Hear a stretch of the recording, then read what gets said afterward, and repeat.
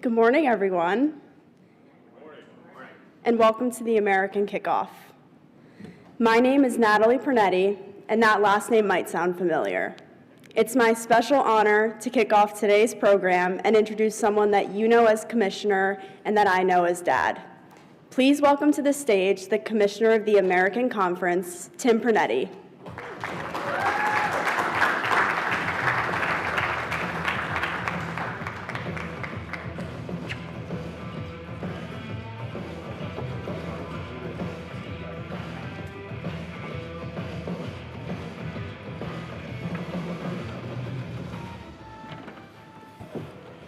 Good morning, everyone. Come on, guys. We do this every year. Can we get a little more energy? It's football season. First, Natalie, thank you for that awesome introduction. You're off to a great start in your honorary deputy commissioner role, and later we're going to make some controversial decisions.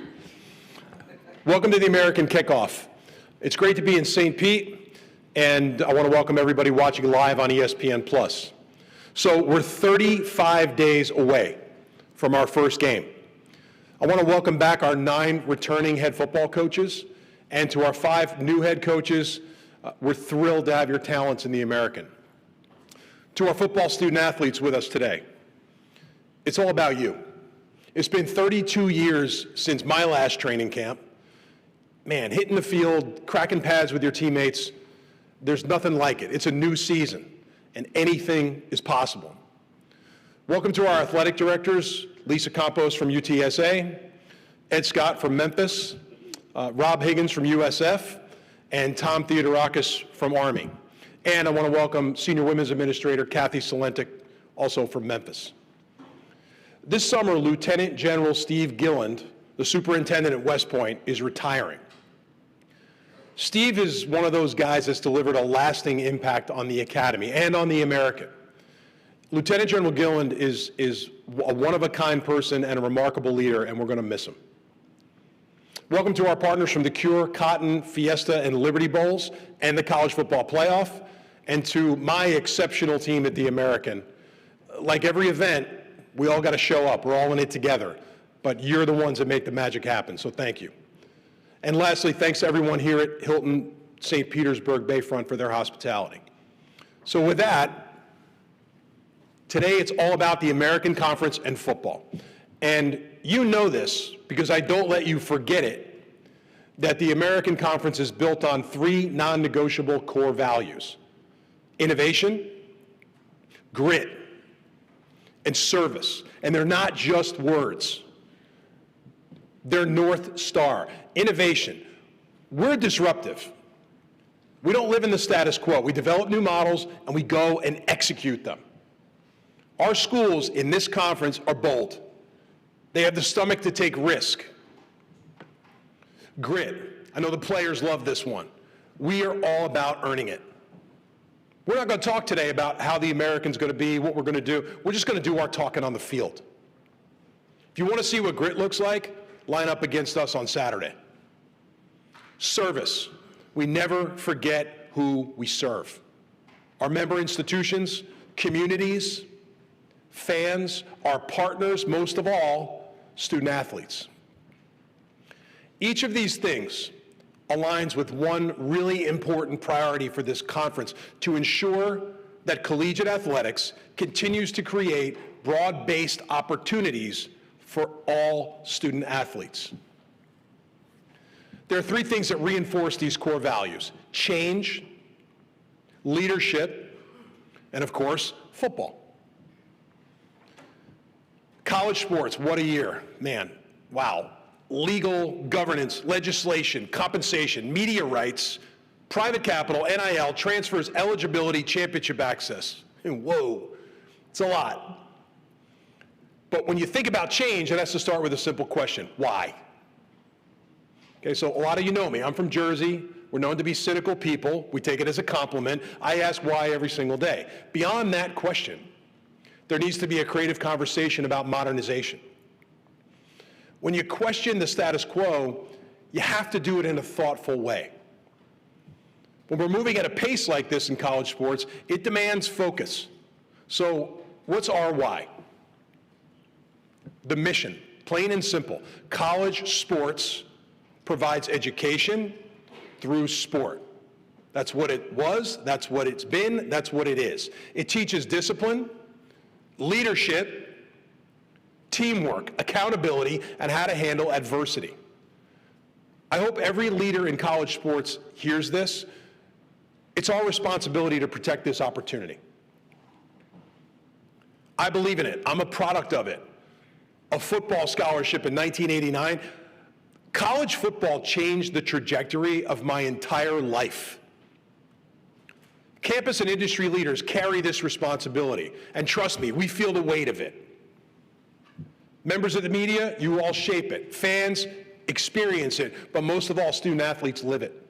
And in the midst of all this chaos, the opportunity has got to stay right in front of us. It has to stay in focus. College sports is an enterprise, right? It's a business. It's okay to say this, but student athletes fuel our passion. They're why we show up and pack the stadium on Saturday. They're why we live and die with every single play of every single game. We have a responsibility to surround them with a sustainable framework, and right now that's not the thing. We need to give them a clear path to earn degrees, become leaders, and win championships. Compensation and all these things we hear about, they need to live inside a broader mission. The future of college sports has to work for every student athlete across every sport at every school. This is why all this work in Washington, D.C. really matters right now. So over the last several months, I've walked the halls in D.C. more than Frank Underwood did in House of Cards. The American has a seat at the table. That's the great news. We have a national, respected voice. And I'm really humbled to be part of President Trump's commission to save college sports. And at times, I've been the only non-autonomy commissioner in that room. And I know this about me. I know my voice is not popular sometimes. That's fine. We're not trying to win a popularity contest. We're trying to modernize and create a sustainable path forward. The seat we've been provided matters. Why? Because we have an important and bold perspective. So as an industry, we asked Washington, D.C. for this help. Now we have to listen. We have to accept the help. We have to work together. For too long, this industry has lived in this cycle of litigation and temporary fixes and uncertainty, like enough. It's time for structure in college sports. The Protect College Sports Act is now front and center. We're all hearing about it and reading about it. We want to thank Senators Cruz, Cantwell, Schmidt, and Coons for their leadership. While this bill isn't perfect, it addresses the core challenges facing the industry, led and headlined by transfers and eligibility. It demands that NIL deals have a legitimate business purpose. I promise you this, that will put an end to these sham pay-for-play deals that are turning recruiting into this unchecked auction. It's progress over perfection. It demands leadership from the entire industry to engage, debate, and work with lawmakers to land the plane. It strengthens student-athlete rights. It protects education. Our responsibility is to make informed decisions together towards stability, fairness, and common sense. Not lost in all of this is the work of Charlie Baker and the team at the NCAA. Charlie has led the national discussion around eligibility. We appreciate the conversations that Charlie has engaged in on commercial evolution. Because at the American, we believe that modernization is the foundation to keeping the mission in focus for every student athlete. Leadership. Change demands leadership, guts, decisive action. I learned one thing about leadership early on. Leadership is about what you do. It's not about what you say. The American's building an organizational structure designed for these changing times that meets the market opportunities. This is why we launched a wholly owned commercial division in American Rise Ventures. Rise is a platform for innovative partnerships, new enterprise, intellectual property, and creating new value for our members. Rise increased our annual partnership revenue 100% in just 11 months, and they're closing fast on their goal for 26-27. We have an exceptional team of people. We're building a business for the long haul. No more short-term fixes. So this week we announced a 3-year partnership with StubHub. It's the first ever with a college conference as the official open distribution partner for American Conference Championships, connecting our events and experiences with their massive marketplace of 125 million customers. We're thrilled to announce the expansion of our relationship with LLH Healthcare as the exclusive benefits partner of the American. And they will once again be our title partner for our football championship, airing for the 12th straight year in primetime on December 5th on ABC. We're excited to launch the American Tailgate Tour, a one-of-a-kind fan experience to showcase the spirit of game day on campus. We kick it off when Temple hosts Penn State on September 12th. So a year ago, I kind of got a symbol standing right over here next to me. It's kind of a little creepy. We launched the American Conference's new brand to reflect who we are and where we're going. And man, did it pay off. Soar, the Eagle, came to life this week, physically, with Coach John Gruden. Soar is intellectual property. It's part of a strategy. It's an innovative commercial asset to connect the American to new audiences. And 1 year after unveiling this brand, we saw impressions in the hundreds of millions. We created $500 million in earned media for the conference and our institutions. Across our own social channels, we hit 4 million engagements for the first time in history, which was up 39%. Impressions hit a record 151 million, almost a 70% increase. Our Olympic sports championships generated 28 million impressions, led by softball with a whopping 13 million. So today we're going to level up the organization again by adding another seasoned executive to our team and our new Chief Brand Officer, Erin McVeary. Her leadership and diverse experience in the agency and pro sports industries will help elevate our team. We're investing in a thoughtful way, precision, purpose. Our national voice will not stop talking about change, being disruptive, and building bridges. Like, that's aligned with who we are. All right, so now the fun part. How do we take all that and translate it to the field? The American develops winners, period. Football is one of 21 sports in this conference, and it's time for me to take a moment to brag on the others. This year, we saw high-level Olympic sports performances. 10 of our 15 institutions competing in NCAA championships. 5 first-team All-Americans and 38 overall. 1 national champion. 14 baseball student athletes drafted in the Major League Baseball draft. A 3-year high in graduation success rate at 92%. The American creates opportunities across all its sports. It extends our members' academic mission. Education through sport. Olympic sports are why the athletics model matters. It reminds us that college sports changes lives for young people whose names will never be in a national headline, but whose lives will be better because someone created an opportunity for them. Okay, my favorite part, time to talk about football. Football matters deeply in the American. It matters deeply to me as a person.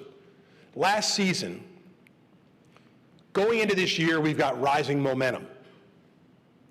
Last year, our competitive depth, our national relevance, our hard-nosed brand of football, my favorite part, was on display. We're proud to be part of the ESPN family of networks where we receive broad-based exposure and consistent prominence on a national stage. Last year, we delivered a 40% increase in football viewership, headlined by 15 nationally televised games on Thursday and Friday nights. 6 of our teams were in the conference championship hunt deep into November. And the American Football Championship basically became a college football playoff play-in game, where Tulane secured the number 11 seed in the 12-team playoff. The American was at the top of the non-autonomy conferences in non-conference winning percentage, strength of schedule, and the only one in the country to beat teams from the ACC, the Big Ten, the Big 12, and the SEC. We saw a record 9 teams play in bowl games. 3 teams reached 11 or more wins. 3 schools in Tulane, North Texas, and Navy were ranked in the final AP Top 25. The compelling storylines for this year, line them up. They're unlimited. We're deep with talent, elite coaches, and programs, quite frankly, that are consistently the target of other conferences. We have a proven blueprint in the American. We identify, we invest in talent, we develop student athletes, and the result, the life-changing opportunities it opens up for them. We're proud of this. A healthy American conference is good for college football, notably the autonomy conferences. Why? They compete with us on the field. They build their rosters with our student athletes. They hire our coaches as their future leaders. This is why it's so important that we all work together in the future. So access to the college football playoff, everybody's favorite topic. It's an important conversation. The work being done by the CFP Management Committee has been productive and it's been challenging. A lot's going to happen before any decision to alter the 12-team format is made. But I would tell you this, everybody wants decisions, but decisions deserve to be debated and informed. The Americans' position on the CFP is clear. It's been clear and consistent from the start. We believe teams should have the opportunity to earn it on the field. And we're supportive of an expanded playoff that provides more access for every conference. Our football programs are built to compete for championships. We're asking for 2 things, fairness and common sense. Here's a fact.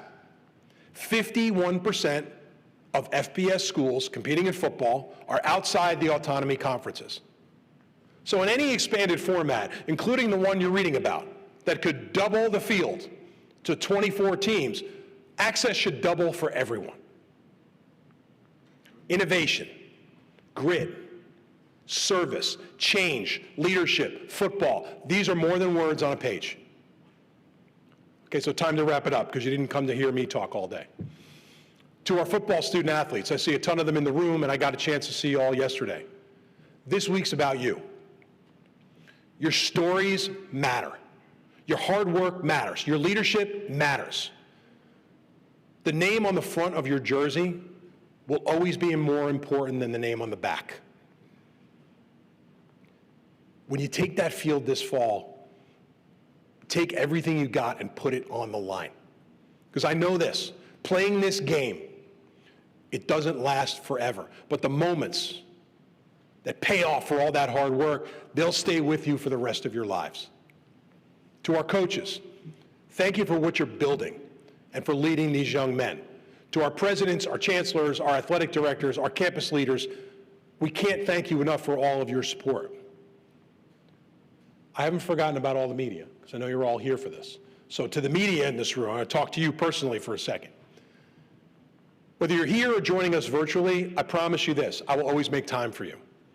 As a former college journalism major, let's just say I got a soft spot for you. Your work matters, and we greatly respect and appreciate what you do because you shine the light on the American. You're our storytellers. So thank you for being here. College sports is facing challenges, but here's a fact. Despite the challenges, college football has never been more popular, better attended, or more viewed and consumed on all platforms of media. For it to be sustainable, success needs to look like an opportunity for every student athlete, not just the top 1%. Let's get our arms around this thing. There are solutions out there. We can set a national framework and we could pave the way to a sustainable path forward. At the American Conference, I say this every year, we're not trying to be anybody else. We know who we are, and we know we serve something bigger than ourselves. College football, this great game, is an important part of the fabric of this country. That is undefeated. It brings us together. College football belongs to all of us. Thank you. With that, I'll take questions. And if you could, raise your hand. A microphone is going to come to you, and I'd love to know who you are and where you're from. Hey there, back here, Tim. Morning. Michael Epps with Spectrum Sports 360. You mentioned innovation and the continued threat of your teams, your programs, and schools getting taken by other bigger conferences. What does that threat look like as you guys continue to produce pretty impressive football teams? So just in general, how do you handle that threat of some teams potentially leaving in the future? And also specifically for USF, what that continued future looks like of trying to keep them in this conference? We're really proud of the ambition of a lot of the institutions in this conference. And I said this a year ago, and I'll say it again. At the end of the day, your job as a leader in collegiate athletics is to do what's best for your institution. I know that. I completely acknowledge that. At the same time, today you are where you are, and you need to invest in where you are while you're there. And I would promise you this, I don't spend 5 seconds of my day thinking about that. I spend 100% of my time on making sure that our institutions know that this is a place that they want to stay. And by the way, we have a lot of people at our front door interested in being part of what we're doing. So I'm not spending any time on worrying about things that I can't control. We are spending time on building an enterprise, building a commercial division, generating new resources for our institutions, because at the end of the day, our job is to put them in position to be successful. Yeah, Barry Trammell with the Tulsa World talked about access to a potential expanded playoff, Tim. I think in '24 there were three group of 5 or 6 teams that would have made the bracket if that was the rankings we used. What steps can you take? You talked about increased access for everybody. What can you do to make sure that a basic ranking like that is intact and not just sort of given to the people in power? We start by thinking about the big picture, right? I would tell you this, Barry, when you go in that room as a commissioner, it's impossible to leave your full allegiance at the door, right? Because your job is to do what's best for your conference. Having said that, I've always viewed the CFP room as an opportunity to put college football at the center of the table and protect and defend it. Like, this is about the game. This is not about who gets what. And the reality, like you said, a year ago, if we were looking at a different format, we would have seen Tulane, Navy, and North Texas in that format, which would have been really exciting. Having said all that, when I talk about the 24-team playoff, because as we all know, there's a famed document that governs the CFP, and certain people have more decision-making power than others, but if you're going to double the size of the field on a guaranteed basis, why wouldn't you double the size of the field for the group of 6? 51% of the institutions playing college football are there. So what can we do? Make sure we put the game at the center of the table and protect the game, do what's best for the game. There are a lot of things to consider. Okay, number one is the calendar. It's easy to say we'll go to 24. Where the hell are you playing all these games? Right? You have to think about the calendar. You have to think about the schedule. You have to think about the access. We have to think about championship games. You have to think about the economics of those championship games. So there's a lot of things. But to me, I always try to be an objective broker in the room, and you got to get your knuckles bloody once in a while. But it's important that we all land it in the right place. Leo Haggerty, Amped Up Sports, Draft Nation, here in Tampa, and a fellow Jersey guy, so I guess I'm talking to you about this. The genie's out of the bottle when it comes to NIL and the portal, and it's not going back in. But how do you keep and get the cap back on so other genies don't jump out of that bottle like unlimited cap? It's a great, welcome to Florida, by the way. There's a lot of Jersey people hiding out in Florida. Did you notice that? It starts with one principle, and one of my colleagues said this week at his media day that it's important that you don't react to the next headline or the next story. And I do think a key part of leadership people need to remember is, like, leaders don't have all the answers.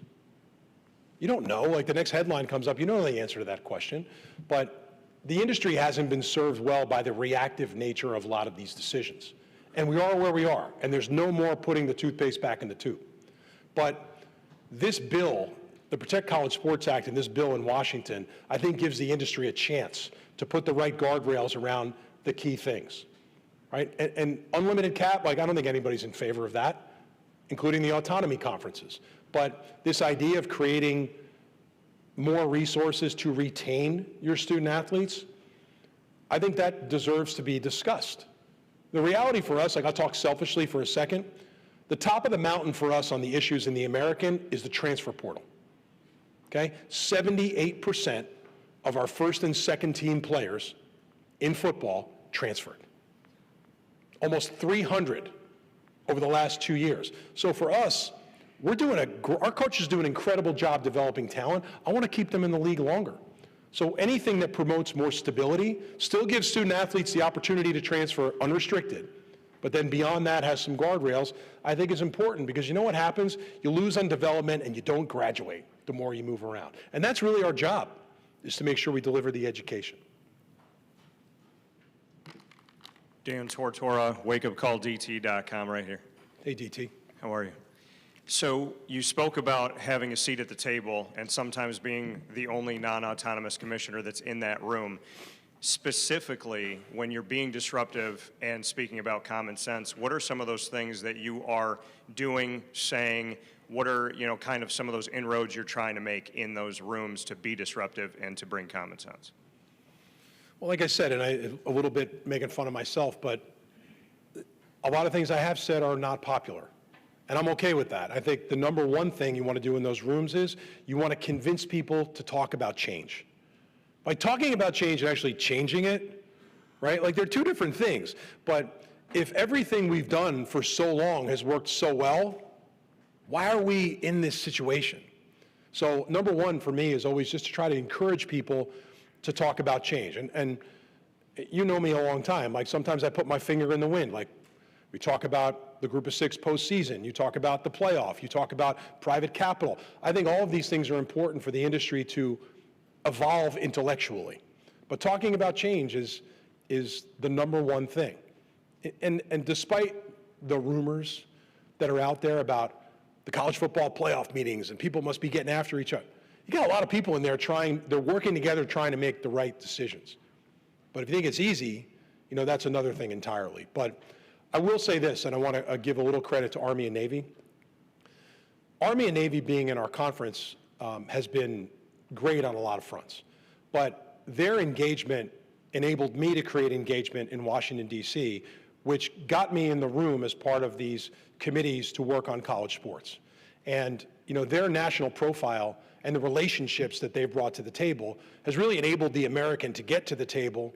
And now we're in the room. And I know that's a really important thing to our presidents, that we have a national voice in all of this change.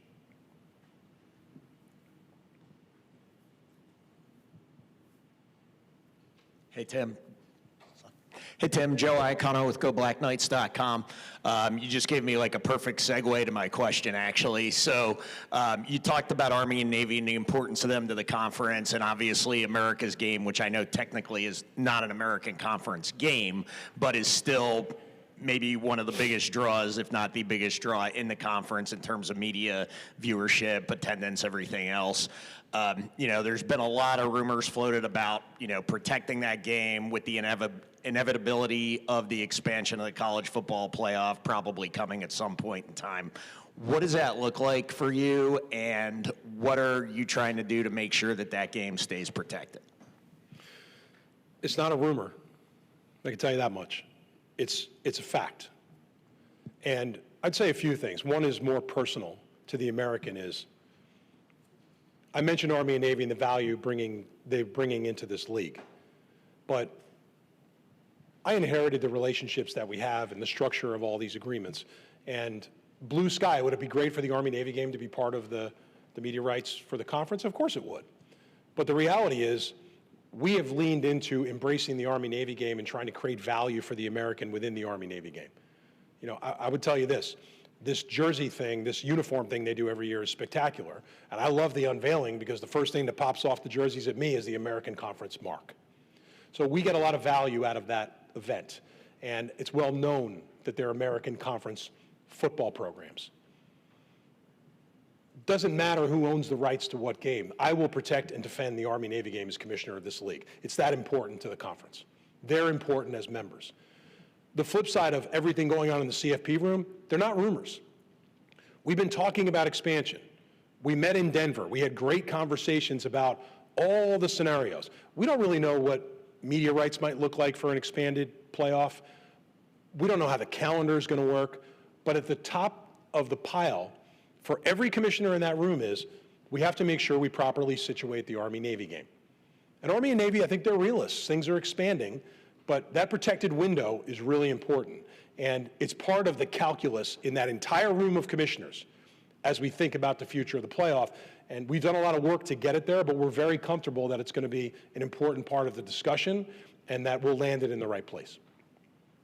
Tim, we're back on this side of the room. We have time for one more question here before we get to our coaches segments. Brad Walker, NGSC Sports. Real quick, Commissioner. You have publicly emphasized value rather than just expanding for the sake of it. What metrics are most important to you when evaluating potential new members to the conference?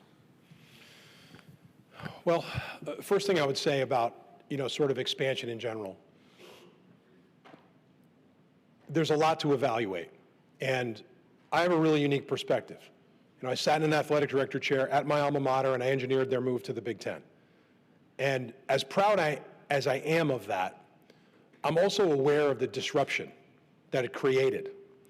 And that sticks in the back of my mind. But in that case, it was a simple calculus.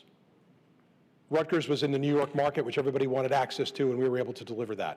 But as you look at prospective expansion, every conference has got to set its own criteria. And I'm not going to get into a ton of detail here, but for me, and I think this is probably a curse of being a former media executive, you start and stop with, can you create short-term incremental value? And when you're at the table in your next media rights negotiation, are you creating incremental value? The reality of expansion is this. Years ago, it used to be you had to deliver incremental value as a key to get in the door. For everyone in the league, you had to pay for yourself and you had to deliver more for everyone else. Now, it's got to be almost like pro sports where schools are almost paying expansion fees to get into these conferences. So you evaluate the economics, you evaluate geography, you evaluate fit, you evaluate are they serious about investment, not only in athletics, but as a university, and what do they aspire to be? Like, there's a lot of stuff to throw in the blender. And I can promise you this, no matter who you talk to and what you throw in the blender, there's no perfect smoothie out there. Like, you got to make compromises along the way. All right, we ready to go with the coaches? All right, we'll get out of here. So I'll introduce our first coach, Alex Mortensen from UAB. So Coach Mortensen took the job mid-season last year, and he took over a challenging situation, and I was really impressed with the job he did. I actually got to be at his first game as interim head coach when he beat Memphis. He's going to be in his first season as head football coach at UAB, now that he's taken the interim tag off. And he's brought a ton of experience, both from Alabama and UAB, not only as a coach, but an analyst. And we're really excited to have Coach Mortensen's talents at the helm at UAB. So with that, I'll introduce Coach Mortensen.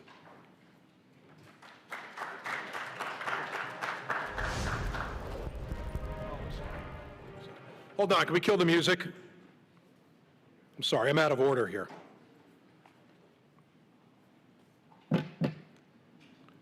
Coach Mortensen's still a great guy. I'll reintroduce him later, okay? All right, so Blake Harrell, East Carolina. Blake 9-4 in his first year, 6-2 in the American last year, flirted with the conference championship game. He's in his second season, and he's guided the Pirates to a 14-5 record and 2 bowl wins. Coach Harrell's been a guy I've gotten to know very quickly and very easily. He's been a great partner, and East Carolina is going to be a team that we're definitely going to be excited to watch this year. So with that, I'll introduce Coach Harrell.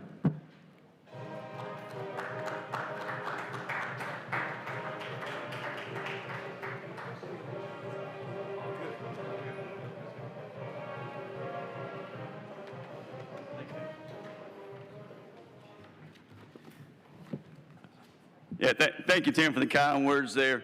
And, you know, events like this are pretty exciting because it means we're one day closer to football season and what we all do and what we all love. But before I talk about our team and our season and what's ahead of us, I'd like to talk something about bigger than football, somebody that's special to our program and special to the game of football. You know, in our locker room, and I think probably locker rooms everywhere, we talk about being relentless, we talk about toughness, we talk about perseverance, and we talk about fighting through adversity. And there's no better example of that than Chris Johnson. Chris has been unbelievable in what he's done and what he's continuing to fight through. You know, for Pirate Nation, ALS isn't somebody else's fight, it's our fight. You know, years ago, our former baseball coach, Keith LeClaire, showed us what true courage is. And today, Chris Johnson continues to show us what courage is as well. You know, we released our patch or our helmet decal that we're going to wear yesterday, and it's something that we want to honor Chris with, but we want to do more than that. We want to invite our locker room, our fan base, and football fans everywhere to fight against ALS. Chris, we're with you. Pirate Nation is with you. Football fans are everywhere with you, and we're going to fight alongside with you. I'd like to thank, you know, and just a huge tribute to what Chris has continued to do to raise awareness for ALS and fight with that. I'd like to thank Commissioner Tim Pernetti, Jamie Hickson, and the entire American Conference staff for putting this event on and what you guys do for our conference and what you guys do for our institutions. You know, Tim has been a tremendous advocate for our institutions, for our coaches and our student athletes, and continues to fight for us, and thank you. Thank you to Chancellor Philip Rogers, our athletic director John Gilbert, and our entire administration. You know, since I've arrived at East Carolina, they've been a huge advocate for our student athletes and support our program. Just thank you for the support you give us. You know, with each and every year comes a new team, a new season, and that change begins in January. And for us, we look back at January, you got guys that graduate, you got guys that move on, guys that join your program, coaches take other opportunities, whatever it may be. I think as coaches, you can fight that change, you can complain about it, or you can embrace it. And we've chosen to embrace it. I think that's your responsibility as a coach. You got to honor what you've built and what you've done, but you also got to look for what's next. And for what's next is, hey, looking at 2026, how can we build a football team to be competitive in the American? You know, what have we done? How can we build on it? How can we improve each and every single day? And I think what excites me is the leadership in our football team, in our locker room, and I think in 2026, that starts with our coaching staff. As we were building the coaching staff this season, as I look at adding new coaches to our staff, I wanted somebody that was familiar with the American Conference. I didn't want a learning curve or somebody that didn't know how to recruit to the American Conference or understand what winning football looked like in the American Conference. And that starts on the offensive side of the ball with us. And I hired offense coordinator Jordan Davis. Coach Davis was at North Texas last year. Obviously, they played for the American Conference Championship. He led the nation in several offensive categories and is doing an outstanding job. On the defensive side of the ball, Jordan Hankins has joined us from Memphis. I think over the last 3 years, they won 30 games. He did an outstanding job there defensively. Him and Coach Roy Tesh will lead our defense. So really excited about the coaches we've added. Got two special guests with me today. On the offensive side of the ball, our receiver, Brock Spalding. Brock plays slot receiver for us. He's a fifth year. He's already secured his degree. He's from Virginia. And Brock is one of my favorite players. And he's one of my favorite because how he plays the game.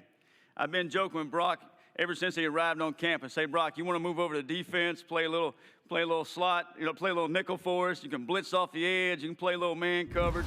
Whatever you want to do, we'll make it happen. And I truly think he can still do it, but he's probably finally convinced me he's playing the right position. So like others in this league, Brock had some other opportunities. If you're successful in this league, you have those, and Brock had those. But Brock wanted to finish his career where he started. You know, with our offense, Brock is the only returning starter we have on offense, but I don't think that tells the story about who we are offensively. We return some experience. I don't think you can look at returning starters in college football. You have to look at returning experience. And we've got guys who've played, who've waited their turn, who've developed. We've brought transfers in who have a lot of experience, and we're excited about those guys. It's been a group that's grown tremendously since January.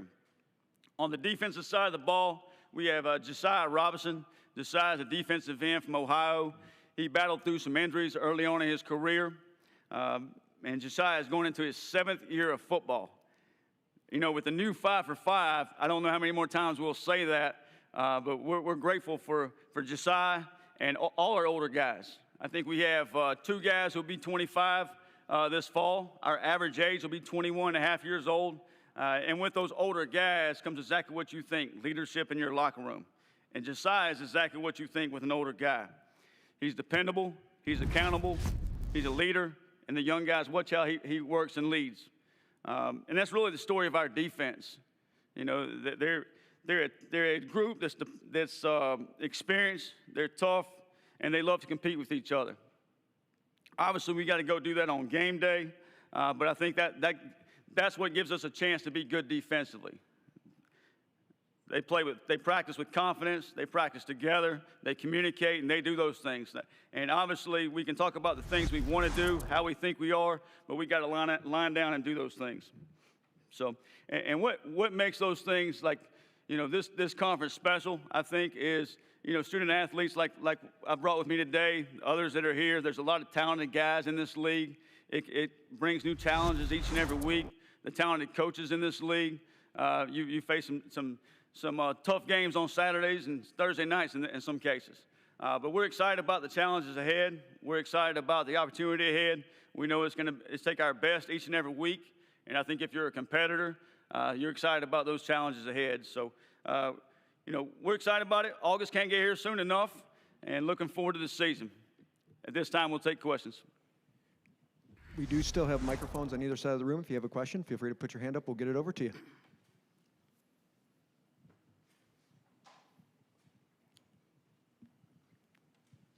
Hey, Coach, how's it going? Henry Sklar. You guys play Alabama week 1, Bryant-Denny Stadium. I know there was some chatter yesterday back and forth between some players, but how excited are you to go to Bryant-Denny and play Alabama and for that game? Yeah, thank you for the question. You know, I think anytime you have an opponent that's a big game, and obviously, you know, Alabama has done a tremendous job over the years, and they have a lot of talented players, and Coach DeBoer has done an exceptional job there, and they're a very good football team. But I think our focus has to be on East Carolina, our preparation, and just getting started here in August, and what we go about our business. You know, it's obviously the first game, so it's the most important game because it's the next game, but we also have 11 other games after that. So we got to build our football team, make sure we're taking care of business there, and looking forward to just getting started here in August. Coach Leo Haggerty, Amped Up Sports, Draft Nation here in Tampa. Obviously, you want everybody to get better in your program year to year. You brought 2 special players. Are there 1 or 2 players on either side of the ball that you need to have big years from to be successful as well? Yeah, you know, we always talk about, appreciate the question, and we always talk about it being a team game, and it certainly is. And I think as you go through the season, there's 1 or 2 guys that always step up to elevate your play and elevate your team and kind of push other guys to play even better. And right now we're doing that as a group, but I'm really excited about our offensive line. We returned 0 starters on the offensive line, to be honest. Bryce Weaver played for us some last year, started a couple games, but was in and out of the lineups, had some injuries there. Carson Jones would have been our starter last year, had an injury the previous spring, so excited to have those 2 guys back. And then we've added 3 guys that feel really good about their experience. Brandon Best, Ethan Kramer, and Hayes Creel have all 3 played a lot of football. So excited about that group, and I think they can elevate our offense to be a better football team and make us better on both sides of the football. Coach, Cuthbert Hutton with Black Knight Nation. You touched in your statement about the transfer portal, both in losing players and then also gaining quite a bit of talent. Could you speak a little bit to what it takes as a coach to get a very new team, many of whom haven't played together, get them to gel and be ready for week one? Yeah, thank you for the question. You know, obviously we're going into a bowl game last season, and we've lost 2 coordinators. We've lost our quarterback, receiver, tight end, and running back. And I thought our players and our staff did an awesome job of not focusing on things we couldn't control and focusing on what was next, what was in front of us, and going and playing the bowl game against Pitt. And I thought, you know, they went and attacked that thing and came out with a victory. And I think it just is a message to all of us that, hey, focus on what's in front of you. Take care of what we can control. And that's each other. That's our effort. That's how we play the game. That's how we go prepare. And I think as you build a roster and you build a staff as a program, you keep those things in mind. You know, the lessons that you've learned through those situations and move forward with them. You know, getting a group to play together and gel together is not just one person's job, but a village's job. I think our former players have done our former players are already on the roster have done a great job of bringing those guys in, letting them know the expectations, the standards, what's accountability, and it's been a group that's really grown tight over the last 6 months or so. Brad Walker, NGSC Sports. Hey, Coach, you mentioned that you like to keep your locker room loose as a critical part of your coaching style. How do you balance relaxed, confident locker room atmosphere with the intensity needed during the season? Yeah, you know, I think, you know, public speaking is a whole lot different than you are in the locker room. You know, in the locker room, you get in there, it's kind of natural, it's loose and all those things. And I think if, you know, your players are going to react of how the head coach reacts, and your staff is going to kind of feed off of that as well. So for me, I want our players to play free. I want them to play loose, and I want them to play with confidence. And I think as the head football coach, you got to portray that as well. So and it may not be exactly who you are at times. You know, you may be a little uptight, a little nervous, but you can't let anybody around the locker room see that. And I think if you know, if that's how your team plays and performs better, then you got to play that part. Hi, Coach. Mackenzie Neglia with the League Winners. What's been a constant for you throughout your time at East Carolina, you know, maybe a tradition or preparation, and how your team continues to develop and be competitive in the American? Yeah, thank you for the question. You know, I arrived at East Carolina in 2020. I think, you know, I've been a head coach for, I think, 19 games. I think the only head coach here that's been in the league longer than me is Coach Newberry. He got there in 2019. I got to East Carolina in 2020. And I think I'm the fourth tenured head coach in the American, obviously the 2 academies and Coach Traylor. But, you know, I've enjoyed everything about East Carolina. It fits who I am. It fits what I believe in the game. I think Greenville's a place where football matters. Pirate Nation, our fan base makes it a special place.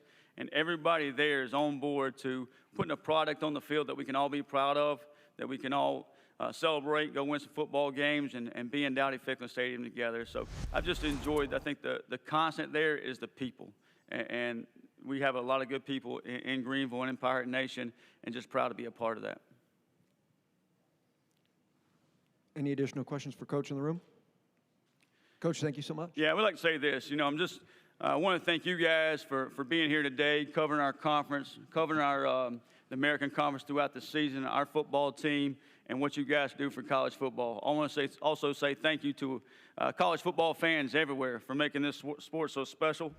You know, to CJ, Chris Johnson reminds us that every day is a gift, and we can't take that for granted. And it's a special, and we need to keep that in mind. We need to, you know, be grateful for that. And I'm grateful to be the head football coach at East Carolina and continue to fight for Chris and others that are in those similar situations. And we'll always keep that in mind. But thank you guys again. Can't wait till this fall. Appreciate it. Go Pirates.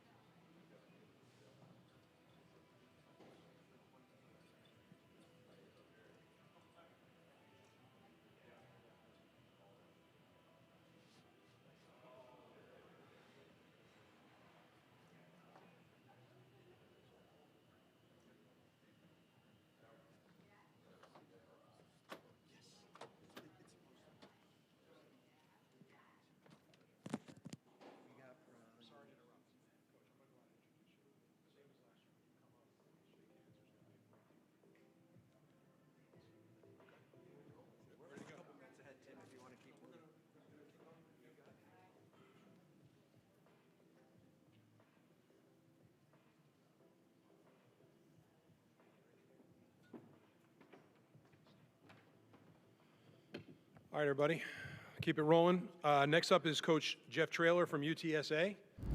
Last year, 7-6 overall, 4-4 in the American. Coach Traylor is entering his 7th season as the head coach at UTSA. He's got a 53-26 overall mark during his tenure, and he's led the Roadrunners to 3 straight bowl victories. A coach who I love to talk to on the phone, never holds back, always shoots straight. We love having him in the league. So with that, we'll bring up Coach Traylor from UTSA.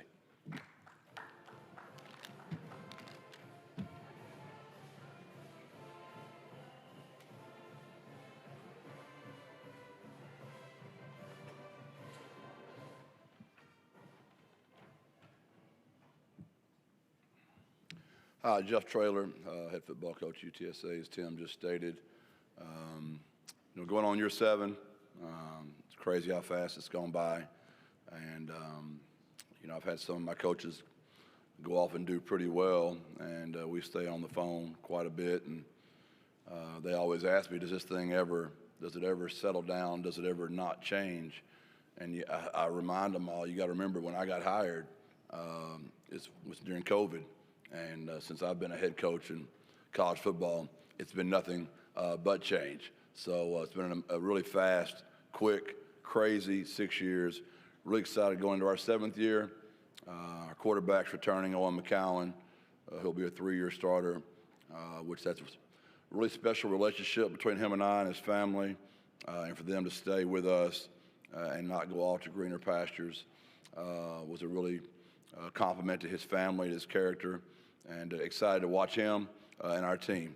I'll be glad to take questions.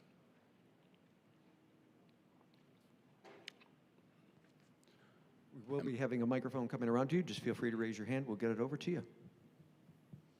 Coach Traylor, Brad Walker, NGSE Sports. Entering a new season with a significant roster addition, how do you handle integrating many new faces while maintaining the established identity of your program? Yeah, I've used the silly analogy a couple of times already, so I'll bore you with my silly analogies. I would say through my career, this is my 22nd year to be a head coach. And if you were to talk to my players and probably my staff, the strength of my career has been how I've treated my players, the level of depth we've poured into our players, of maturing them off the field as well as on the field, and having very veteran teams that are very clutch, in the month of November and December.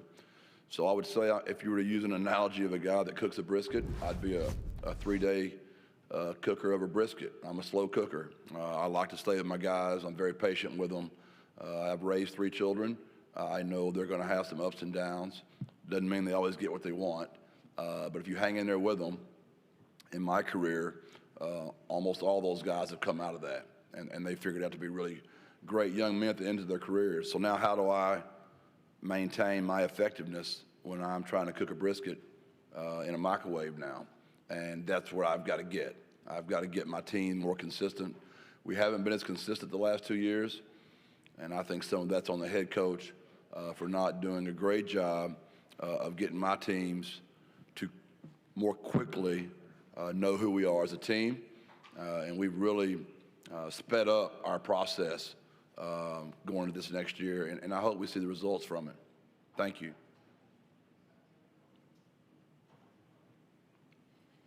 Leo Haggerty, Amped Up Sports Draft Nation here in Tampa. Coach, obviously you want everybody to get better year to year. You brought 2 players that you're expecting to have great seasons. Are there 1 or 2 players on either side of the ball that are really going to have to step up as well for you to have a great season? It always starts in the trenches. I mean, everybody talks about the quarterbacks and the running backs and the wide receivers, those kind of situations. But it starts in the trenches. We're really thrilled that our offensive line, we were pretty much able to keep them intact. So up front, Darrell Jones, who's a really good football player for us at right guard, Ben Rios, DeAndre Marshall, Jay Garth, Luke Lopez. Those guys have played a ton of football for us. And I think that's going to help us tremendously. A guy that I'm really excited to watch, Will Henderson, who backed up Robert last year at running back, an exceptional human, and a really, really fast, great player. And Brandon High, a back that we lost, who went to a P4 and decided he wanted to come back home. And Brandon returning. And then obviously I'm thrilled that I got both my Owens here again, Owen McCowan and Owen Pee-wee. I'll tell you a funny story about Owen Pee-wee, and I'm embarrassed to say this because I recruited Owen out of high school, Pee-wee, the linebacker. And I asked him when we got here, I said, Owen, Pee-wee, what's your real name? And he said, my real name is Pee-wee. And I said, no, like your real name. He said, well, my real name is Owen. I said, no, your full real name. He said, Coach, my name is Owen Pee-wee. And I'm like, this entire time I thought Pee-wee was your nickname. I didn't know his real name was the best nickname of all time. So his name is Owen Pee-wee, and I was embarrassed enough to find that out here last year. So obviously those two kids need to be great for us as well. Thank you. JJ Perez, Inside Runner Sports. Jeff, where's your hat today? Are you feeling okay? JJ, I got up, and for once I noticed my tan line was pretty equal up top. So I thought I would rock y'all and show y'all that bald is beautiful. Just most of the time when I look at my head, it's kind of more white up here and brown down here and brown here. I always think that looks kind of goofy. So even tan line, I guess I've been at the pool with Care Bear a little more than normal. Wanted to ask you about the state of the rev share in this conference. Just what's your opinion on where that's at currently? And I know your program has made significant steps forward, but just looking at everything overall, how do you feel about where your school is as compared to your peers? I know Dr. Campos is, she works with our league on this and trying to get real transparent information where we really know where everybody is. I think that's very important because, you hear this and you hear this, and we all just want to know. Like, we want to know, like, what is that and what do we need to really get to?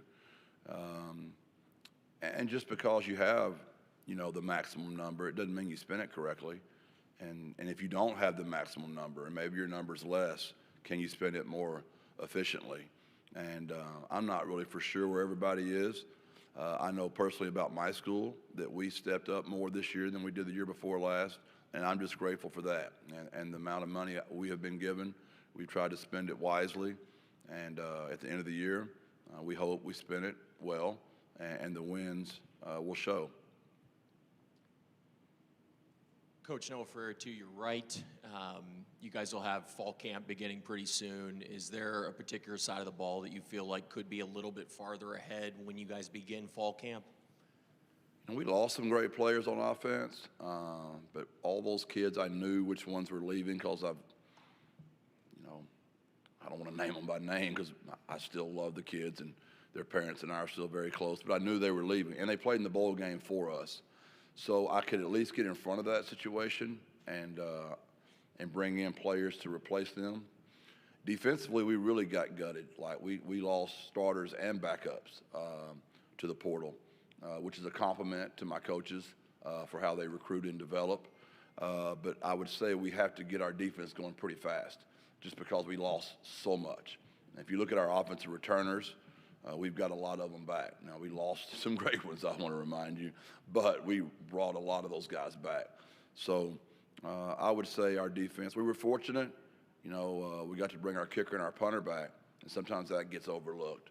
But to get Kel and Michael back, our kicker and our punter, is a big deal as well. Thank you. Coach, good to see you. Alan Gooch with the Orlando Sports Foundation Cure Bowl. Just love to hear you talk about the importance of bowl season. Yeah, the Cure Bowl is one of our favorite bowls we've ever done. Now, sadly, my dad passed away right when I was getting on the plane to come to the Cure Bowl. So I've never forgotten the realm of emotion you try to go through trying to coach a game when you just lost your dad. But it was such an unbelievable experience, and I would have given anything if my dad could have been down here just for that experience. It's tough right now because of so many things going on, but once you get your team and who's going to play and who's not going to play, it's still the most wonderful experience. You get you guys away, and I meant what I said. If you were to quiz the Roadrunners, our favorite bowl we've been to has been your bowl. And even though we lost to a great team in Troy and my great buddy John Summerall, But yeah, it's our players would all tell you we still love doing it. It's still a blast, and thank you for having us when you had us and how you treated us and during the passing of my father, Alan. Gary Smith with NOLA.com, time speaking. Jeff, your home road disparity the last 2 years in conference play has probably been bigger than any team in the country. Have you been able to put a finger on what that is? And I guess, is it even relevant with so much roster turnover from year to year anyway, to where you can play close on the road to the way you've been so incredibly good at home? I think you've got to look at it both ways. I'm going to feed your positive dog, and then I'm going to give you, we're going to do the old Oreo treatment here. We're going to go positive, negative, positive, right? On the positive side, you had to brag about our fan base. You can talk to any of the coaches here. I work for one of the most honorable women in all of college football. I wish she'd pump crowd noise in. I wish she'd do something unethical. But she's just not wired that way. If it were me, I'd pump all the things in there I could to help win a ball game. She's just not going to do it. Our fans are that amazing. They show up early. They stay late. They're loyal. They're passionate. There's no other fan base, in my opinion, that makes noise per capita louder than the Roadrunner fan base. On the negative side of that, what is that we're so inconsistent on the road? Other than if I could somehow challenge my 30 to 35,000, 25,000 fans to come on the road with us, what can I do as a head coach to get us more consistent? And both the Owens would tell you, we worked really hard on our identity of our football team. You know, we always talk about like our 2-1-0 triangle of toughness, our culture, our brand. It's all about when your image, when who you say you are, and your real identity, they align. And it hasn't been aligning on the road. So we've been kind of fake. We've been kind of a hypocrite. We haven't been mentally tough on the road. So we're going to work deep, deep. And we already have. We've expedited the process of trying to find Owen McCowan and Owen Pee-wee's individual identity. Like, do they know who they are? Are they sure who they are? Which I think is going to help our team identity. We're also looking at some things on the road. Are we doing what's best in travel? Are our kids getting enough sleep? Have I done a good job of making sure Owen McCowan and Owen Pee-wee, when they take the field, they are just as excited, just as fed well, just as hydrated as they were when we were at home. So we're looking at all that. So I hope the Oreo treatment there being positive, negative, positive answered your question there.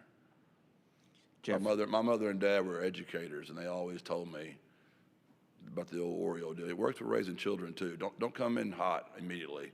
Say something good, then get after them, then finish them off good. Jeff, JJ Perez, what are the expectations and the pressure headed into this season? Can you just kind of tell us from your aspect what that is like in your mind frame? You know, I've said this a ton through my career. As a high school coach at Gilmer, Texas, there's nothing my fans could have ever said. There's nothing my superintendent could have said, the school board could have said. At UTSA, it's no different. There's nothing my president, my AD, our board, our fans could ever say to me that's going to put more pressure on me than I already do. I am lucky enough to work for somebody that doesn't do that to me, but there's no one that puts more pressure on themselves. We don't hide from it. We've won 2 championships. Our expectation is to win the championship. If we don't do that, we don't feel like the season was successful. There are other attributes to that. It's not, if you don't win it, you're a failure. No. There's a certain way you're supposed to win it, too. There's a certain way you're supposed to lose, too. And there's just a certain way it's supposed to look, taste, smell. You just know in your spirit when it's done correctly. And we've had years, our first year, we didn't win it. We were in it, but we got everything we could out of that team. We won it our second and third year. Our fourth year, we didn't win it, but we battled Willie Fritz and Tulane right to the very end. And even though we're disappointed we didn't win it, we felt good about the way it looked, smelt, tasted, and felt. We just understood it. In the last 2 years, we haven't felt that. We've been inconsistent.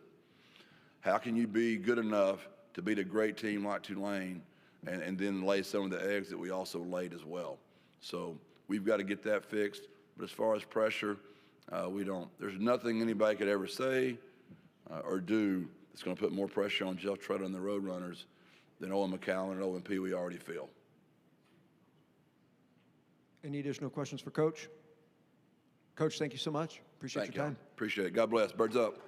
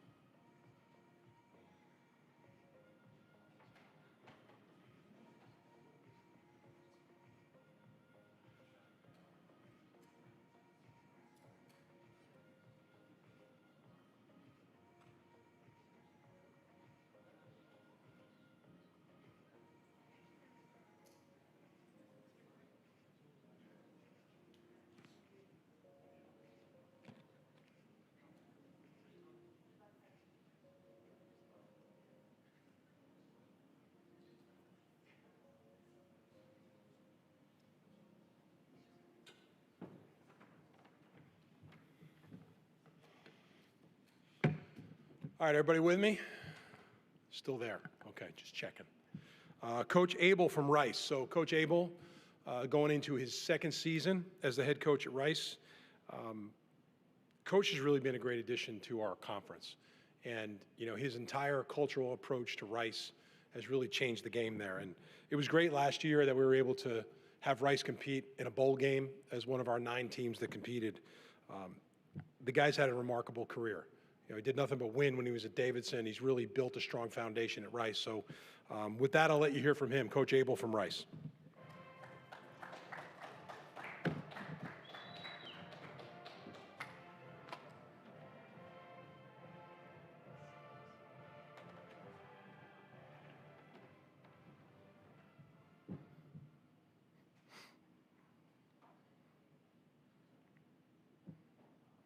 Hey, well, good morning, everyone. I want to start by thanking Tim and all our conference leadership. For everyone that was in the room this morning, if you're not fired up to go to work every day, represent our conference, and what Tim and his whole leadership group is doing, that you're just not paying attention. Yeah, I told him just a second ago, it was a great locker room speech. I take pride in my locker room speeches. Yeah, I think Tim's been a part of a locker room, right? I think you joined us in Louisiana. And so I just wanted to acknowledge that one more time, all the hard work that he's doing and his team is doing to promote Rice and our entire conference. It's really exceptional, and so thank you, Tim. Wanted to start that way. Also, we're entering year 2 here. Year 1, I stood up here and introduced myself and told you how excited we were, and I'm doubling down this year. I'm equally as excited as what we're doing, but it's certainly different. Year 2, I feel so much more like Coach Abel. And I've said this to our players, I've said it to our staff. Year 1 in this new world of college football, it's a little chaotic, and you have to enjoy the chaos a little bit. But as you take over a program, it really becomes more of a CEO role in year 1. And now that all that's settled in, the dust is settled, I'm excited to be Coach Abel again. And I'm incredibly thrilled with our DNA change. And that's the best way for me to describe it to you. When our season ended, when we ended at the bowl game, we started year 2 officially, the transfer portal opened. Our number one goal was to change our DNA structure, things we really didn't have the opportunity to do year 1. And so we hit the ground running in recruiting. That started with the portal, finishing up high school recruiting, continue to add the roster members really through the spring and summer, because some of our portal transfers had to finish their education at their universities to come as grad kids, to get our whole team together this summer. And it's been a great transition for everyone. And I'm incredibly excited about our opportunity ahead of us. With that said, I will stop there and open it up to you guys for questions. And if you could, once again, just tell me where you're from, introduce yourself. I would appreciate that.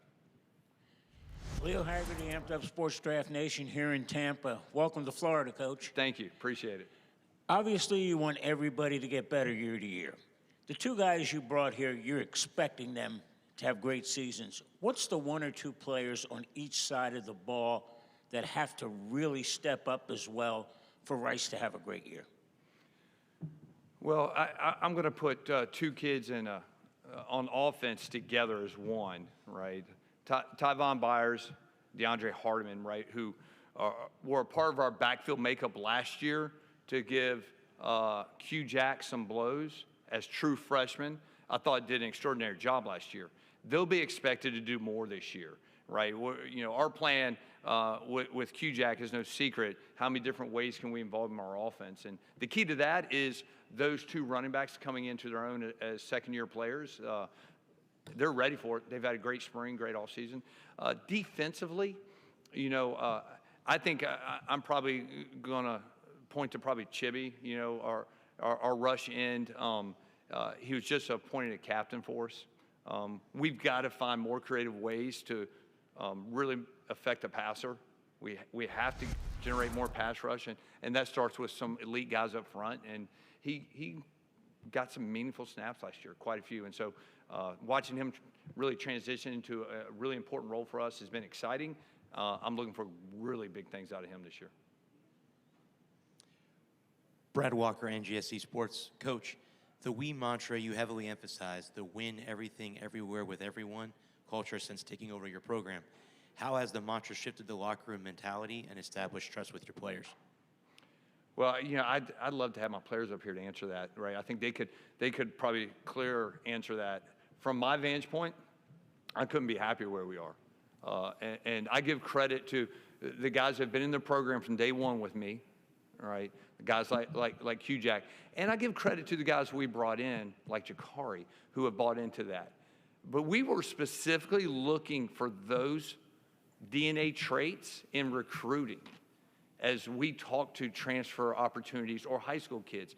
You can find those traits, the humans, the people that want to truly be their best at everything they do, knowing that it's probably not possible. But how do you really wake up every day to win everything, everywhere you are, with everyone you're around? Asking those questions going into year 2 was important for us to have this time to now surround our roster with more of that. I love what our locker room looks like right now and what it feels like. And I give guys that have been in the locker room with me from day one, like Hugh Jack, as much credit as I do like Jakari, who came in and immediately bought in and spread the message of win everything, win everywhere, with everyone. And, you know, it's a real thing. When you live it yourself, and I do, and I fail, right? I don't win everything. I don't win everywhere, and I certainly don't win with everyone. But that is my goal. And so when we're living it as leaders, then you really have a shot to make a real big impact with the people around you. Coach Noah Ferrer, to your right, you bring in Jakari Brown this offseason. What has stood out most about his time here and getting an up-close look? What has you excited about his trajectory heading into the season? Well, I'll start with the things that are off the field, the things that really most people won't see. And if you spent some time with him this weekend here, you'll understand what I'm talking about. He brings a great presence to our building, infectious energy, and a leadership style that every head coach wants out of their quarterback. Leads from the front.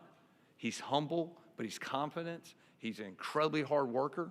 So when one of your most talented players is one of your hardest working kids with the right mentality, it makes everyone better. It raises everyone else up. And that's what we have found with Jakari, right? And, you know, with that said, we also understand that, hey, you know, this is a team of 105.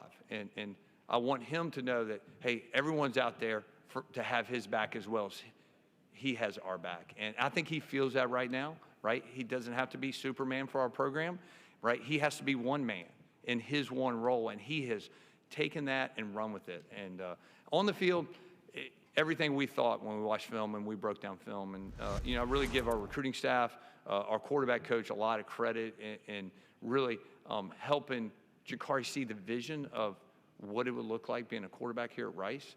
And in the spring, I thought he had a great spring of transitioning into the program, into the offense, learning the offense. He's incredibly intelligent. He picks it up quickly. He understands football, right? And, you know, all the things that you would expect in a veteran player like himself. Coach, you all will face some challenges on the road early to start the non-conference season to tee up your year. Talk a little bit about what those experiences are going to be like for your team and how that should set you up for success in conference play. Well, I think you kind of led me to the answer right there, right? You know, the non-conference schedule is a challenge if you've paid attention to it, meaning you have a 10-win MAC team, MAC champion coming to our place, which is nice, but we go to Notre Dame, we go to Fresno, both coming off really great seasons, and those will be challenges that prepare us for our conference. You know, we play in a great conference.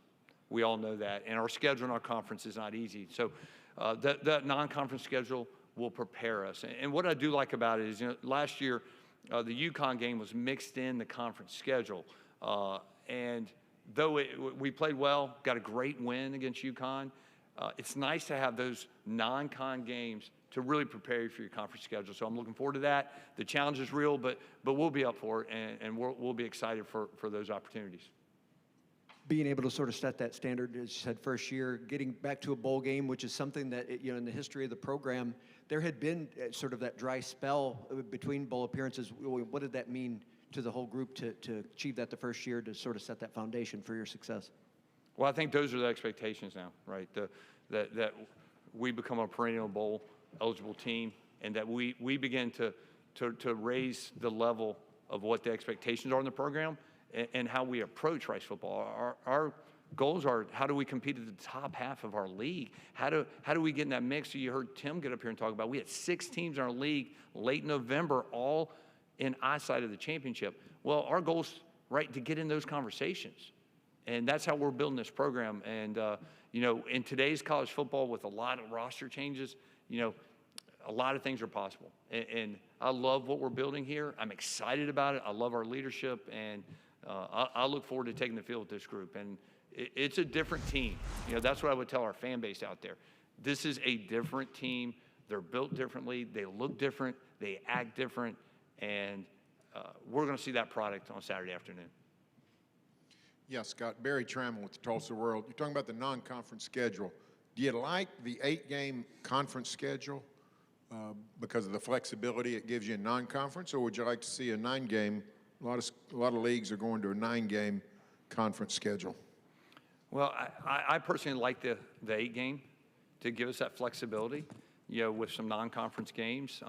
But at the end of the day, you know, it's probably not that big of a difference. And I think the more conferences go to a more 9-game schedule for the conference will force probably everyone to look at that model in a serious way. And I'll leave that to the powers that be who really make those decisions, you know.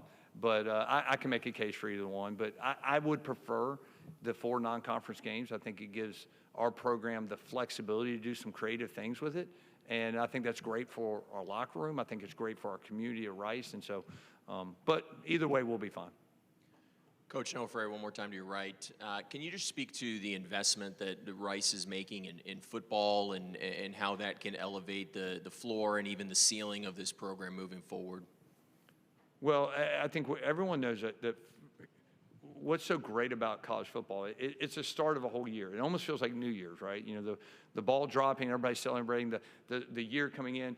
Well, when college football comes back around, it's like that all over again, right? It's the start of something new. Everyone has faith. Everyone's excited. And Rice is no different. And what they've committed to us, the Gateway Project, I'll speak about that. We have a major project that actually breaks ground at some point early fall for a new indoor type facility for us, the renovation to a historic stadium. That commitment is really tremendous by our leadership on campus. And, you know, our president, our athletic director, our board, they've been nothing but supportive of our program, our players, and where they want us to go. And you saw that commitment really 3 years ago when they joined the American, right? That was a commitment, and that was an investment, and they continue to do that. So I'm blessed to work with great people, and I'm very fortunate, and our players are as well. Yeah, Barry Trammell. I got one more question. You played against North Texas last year and Drew Mestamaker. 2-part question. How good is Mestamaker? And broader question, this is a guy that got 2 walk-on offers. I think Sam Houston and North Texas. How does everybody miss on him? And maybe it's the high school people that missed on him because he didn't get to play quarterback in high school. Well, I mean, I think there's probably a little bit of truth in all that. I think how good he is, he's an incredibly talented young man. I mean, he's going to play on Sunday. There's no doubt in my mind. I think that the traits that are going to allow him to play on Sunday are the things that people maybe aren't paying. He doesn't get rattled. You know, that's a game last year we jumped up 14-0, right, out the gate. And defensively, we got after him. And he was the reason that they came back in that game. They got it going. He's just unflappable, right? You can hit him. He gets back up, right? He can make a mistake. He shakes it off quickly. You see that on film when you're evaluating him, and you see it in person. And he's got that presence that I think you want as a quarterback. And so, you know, he's now taking the next step in his career. But I think, how do you miss on a guy like that? Well, it's a crazy business we're in. And there's a lot of evaluation tools out there. There's a lot of metrics that people use. And, For Drew to probably have been met, it would have certainly helped him to play the position. And I think it'd been hard for anybody to scholarship a player at a position, especially quarterback, that had no film coming out of high school.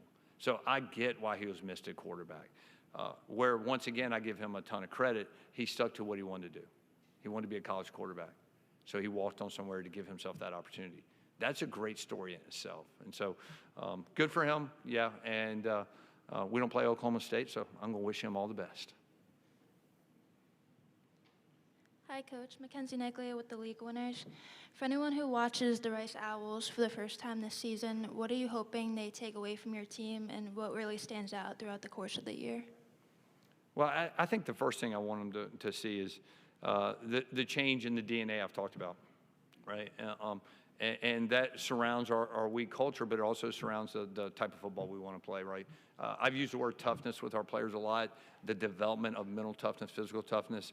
We don't hide from that word in football. I know in today's time, people, would say, can't talk about how, let's make people tough. And that's not what we talk about. We talk about being tough, about raising the level that we can handle as a person, as a player, both mentally and physically, and that's not easy. And it's something that we should all work on daily with our own walk, whatever it is. And so they're going to see a tough team. They're going to see a team that's excited to represent Rice, right? That's excited for the opportunities they're getting. And they're going to see a team play with a lot more confidence than maybe what they have seen in the past. Coach, we really appreciate your time this morning. Thank you so much. No, thank you, everybody. Go Owls.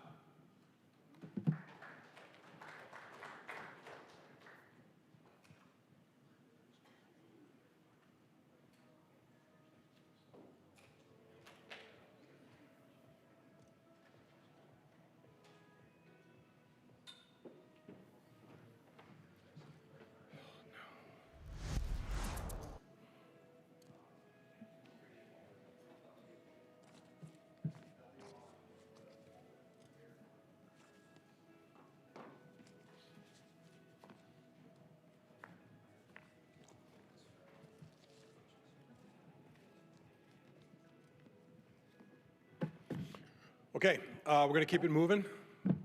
Got Coach Trey Lamb from Tulsa. Coach Lamb and I have connected very easily and very quickly since he's been on the job at Tulsa. He was a great get for the American Conference. And what I love about him is just sort of his straightforward, objective approach. He's got a lot of energy. And we had a lot of fun text exchanges last year, both after wins and also after some tough games where I just encouraged him to keep going. He's done a great job building the foundation around Tulsa. And I'm fired up to get out there on September 5th and watch them take on Oklahoma State. So with that, we'll bring up Coach Lamb from Tulsa.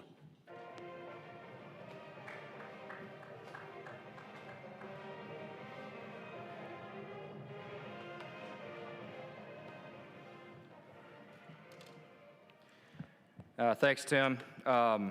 Thanks to the American Conference. It's a great event. Like Tim said in his speech earlier in his talk, it is by far the best group of 6 conference in America. The talent, the resources, the coaches, the preparation we have to do week to week to try to win a football game is as challenging as any league in the country. And that's NFL, SEC. One week you're playing Navy, the next week you're playing FAU, and the schemes are so detailed in this league, and it is a real challenge. That's the thing I've learned the most in year one. But the talent and the resources are bar none more competitive than any other group of 6 conference. Want to shout out to our new president, Stacy Leeds. Welcome to Tulsa. She started, I don't know, maybe a month ago, and hadn't got to spend a ton of time with her yet, but I know she's going to do a phenomenal job supporting athletics, and Justin and our AD and Luke Hillen and those guys, and they've been a great team for me. Very proud academically of what we've accomplished. I think the one thing I've learned about this job at Tulsa is it's a very, very, very high academic institution, even more so than I thought when I took the job. And academics are important. It's important to our team, our coaches, our players, our athletic director, our professors, our deans. Academics, we had over a 3.0 this year for the first time, and I don't know, 15 years of Tulsa football, and I'm very proud of that. You know, last season we had some close losses. I thought I was very proud that we were in every game but one. Had a chance to win every game but one. I thought, you know, Memphis put it to us pretty good, but every single game, other than that one, we had a chance to win. Had some tough losses, overtime losses, 3 or 4 one-score games that didn't go our way. You know, the old saying is you lose big, you lose close, you win big. I thought we closed the gap competitively to where we needed to be. We've had a great offseason. Very proud of our strength staff. Joey G does a great job with our kids. We've gotten a lot stronger. We retained probably 80% of our roster. I think us and Temple probably have the most returners in this league. You know, when I got the job here about 17 months ago, there was not one single player on our roster that had ever been paid $1 in NIL or rev share. And to where we are now is light years away from where we were when I got the job. And that's a credit to us raising money. That's a credit to our administration giving us the resources to have a chance to be competitive in this league. But we invested in the returners. And, you know, in my opinion, in today's college football, continuity wins. And, you know, you see Army, Navy every year. They got a ton of continuity. You see the top teams in this league. Eric Morris last year at North Texas had a ton of continuity coming back, even though, you know, they went 5-7, but they brought back a lot of guys. And the more you play together and the more guys you can bring back, the better chance you got to win. We took 25 transfers. You know, the portal house was a big hit. But I still think the returners in your program are the most important. Staff was, I'd say we returned 90% of our staff. I lost 3 coaches out of, you know, 40 people in our building. So continuity, we're probably one of the few teams that have head coach, defensive coordinator, special teams coordinator, quarterback, play caller back in the same building. And I would say there's less than 10 teams that could say that. So that's my approach. We are absolutely going to continue with that approach. I think that's got to be our model at Tulsa, and that's who we're going to be. Talk about 2 players I brought today. Baylor Hayes, our returning quarterback, started 9 games for us last year. You know, beat Oklahoma State on the road in his first start. He's got guts, and he reminds me a lot of myself from a personality standpoint. He's a heck of a lot better player than I ever was, but he's got guts, and he's got confidence, and he's got all the intangibles that you want in a quarterback. When we played against those guys last year, Baylor weighed 170. He's up to 192, and he's a true sophomore. So really looking forward to his development. We also brought in Dexter Williams, who's going to compete with Baylor, who has, I don't know, 14 career starts at different places, Indiana, Kennesaw State, Georgia Southern. And I don't want to leave him out because he's doing a great job for us as well. Also brought Devin Robinson, our star position, nickel, hybrid outside linebacker, whatever you want to call it. He does a lot of jobs for us. He plays in the box. He plays man coverage. He's competitive. If a fight breaks out on our team, he's going to be the first one to throw a punch. That's what I like about him. He's everything you want a defensive player. He likes to run. He likes to hit.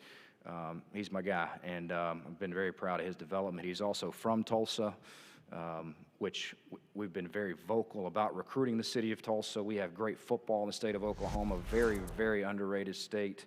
I was looking at our roster the other day. We have 39 football players from the state of Oklahoma. That's the most Tulsa's had in a long time. 35 from Texas. We've dipped into Georgia a little bit with my roots there. I think we've got 11 or 12 players from Georgia, and then the state of Louisiana has been good to us as well. But really, really excited about the direction we're heading. I think we got a good schedule. Very excited about the Oklahoma State game. It's a in-state deal for us, and you know you got Oklahoma State, and Tulsa. Those are the three big football things in Oklahoma, and we're excited to play those guys. That's opening game, and then we got at Arkansas on the road, which is also going to be a good game for us. So I'll open it up to questions. Hey, Coach, Brad Walker, NGSE Sports. You are known for calling high-speed 50-50 run-pass offensive scheme. How do you plan to establish physical dominance up front while maintaining that tempo? I want to run the ball more this year. I think our running back room is probably the best on the team. We brought in Damari Austin from Auburn. We brought in Traquan Jones from Old Dominion, who had 850 yards rushing last year. Brought in DJ McKinney from New Mexico, who is a Tulsa kid, played at Union High School. So our depth at running back is phenomenal. Last year, we had one guy. It was Dominique Richardson. He's playing for the Cowboys now. But Dominique was a 4.7 guy. And my whole goal in this portal was to bring in speed. And these guys I got now can hit from distance. And I think that's the biggest difference in our entire team offensively is these guys can go. Leo Haggerty, Amped Up Sports Draft Nation here in Tampa. Coach, obviously you want players to get better year to year. The two guys you brought in, you're expecting big years on. What one or two players on each side of the ball really have to step it up for Tulsa to have that great season? Yeah, you know, I'm a quarterbacks guy, so it all starts with the quarterback. But outside of Baylor and Dexter, there's a guy named Kyron Duhan from Oklahoma State, transfer. I think he's an NFL pass rusher. I think he's got to have a big year for us and stay healthy. He's a really good player. And then our center we brought in from South Alabama has over, 1,000 career snaps from South Alabama, Malachi Preciado. So those two guys are probably two of our more talented transfers that need to stay healthy and need to have big years for us.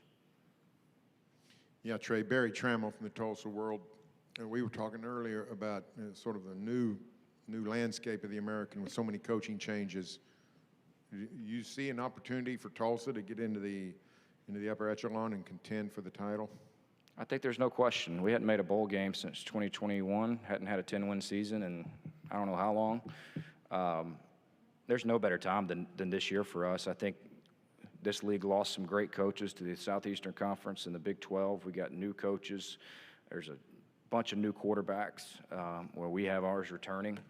I think we could be one of those sleeper teams. I really do. I think Rice has got a chance to have a really good year. I like what Coach Abel's doing there. Temple returns a lot of guys. We return a lot of guys. And everybody else, there's a lot of question marks, which is today's college football. Like, that's what it is. But, yeah, if there's a year that we can sleep on people and catch a good schedule and keep our quarterback healthy and, win the turnover margin and takeaways, and that's what winning football is. And if we can do those things and the ball bounces our way a little bit, and I think we could have a great year. I really do. When you talk about the coaching changeover, most of that is guys getting hired away from someplace. Is that a good thing for the conference? Is that a bad thing for the conference? It's obviously good for you guys in terms of the marketplace, but is that a good sign that the conference is healthy, or is it a sign that the American needs to do something to try to keep you guys more? No, I think it's a really good thing for the conference. I think our best players sometimes get taken. Our best coaches sometimes get taken. I think it's important for me and for our staff and for our players to be where our feet are and focus on making Tulsa the greatest job it can be. And I said this last year, like, I came from the lower levels, so I feel like I'm coaching the Green Bay Packers. Like, I think it's the greatest job on earth. I love going to work. But at the same time, like, these coaches, we have dreams. Everybody has dreams of coaching at the highest level. But I think it's good that, John Summerall left Tulane in a better spot than when he took the job. Eric Morris left North Texas in a better spot than when he took the job. And I think fan bases have to appreciate that. Coach, you mentioned how important that those games are going to be early in the non-conference, and obviously picking up that win last year.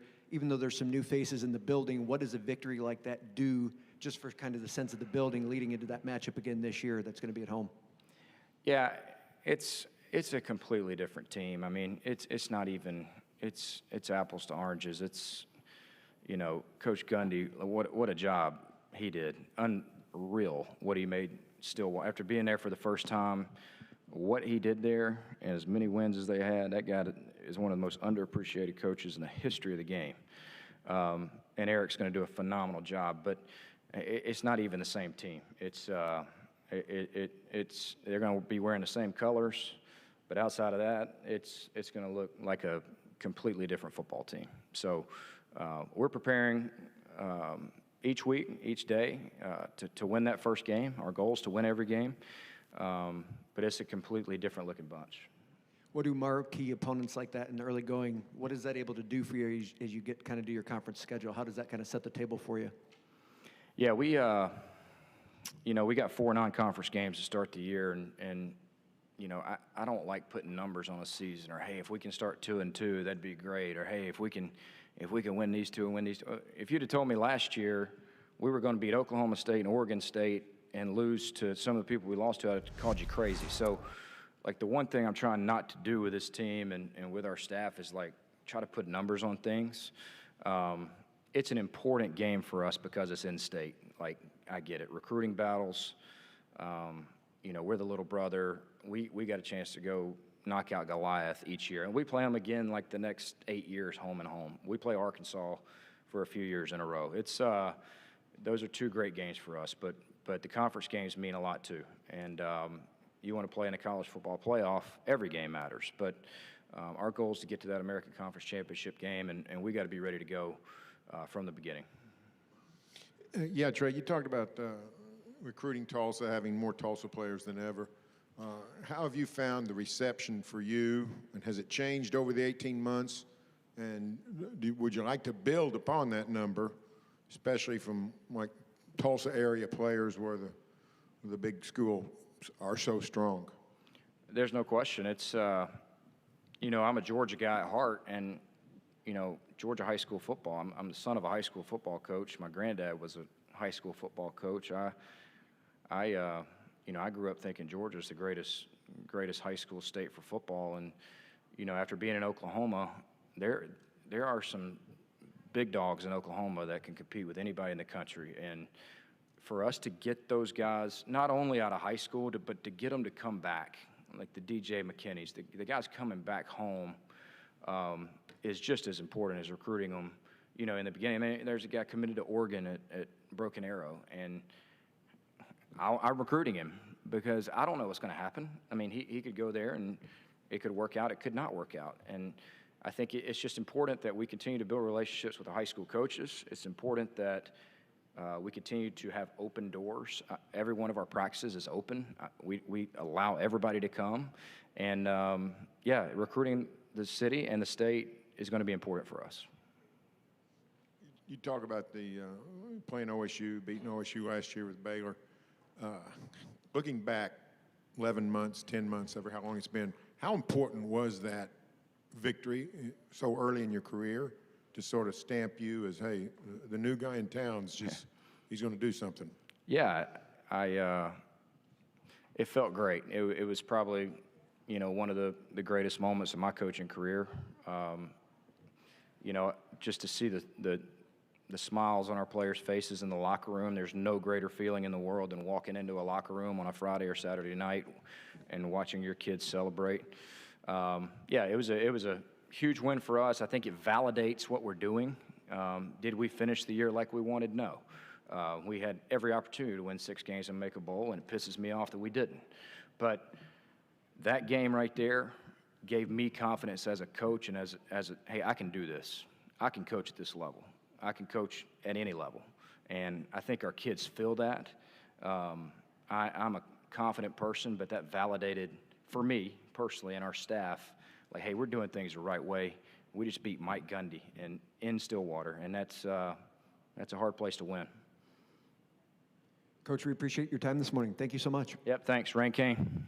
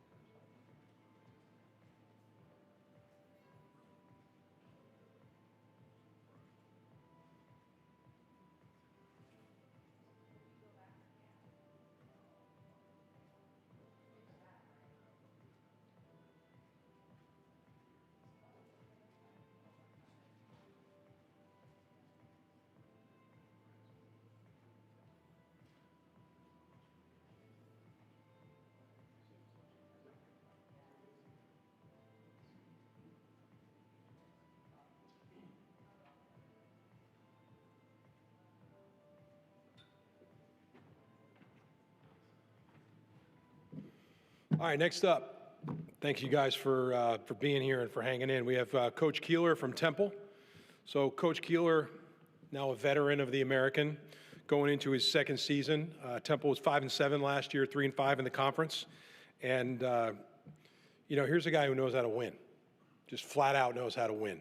276 career wins during his 32-year coaching career. I don't know when the guy started coaching, like when he was 15 years old. He still looks relatively young, but he knows how to win. He's a championship coach, national championships at Delaware and also at Sam Houston State. He's been a great addition to our league, given his experience and given his perspective. And certainly I know the rest of the coaching room really respects him, and we're very lucky to have him in the American. So with that, I'll introduce Casey Keeler from Temple.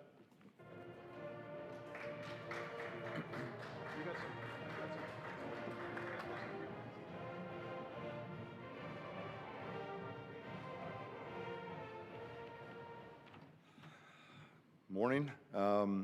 First of all, it's great to be, here in the American. I sat back there and listened to Tim's talk, and with my student athletes. And if you can't get fired up about college football, if you can't get fired up about, the American and where the American is going, I don't know. You don't have a pulse, because it's great to be in a conference that really has a vision and leadership. Last year, we were a little disappointed. Went 5-7, 2 one-point losses to the academies. Obviously, would have totally changed our perspective. But we did make great growth. I see life as every obstacle is an opportunity. The obstacle we had last year was that when I came in, I wasn't going to cut players. That's not who I am. I still believe in education. And we had about 30 seniors that wanted to get those Temple degrees. And so instead of cutting those guys, I said, listen, just follow my lead. Be great teammates, engage in the community, excel academically. And if you do those things, we're going to keep you, we're going to help you get your degrees. And they did. But as I said, every obstacle is the opportunity. So the obstacle was we couldn't really change our talent level last year.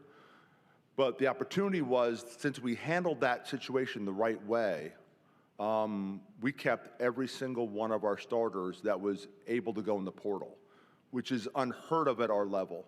And we had a number of guys that had major opportunities in the Power 4 world.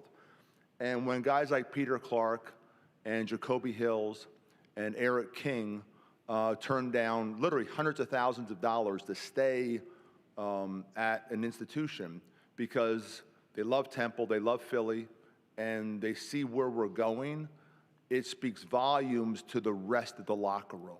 And that was so important for us. And so now it was a lot easier for us to keep that locker room. And that's where recruiting started with us. It started with keeping our best players.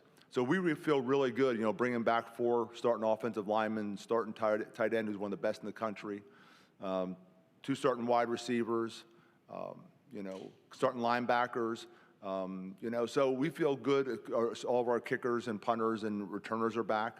So we feel really good with the nucleus that we have coming back. And then us keeping those players led to terrific success in recruiting. We had the #1 high school transfer portal class in the American.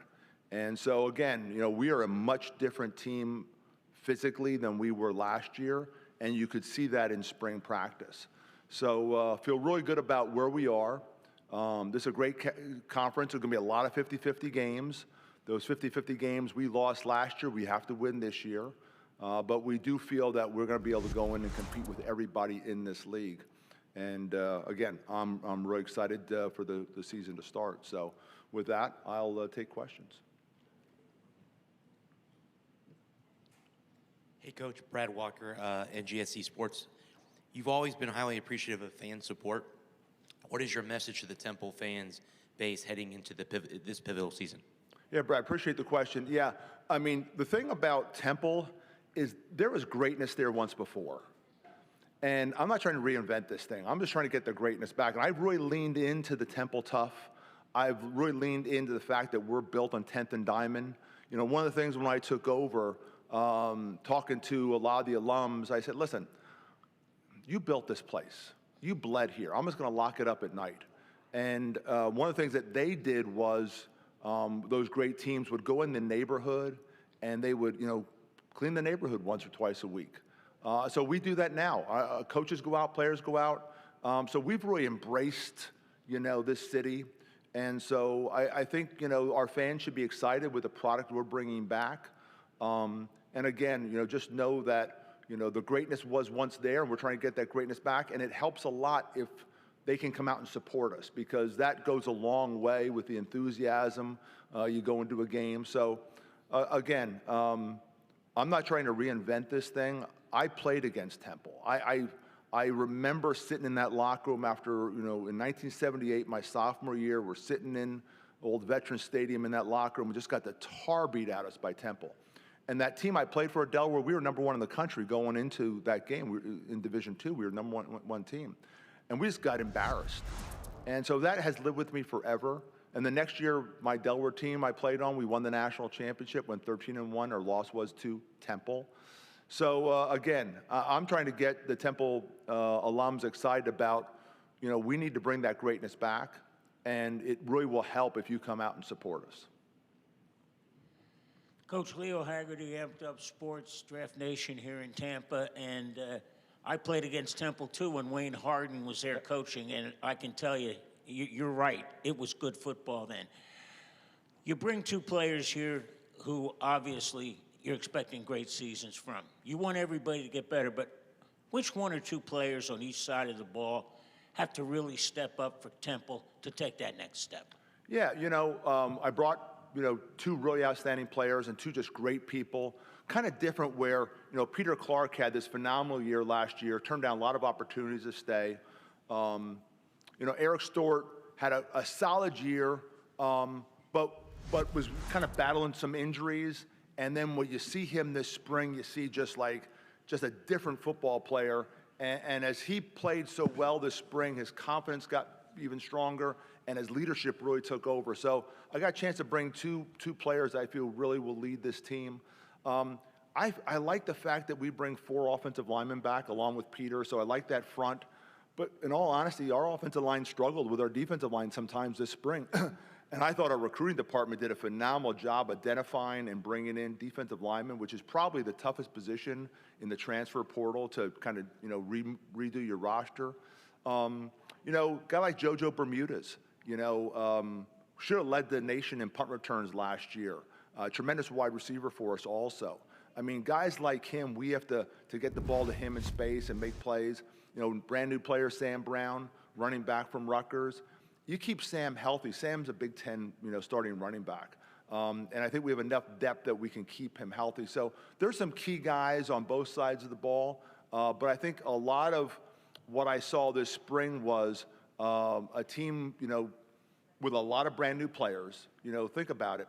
It's so much different than back in the old days when transfers would come in the summer and you're trying to. We had 108 players practicing in the spring.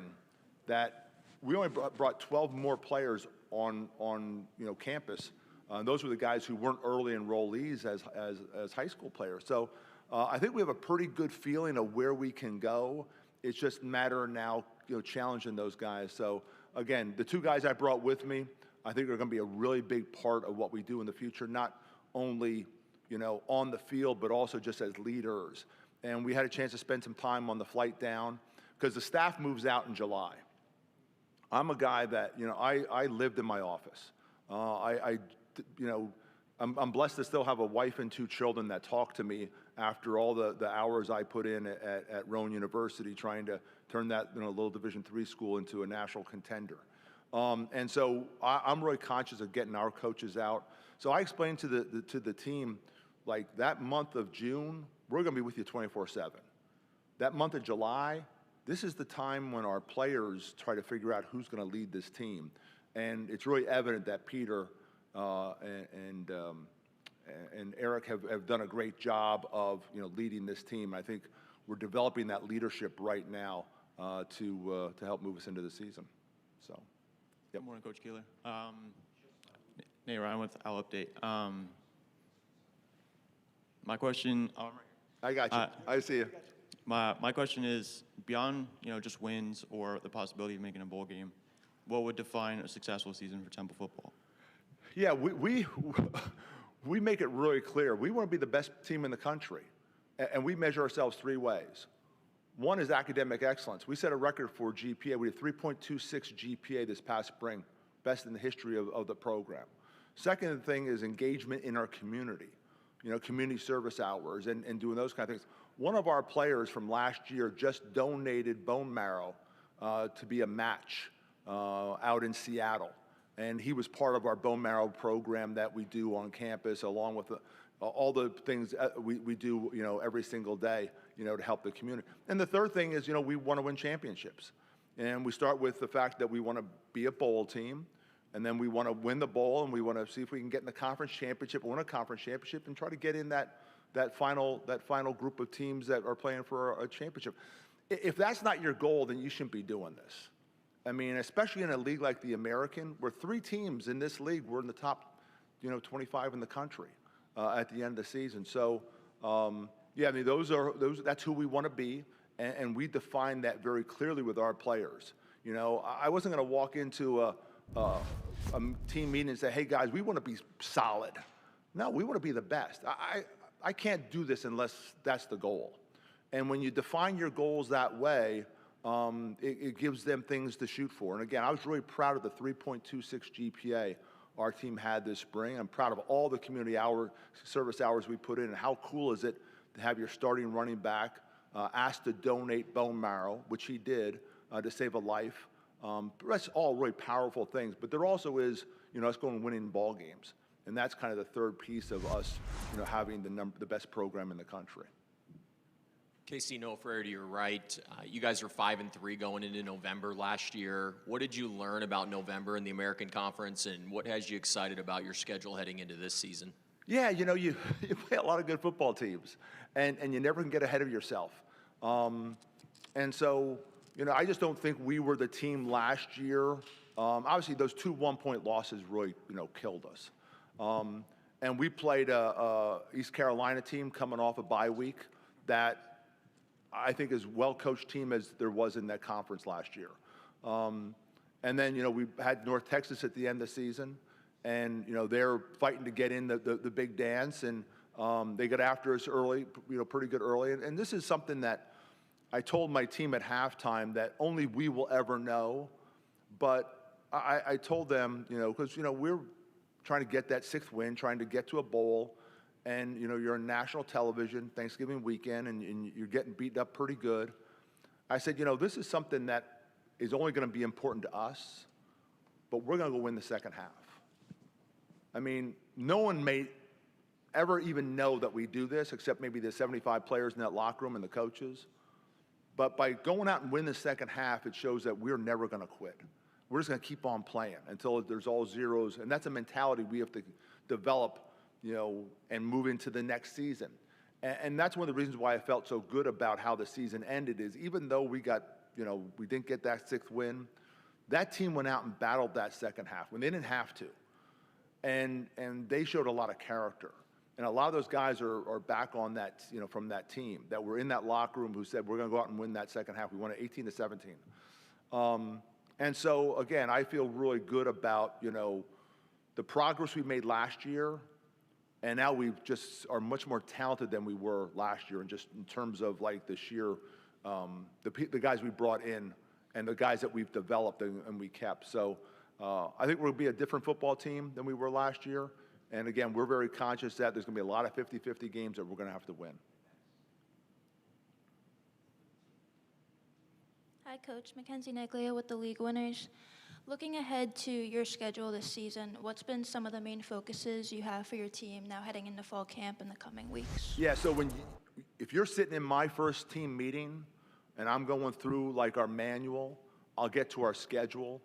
And when the schedule pops up on the big screen, you'll see Rhode Island, and then you're going to see a lot of nothing.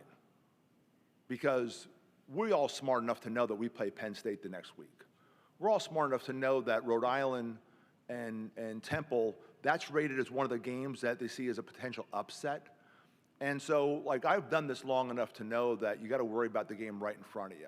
And if you worry about what's beyond you, there's a good chance that very talented Rhode Island team that's ranked number 4 in the country preseason in FCS, they're going to beat your butt.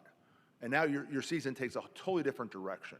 So when you walk into that team meeting, don't be surprised. You're going to see one team. And it's not that I forgot there's other teams on this schedule. I'm going to make sure my players understand nothing else really matters but us playing Rhode Island. So, yeah, that's kind of the mentality we'll have going into the season. Any additional questions for Coach? Coach, thank you so much. All right, thank Appreciate you. your time.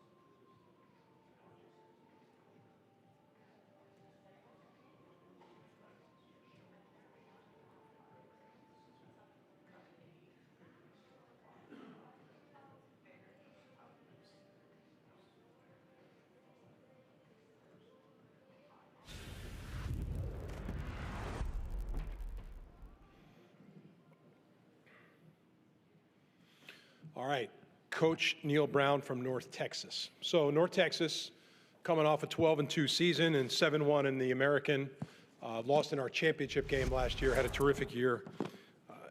Coach Brown is an exciting addition given his experience to the American.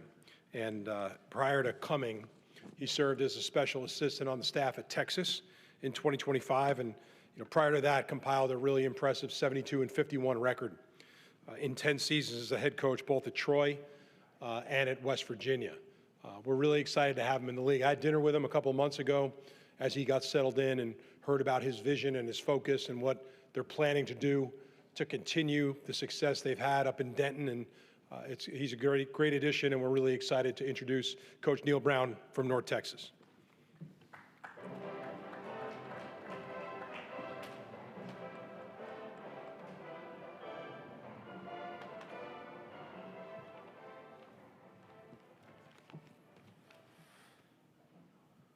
First of all, good morning, and fired up to represent University of North Texas and our staff and players here in Tampa today, and proud members of the American. And Tim, I appreciate your leadership, appreciate the introduction, and what your staff is doing. This is a first-class event, and we appreciate that. I want to recognize the two players we have here. We have our linebacker, Aaron Alexander, and tight end, Max Reese, that are representing our players. Two great people, first and foremost. They've grown into real leaders on our team, and both will have really productive seasons for us. So really excited for you all to meet them and get to know them. We've got a great story to tell at UNT. 70-plus new players, over 50 transfers, entirely new staff. Everybody in the building's pretty much new, and nobody's talking about us right now. But there's a lot of belief within our building on what we're building and what we can do not only this year but into the future. And there's belief because we have an experienced group. I think we're the second oldest team in FBS football. It's a hungry group. If you think about this, is the players on our roster go into one of three buckets. We have a group that was on the roster last year that experienced the success that UNT and Coach Morris and his staff had, and they were key backups, or they were guys that were special teams or part-time starters. That was the first group. Second group is a group of guys that are moving up from a lower level, Division II, FCS, lower G5 schools that have been really productive. Most of those guys really productive for multiple seasons. And then the third group are guys that are coming back from the Power 4 level that maybe didn't play as well or play as much, maybe wanted to move in from being backups to starters, or guys that are coming back home to the DFW area, or guys that have connections to either myself or members of our staff. But the one common link that attaches all three of those groups of people is extreme hunger to improve not only individually, but also be part of a winning team and a winning program. And I think we're uniquely positioned in the modern era of college football because of our location, because of the size of our university. And so I'm really excited about this opportunity to lead UNT football. We open up with the defending national champions in Indiana, and our schedule, not only in the American, but our non-conference schedule is really challenging. But our guys are ready for that, and again, excited about the opportunity. So with that, I'll take questions. Coach Brad Walker, NGSC Sports. You took over the program off of one of the most successful seasons in history. What specific challenges and opportunities come with building upon Coach Morris's foundation? Well, I think first is recognizing what they were able to accomplish last year. You know, record-wise, the best season in school history. And North Texas is had different times where the program's been really successful. If you think you go back to the late 70s with when Hayden Fry was the head coach, and there's a huge alumni group that's really strong that had some really monumental wins for North Texas football during that time. Coach Dickey came in and really had a run of Sun Belt Conference championships. And then I think Seth Luttrell did a really good job in having a sustained bowl run. And then Eric, what he was able to accomplish last year. I think the goal for us is, in this new era of college football, is for us, we want to make UNT one of the premier group of 6 teams in the country. And I think we can do that. Again, it goes back to our location. being in the hotbed of high school football. I think DFW is arguably the best high school football in the entire country. The commitment the school districts have to not only coaching staff, facilities, and having the opportunity to lead the only G6 program within the DFW is a tremendous opportunity for us. And now, how do we build off that success? We don't look at it as a burden. We just look at it as that's the beginning, and how do we continue to build off that? Coach Leo Haggerty, Amped Up Sports Draft Nation here in Tampa. Obviously, you want everybody to get better year to year. You brought 2 players with you who you expect to really have good seasons. What's the 1 or 2 players on either side of the ball that really have to step up as well for North Texas to succeed? Yeah, well, I'll start with the 2 guys that we brought. And on defense, let's start with Aaron Alexander, linebacker that transfers to us from Arkansas State, was their leading tackler last year, one of the leading tacklers in the Sun Belt Conference. So a guy that really has proven success, and he's also about the right things, and he has great leadership capabilities, and he's making his mark on our football team before he ever makes a tackle, which I think is really important. And then on defense too is we've got guys in our program that were here that were really quality players. That one of them is Chase Canada, who was a corner for us last year that was injured. He had a great spring. I think he's a guy that was on the roster last year that's really prepared to make a big step. I think we're going to have a D-line by committee. We went and invested in the portal in defensive linemen. I think we have a number of guys that are going to make a real impact there. Offensively, Max Reese is here. Max was a really productive player at Eastern Michigan, went to Mississippi State, had some success. I think he can be a difference maker. He's probably one of our most improved players as we've been there the last 7 months. So I think he's going to be a matchup issue for the guys in our league that we play against. I think Jaheim White will make a huge impact, running back that played for us at West Virginia. Got injured last year, missed most of the season. He's getting back to 100%. I think he can be a tremendous asset. I think another guy that was on the roster last year, because I think it's important to make sure we talk about those guys too. I think Barron Tipton at wide receiver is ready to make a big jump and be one of the most productive guys in our league. Coach, you did mention that lack of chatter, kind of coming into this point of the offseason. For you all in the building, how exciting is that for you that you can maybe fly under the radar and sort of do your work and maybe surprise some folks when you get out on the field? Well, I think if you look at our coaching staff and our roster, we don't have guys that are necessarily silver spoon. We've had to go on a journey. Myself, you look through our offense, defense, our recruiting personnel staff, administrative staff, all have small college backgrounds. Several guys with high school coaching backgrounds on the staff. I just talked about those 3 buckets of groups of players that we have. And I think there's a lot of individuals that have chips on their shoulder that have things to prove, myself included. And so we've got a hungry group. Now we got to take that hunger and be really productive. And as a staff, we got to put our players in a really good position. We got to prepare well, and we got to embrace the difficulty of the early season schedule and continue to get to know each other, continue to connect as we get into our conference. And then our goal is to get into the month of November with a chance to win it. Starting off the year with a national championship team coming back, to face you, obviously there is that pressure, but also, that's kind of kicking off your season. What can that do for your momentum to get you through the year and get you ready for conference play? Well, it's a tremendous opportunity. We're the Fox Big Noon Kickoff game. I think it's a great exposure for our league. It's great exposure for North Texas. Very possibly, or probably will be the most watched football game in North Texas's football history. So I think it's a great opportunity. Ton of respect for what Indiana's done. Nobody's done a better job in all of college football. Nobody's done a better job than Coach Signetti and his staff. And what they've done the last 2 years is unbelievable. I think they're 26-2. And we're going to be the first opponent after the national championship game. And I think for us is like, how do we continue to prepare and worry about ourselves? We've got plenty of time to worry about Indiana, and they're going to get all our respect. But I think what we've got to do is, as we finish the summer and get into our fall camp, we got to prepare for the season in totality. Anything additionally for Coach? Coach, we appreciate your time. Thank you so much. Thank you all. Appreciate y'all being here.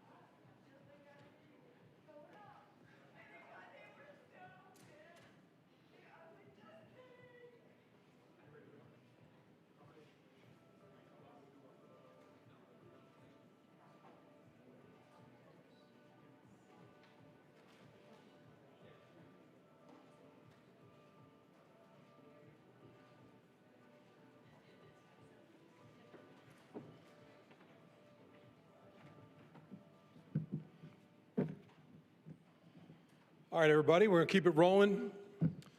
Navy.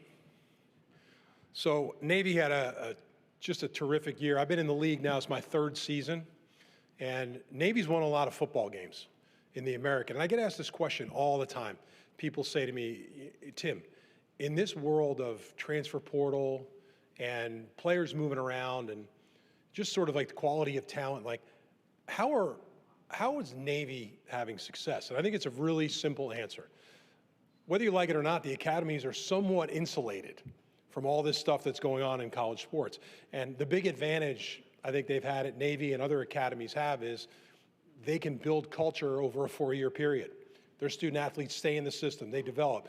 You know, and quite frankly, I think that the student athletes from Navy, and I had a chance to talk to them for a couple minutes yesterday, they were in the room. Like, these guys do hard stuff all day. That's just a reality. Like, football probably is a very different perspective, but they have the ability to build culture. No one has built culture better than Brian Newberry. And Coach Newberry, 26-12 over his first 3 years at the Naval Academy, and back-to-back wins in the Army-Navy game, which I know when you play at Army and Navy, and I've had friends play there, that's your season in a lot of ways. But their postseason performance, I think, has been the most impressive because we have been, the administration in Navy and the coaches, like, they'll line up against anybody. And last year when the opportunity came up to play in the Liberty Bowl against a Big 12 team, like, they were chomping at the bit to do it, and they went and kicked their ass. And I think that sends a really good statement about the quality and the depth of the football in the American. But Coach Newberry and I have really hit it off. Doesn't have a lot to say, but when he does, it's meaningful. I'm really impressed with his sort of very steady, even hand and how he's built this program. And like I said in my comments earlier today, we're extremely proud to have Navy in the American Conference. They've been an incredible member. We're really impressed with their success, and I think they're going to have another terrific year on the field. So with that, I'll introduce Coach Newberry from Navy.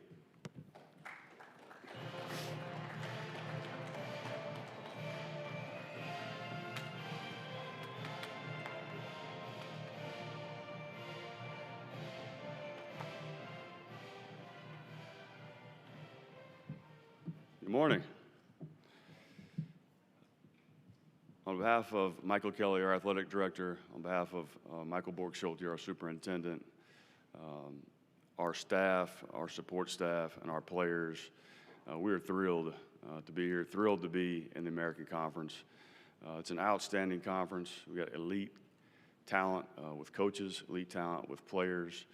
It's a diverse league. It's an exciting league to play in. It's a challenging league to play in. We couldn't be more excited to be a part of it. Want to thank Tim Pernetti for his vision, his leadership. Tim is smart. He's innovative. He fights for our conference. He fights for our institutions. He cares about our players. He cares about our coaches. Couldn't be more excited about the direction that the American's going into. Thank you to the media for being here and covering our teams, covering our athletes. Thanks to the fans that are here and about for coming out and supporting our players and spending some time with us. I'm here with our two captains. Proud to be here with those guys. Braxton Woodson from just up the road, played at Lake Brantley High School, and Giuseppe Sessi from San Antonio, Texas. Phenomenal young men. Proud to be their coach. Inspired by these guys every day. Outstanding players for us. But these two guys embody and exemplify what our program is about, and more importantly, what the Naval Academy is all about. These guys are going to be tremendous leaders when they get out in the fleet, and certainly appreciate what they do on a daily basis for our program. I'm excited about this season, and I stood up here the last 2 years and said I had a good feeling about our team. And my feelings and my hunches are usually pretty accurate. That feeling is no different going into this year. This is a different team. The 25 team doesn't exist anymore, neither does the 24 team. Going back to January, the thing I talked about in our first off-season meeting was I'm not interested in sustaining success. I want to build on success. And the things that we've been able to do the last couple of years, you worry about things like complacency keep creeping into your program or taking standards for granted. I don't think our guys have done that. This is a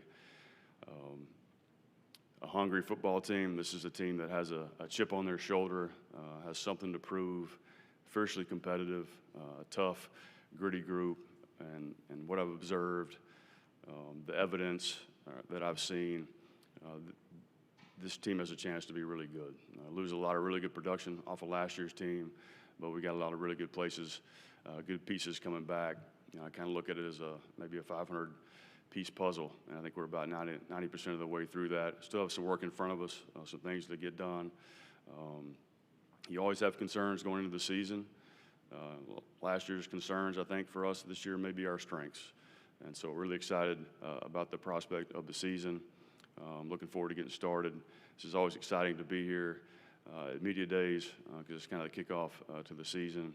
And looking forward to getting back to Annapolis and getting started with our guys. With that, I'll open it up to questions. Yes, sir.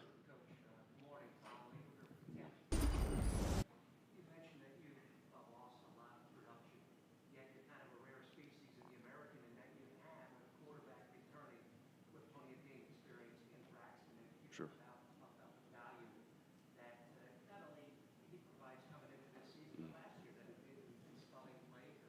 Yeah. Yeah. Well, I thought Braxton was outstanding a year ago, and you guys got to see glimpses of who he is and who he can be. And so to have a quarterback back that's played meaningful snaps for us in meaningful moments is huge. It's Braxton's third year in the system. I've been really impressed with the progress he's made during the offseason, the confidence that he has, being elected by his teammates as a captain, I think speaks volumes about who he is. But couldn't be more excited about Braxton and the potential that's there for this season. But he's been phenomenal. His leadership is something that I've been really, really impressed with. I think he's comfortable in his own skin, and I think his confidence has continued to grow, and I think big things are on the horizon for Braxton. Leo Haggerty, Amped Up Sports, Draft Nation here in Tampa. Coach, obviously you want everybody to get better year to year. The two guys you brought with you, they've got to have great seasons for Navy to be good. But what one or two players on either side of the ball are you looking to really have that breakout year to get Navy to that next level? Yeah, we're going to need a lot of guys to have those breakout years. You know, certainly lose a lot of production on the offensive side of the football. But I think we've got some great pieces coming back.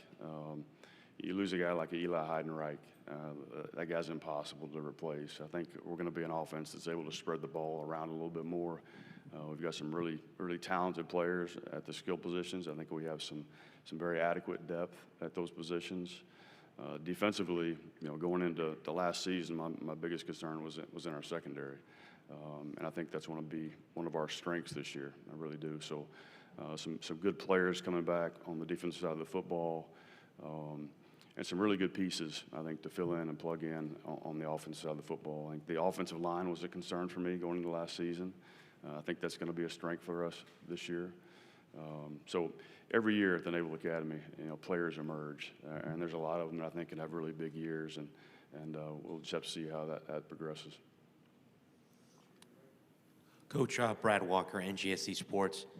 How do you manage the delicate balance of the rigorous academic military schedule with the immense physical and mental demands of Division I football?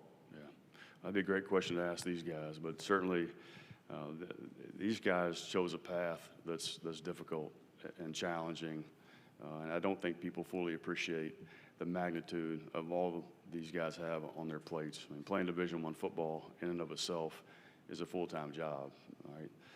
And the class schedule that these guys have and the classes that they take, the military responsibilities that they juggle. To be honest with you, I couldn't have done it, you know, when I was their age. And so it's just another super impressive thing about the young men that choose the Naval Academy and that understand that there's a bigger mission, right? You're getting a world-class education. You're going to a world-class leadership school. These guys have signed up to serve their country and to be a part of something bigger than themselves. And football is important, winning is important, but the greater mission of the academy, right, these guys embrace that, they understand it, and they value that. Yeah, Brian, Barry Trammell with the Tulsa World. We talked earlier about the stability of your rosters. You don't lose people in the transfer, bringing them in near as much as most of the teams you play. How much of an advantage, though, is the coaching continuity?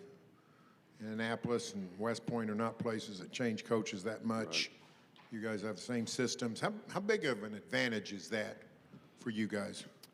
Certainly is an advantage, and we went through almost 2 years where we had no turnover on our staff, no turnover with our coaches, no turnover with our support staff, which is incredible. The continuity is really, really important, and the continuity with our roster, maybe even more so.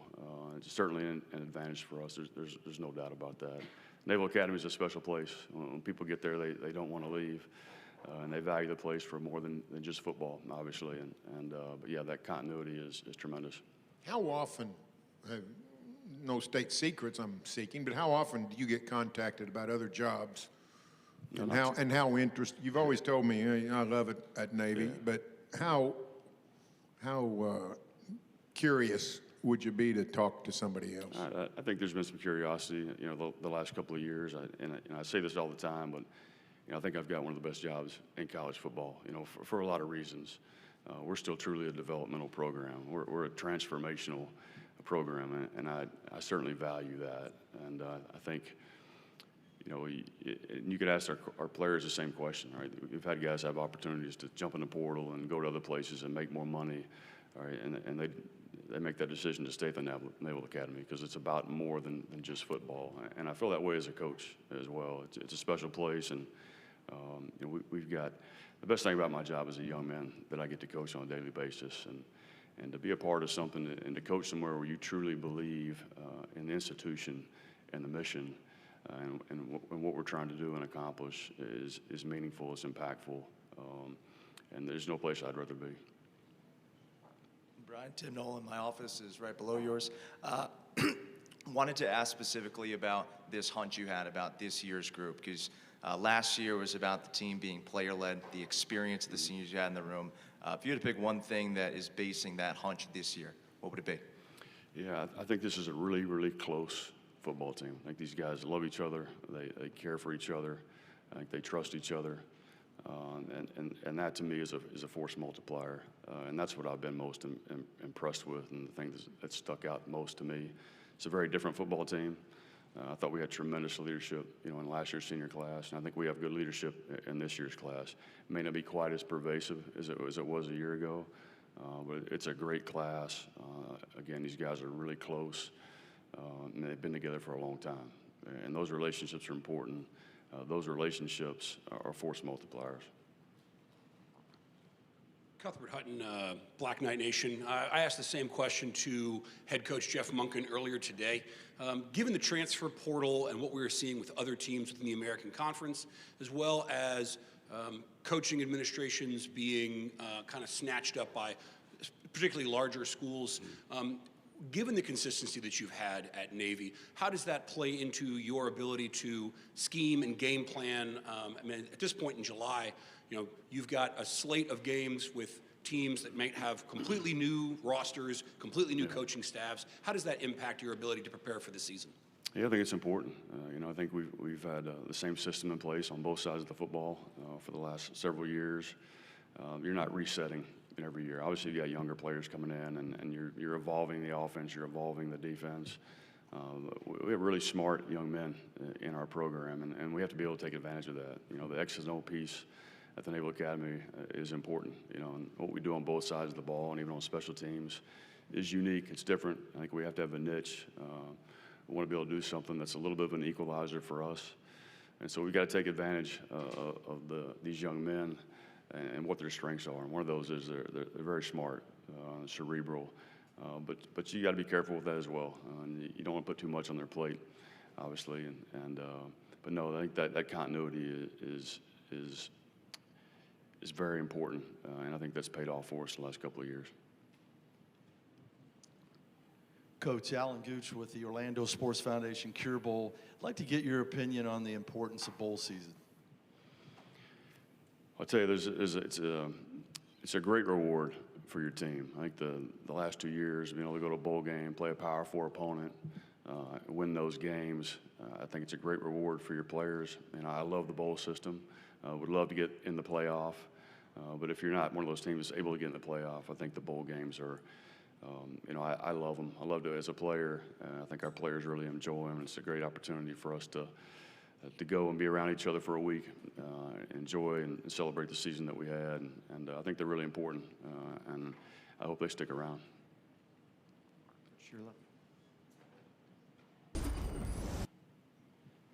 Hi, Coach. Mackenzie Neglia with the league winners.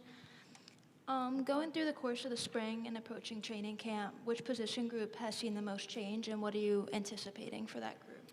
Which position group with the most change? Well, I would say probably our slots on offense, our backfield skill positions on offense.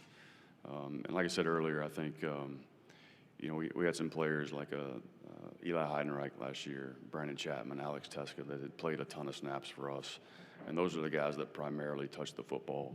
I think we've got some real talent at those positions. I think we've got some depth that we've not had in the past. And like I said earlier, I think we've got an opportunity to spread the ball around a little bit more, which I think is good. Anything additionally for Coach Newberry? Coach, thank you so much. Appreciate your time. Thank you, guys. Have a great day.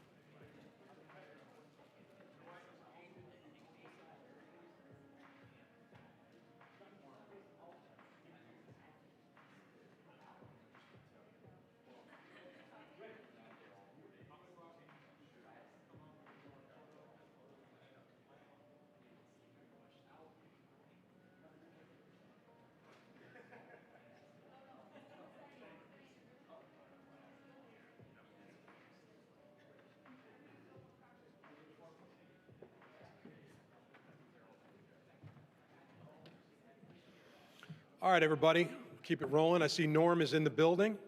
All right, Norm, so we'll go to Coach Albin then. Sounds good. Coach Albin's in his second season at Charlotte, and you know, this is a guy that also knows how to win. If you look at his record prior to arriving at Charlotte, just a phenomenal track record of success. What I personally love about Coach Albin is his energy.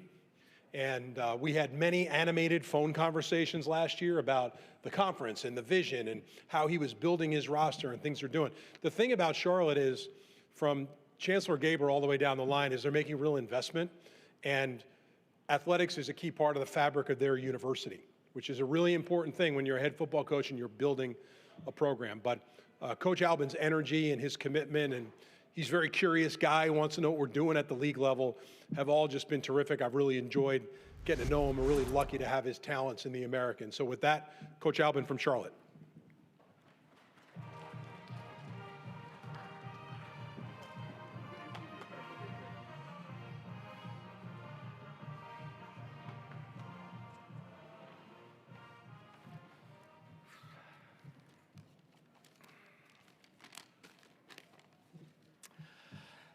Good morning. I appreciate everyone being here. I want to obviously start with thanking our commissioner for that wonderful introduction. And really, this is my second time at the podium at this event. And I said it last year. I'm going to say it again this year, hopefully articulate a little bit better. But our commissioner's leadership, his vision, his passion for college athletics, our conference, it's unmatched. And when I see leadership example, he gave the example I was going to talk about being a good leader. You got to listen. And there was some phone calls, and I had some questions, and he talked me off the ledge on some things, and was very, very helpful to me as a coach going through my first year in Charlotte and in this conference, and it is appreciated. I mean, to be honest with you, what a great group, what a great conference, best group of 6 on the planet. Quote me on that. Great men, but we have a great leader in Tim. And Jamie Hickson is here, does a great job with football. And so Commissioner, thank you for your leadership. I'm looking forward to continue to working with you, and hopefully not as many phone calls this fall. I want to shout out to St. Petersburg, the community.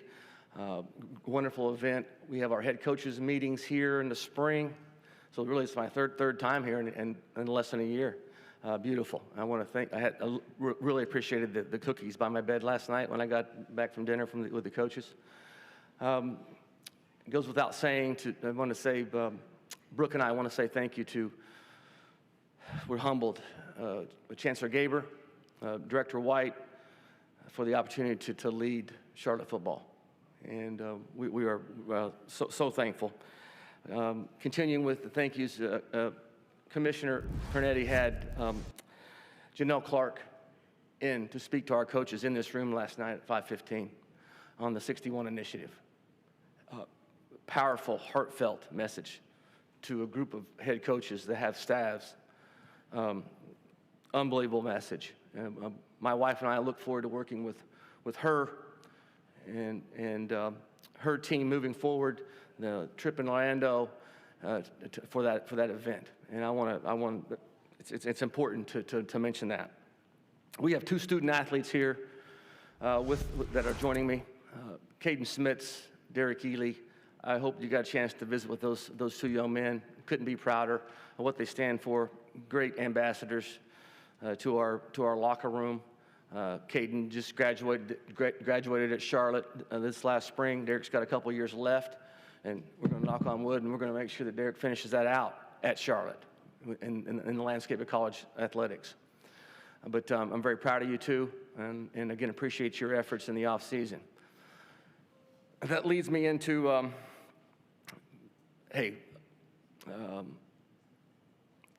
failure, tough times. To have great growth, you have to be made feel uncomfortable. We certainly, coming off last year's results in the scoreboard, disappointing, absolutely. That's how we're judged. But I will tell you, off the field as a program, I couldn't be prouder. Where we are academically, where we are with community service and giving back. I talk to our donors all the time about you're investing in the future. And we're knocking it out of the park. But I also understand, hey, again, the school board piece of this, and you've got 12 opportunities. That's how we're going to fix it.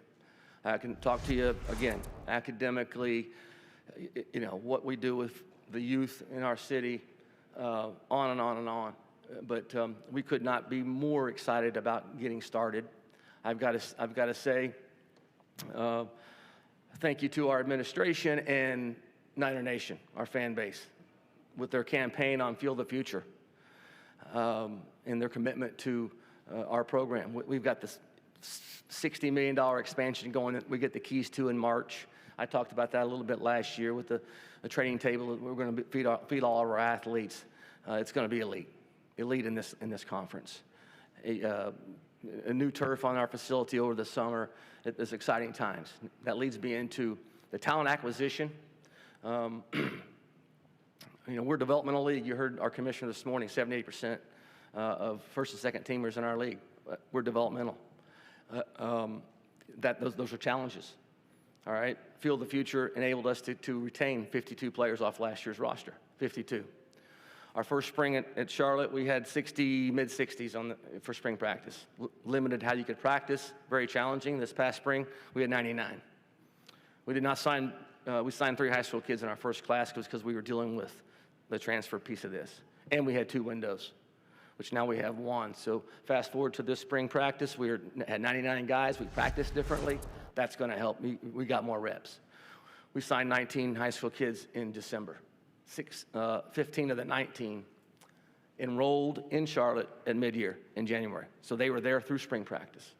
That's a building block piece, foundational thing that we're very proud of. On the talent piece of this, we all know that you're great coaches with great talent and great players.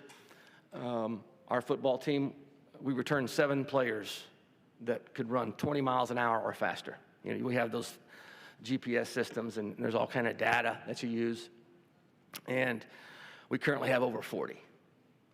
We have put on, we're 12 pounds heavier in the O-line. We're just shy of 10 pounds in the D-line. We're 80 pounds stronger in power clean and squats in the O-line and 100 pounds stronger in power clean and squats in the D-line. So we are bigger. We're bigger, faster, stronger. That is a straight reflection of Jake Miller, Ben Gilkey, Caitlin Fogue in our strength department. Miss Nikki in nutrition. The Field of the Future is part of that, but they have gone to work. These 2 gentlemen that are here have helped us lead that. So I'm trying not to stand on my toes here and eat this microphone because I'm so eager to get started. But we are certainly fired up. So with that long opening statement, I will open it up for questions. We do have microphones in either side of the room. Please raise your hand. We have a few minutes here with Coach for some questions. Coach, we'll go here to your right first. Hey, Coach. Brad Walker, NGSC Sports. Big-name non-conference games always generate local buzz. How do you approach matchups like the one against App State at Bank of America Stadium to set the tone for recruiting and bragging rights? Okay, look, App State, we play them week 3 on the road up the mountain. So it's an in-state game. It's great for our fan base, great for their fan base. We did it last year in the Queen City. Unbelievable experience. We'd do it again. Now, obviously disappointed with the outcome. They got after us physically. I'm not sure, but I think Charlotte's never beaten them in football. We're looking to change that. And there's no guarantees here, but that's week 3. We've got a lot of things to get done before then, but it's 2 hours away. We should play every year in every sport. Coach Sam Perry with the mine shaft over on your left. Coach, last season you had a quarterback battle going into the season. Looks like you're going to have that again this year. 2 of the players are coming back from last year, played significant time. What do you hope to see your players gain in that competition going into the year? Offense and defense, totally, really different. Offense is a total rebuild. Portal's not all bad. If it's resourced, you can do a lot of things and fix a lot of problems. Defensively, we return a lot of pieces. They got a lot of reps. We got to get them. We got to coach them better. We got to execute better. We got to get more turnovers. All the things. But we return the people. Back to your question, offensively, it's a total rebuild as far as almost every room. Derek played behind Javen last year. He's got a bright future. He's going to fill those shoes. All right, quarterback room, specifically to your question. Cole Gonzalez, we brought him in at mid-year.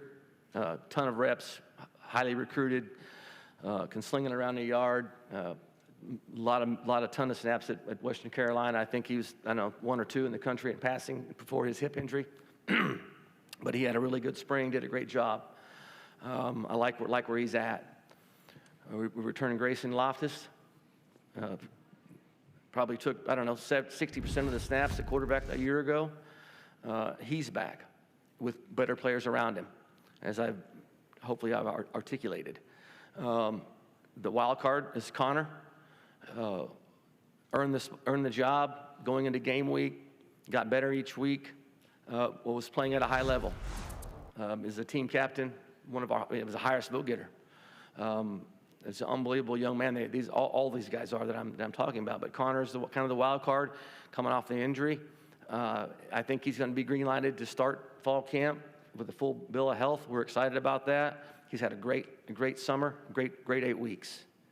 And no one's worked harder than him. So Coach Fitch is going to be, it's going to be difficult on how we go about this and as far as the evaluation. I'm going to throw in Jalen White, is a Tampa product, just down the road here. True freshman, joined us. He's one of the 19 that we signed in December that joined us. Had a great spring. He's 18 going on 30. So it's going to be a tough process. I would suspect that we'd have to probably, like last year, do some live work with those guys to really truly find out. But it's exciting with the talent in the room. Tim, Noah Ferrer to your right, you mentioned the very real challenges that you guys faced last year. I was curious, just as you thought about last season, maybe an area of growth for you personally. And then a second question, you talk about pieces you're bringing back, new pieces that you brought in. Was there an area that you particularly emphasized in terms of the type of players that you guys were bringing in this offseason? Yeah, the first part, what have I learned? I got a very loving and patient, forgiving wife. And there's some tough times going through what we did. But again, I'm very blessed from that standpoint. I've never lost confidence in our guys because they continue to play hard and show up. I remind them all the time, hey, football it's what you do. It is not who you are. And that's I'm, again, very proud of the 2 guys that are here and what we have is built as a program. And then the second part of that question, tell me one. I'm sorry. Just what you emphasize in terms of players that you brought in. Yeah, I'm going to the toughness piece of this. I was asked earlier. The tough piece is, yes, sure, there's a physical piece, but there's an emotional piece and a mental piece of toughness that you got to have. And again, returning 52 players that have wear a badge, I say, with our, they got a badge on. They went through it. They've helped the 40 that we brought in. And when you take a staff that pours everything that they got, and they are elite at what they do, is pouring into the hearts of our guys, and you can ask them, there's 2 here. When you ask for a little bit more, and they're tough, that's a good combination. Coach, we have time for a final question here, straight in front. Yeah, Tim, Barry Trammell with the Tulsa World. You'd been in Athens for a long time, built a great legacy.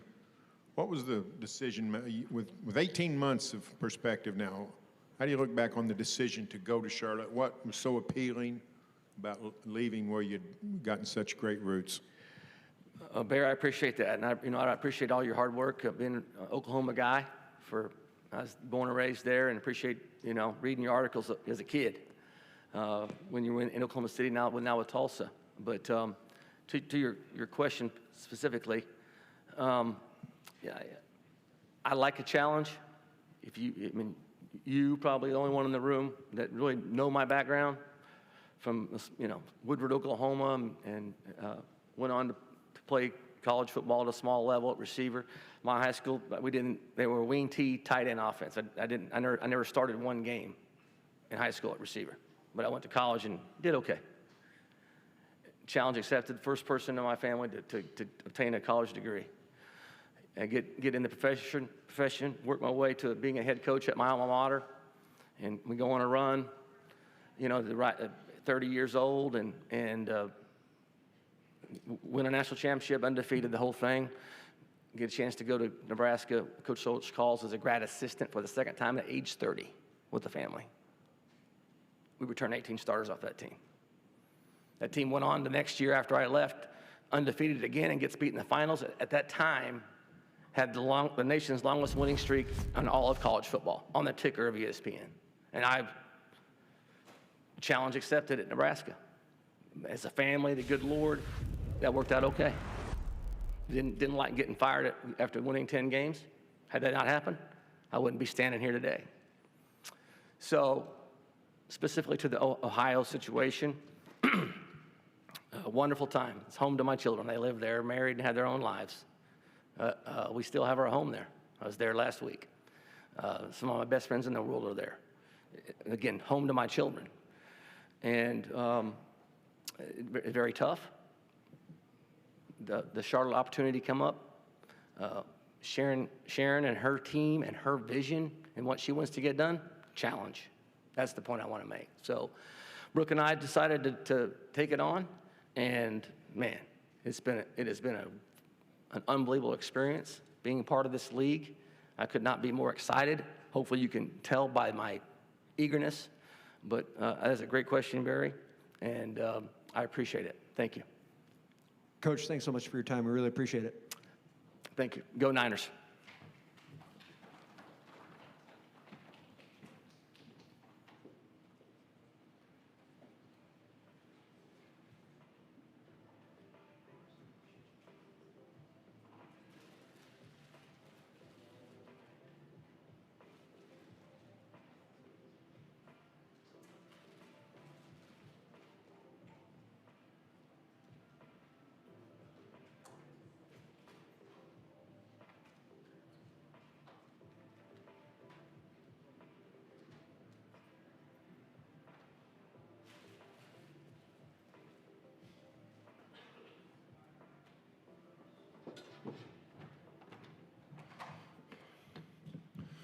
All right, y'all, Tulane. Coach Will Hall, last year, Tulane, great story, won the American Conference Championship, was the number 11 seed in the 12-team playoff, and a CFP participant, and just a really remarkable story about sustainability. Because you have seen different people in the head coaching role there, but Tulane continues to sustain success. And, Coach Hall really has a lot to do with that success. Even though he's entering his first year as head coach, he was the passing game coordinator on the staff. We all saw how they would light up the scoreboard last year. And the reality of this whole thing that I really like, I don't get involved in coaching hires, naturally. But there's something about continuity when you're having success that's really important. So I thought what David Harris, the athletic director, and Mike Fitz, the president, did was a really smart move. Coach Hall's got a great track record, even before Tulane.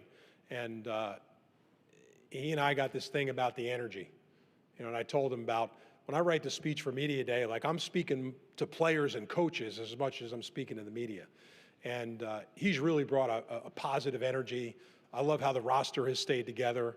And Tulane has been one of the most consistent championship-level performers in the American, and I don't think this year will be any different. So with that, we'll introduce Coach Hall from Tulane.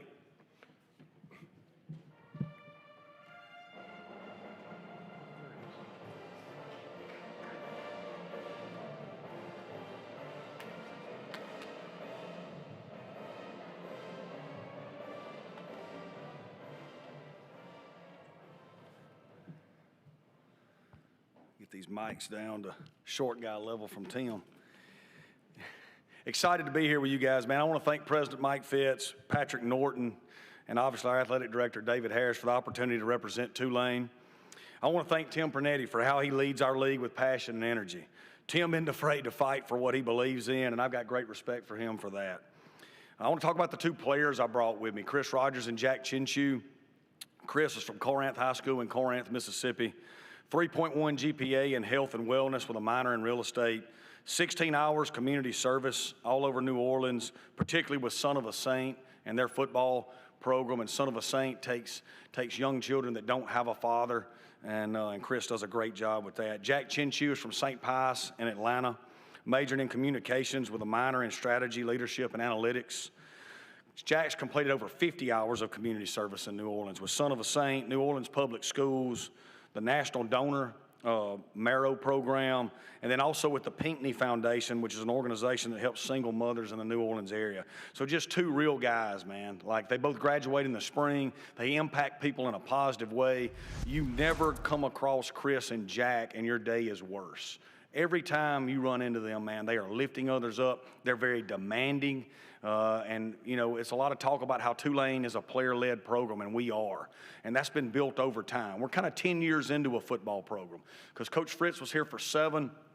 Credit to Coach Sumrall for coming in and keeping a lot of those values the same. And then you bring in me, who had been with both of them.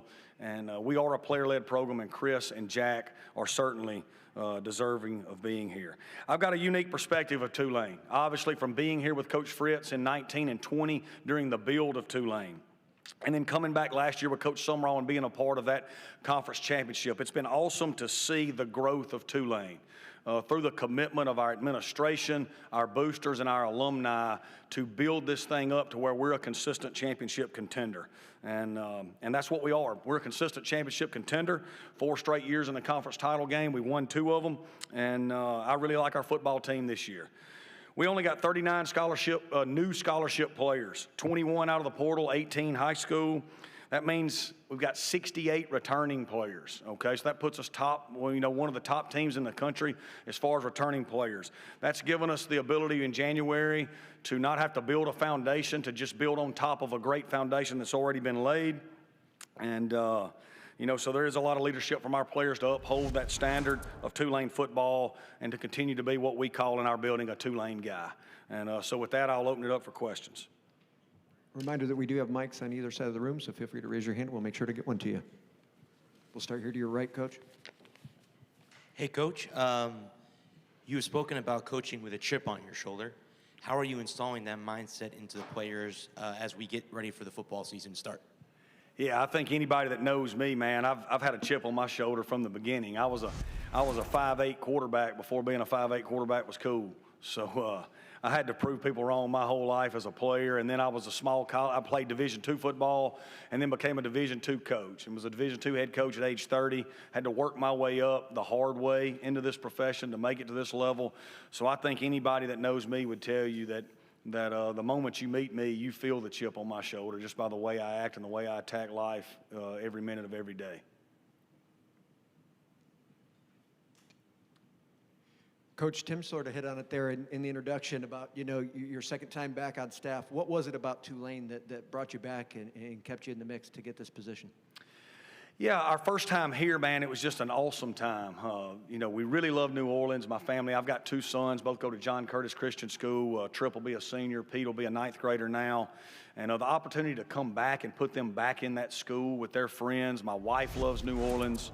There's a lot to like about New Orleans. New Orleans wakes up happy, and if there's not a party going on, somebody's about to create one. So we're happy people, and we wanted to come back. It was a chance to come back with Coach Sumrall, who's a dear friend of mine, and really got great respect for how he does things. My values align with his values, so it was a chance to get involved in that, with that, and just believe in the overall just believe in Tulane. I've seen young men that we've recruited come to Tulane. I've seen when they start going to school there, how being in that environment, not just football, but also the university, how it affects them and how it changes them and how it opens up the world to them. And they can see that, man, football is a part of what they do, but it's not who they are. There's something bigger out there for you. You get a degree from Tulane, man, you've got it going on. You mentioned that roster retention coming back in this year. How much easier does that make the life of your staff to already sort of had that tradition kind of laid forth, and you've got a lot of guys back who have been used to that success, and they're not just sort of hearing about it, they've sort of already lived it? Yeah, we believe in it. We think it's huge. We recruited really good players out of high school. Those classes have been ranked, and they are what they are. And so now, like, to get those players in your program and not to develop them, to go out and just take another player from somewhere else, that's just not the way we want to do it. It doesn't make sense to me. So we recruit really good players, and we want to get them into their second, third, and fourth, and fifth year with us. We feel like if we can take the field with young men that have been with us 2, 3, and 4 years, that gives you a considerable advantage in today's climate. Schematically, because they've been with you longer, they understand your schemes, and situationally, how you're going to handle those situations, but also, to be a player-led team, to have the type of culture in the locker room that we used to have in the old days. It's harder to develop now. So having 68 guys back, we feel is a big deal. Obviously, you have familiarity in the building, having been on staff. Has there been anything now moving into the top job that's made it a little bit different and a little bit of a strange part of that transition to you, being in the same building but now being in a different role? Yeah. Well, it's my fourth time to be a head coach. Twice I was promoted from within, and I will say being promoted from within is an easier transition because, again, I know Tulane. I know what works at Tulane. I know what doesn't work at Tulane. And then specifically with me, this being my fourth time as a head coach, I feel like I know exactly what I have to be every day for me to be successful, but also I know exactly what I don't need to be to not be successful. Anything additionally for Coach? We've got one here to your right, Coach.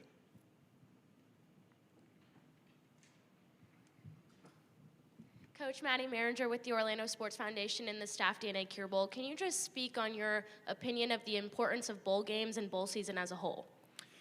Oh, man. So you're talking to a guy that got dropped off at the field house when he was 5 years old and have gone every day since then. And me and my dad used to stack 5 TVs up, and I would get the coax cable splitters and connect them, and we'd watch 5 games at once. Bowl season to me was the most fun part of the year. So I love bowl season. I think bowl season is awesome for the players. I think it's awesome for the fans. And, nobody's signing up for less football. If you look at the TV ratings, football is at an all-time high as far as popularity. Everybody wants more football. And so I love bowl season, and it's fun. Coach, appreciate your time. Thank you so much. Thank you, Roll Wave.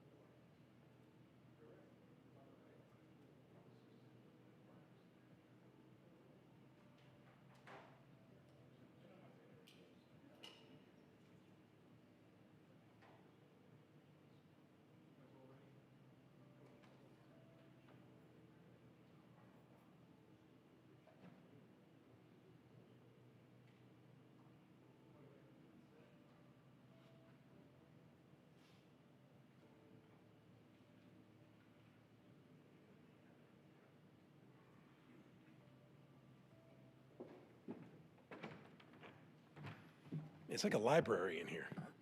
We need music in between. You guys want to cook up a playlist, we can get it rolling in between. Okay, Coach Huff from Memphis. So Memphis last year, 8-5 overall, 4-4 in the American. Man, we're pumped to have this guy in the league. We really are. And Coach Huff has a great track record of success. You know, Southern Miss, Marshall, his bowl record, but just in general, I think he's going to bring that no-nonsense sort of grit-infused approach to Memphis. And, you know, and quite frankly, they've developed it over time. And they've got a great opportunity. They got a lot cooking at Memphis this year, including, like, take football out of it, what they're doing with the stadium and the expansion there, and their new jersey patch deal with FedEx. Like, I love that Memphis is continuing to think proactively, aggressively, innovatively, and I think this hire is, you know, certainly no exception to that. So I'll introduce from Memphis, new head coach Charles Huff.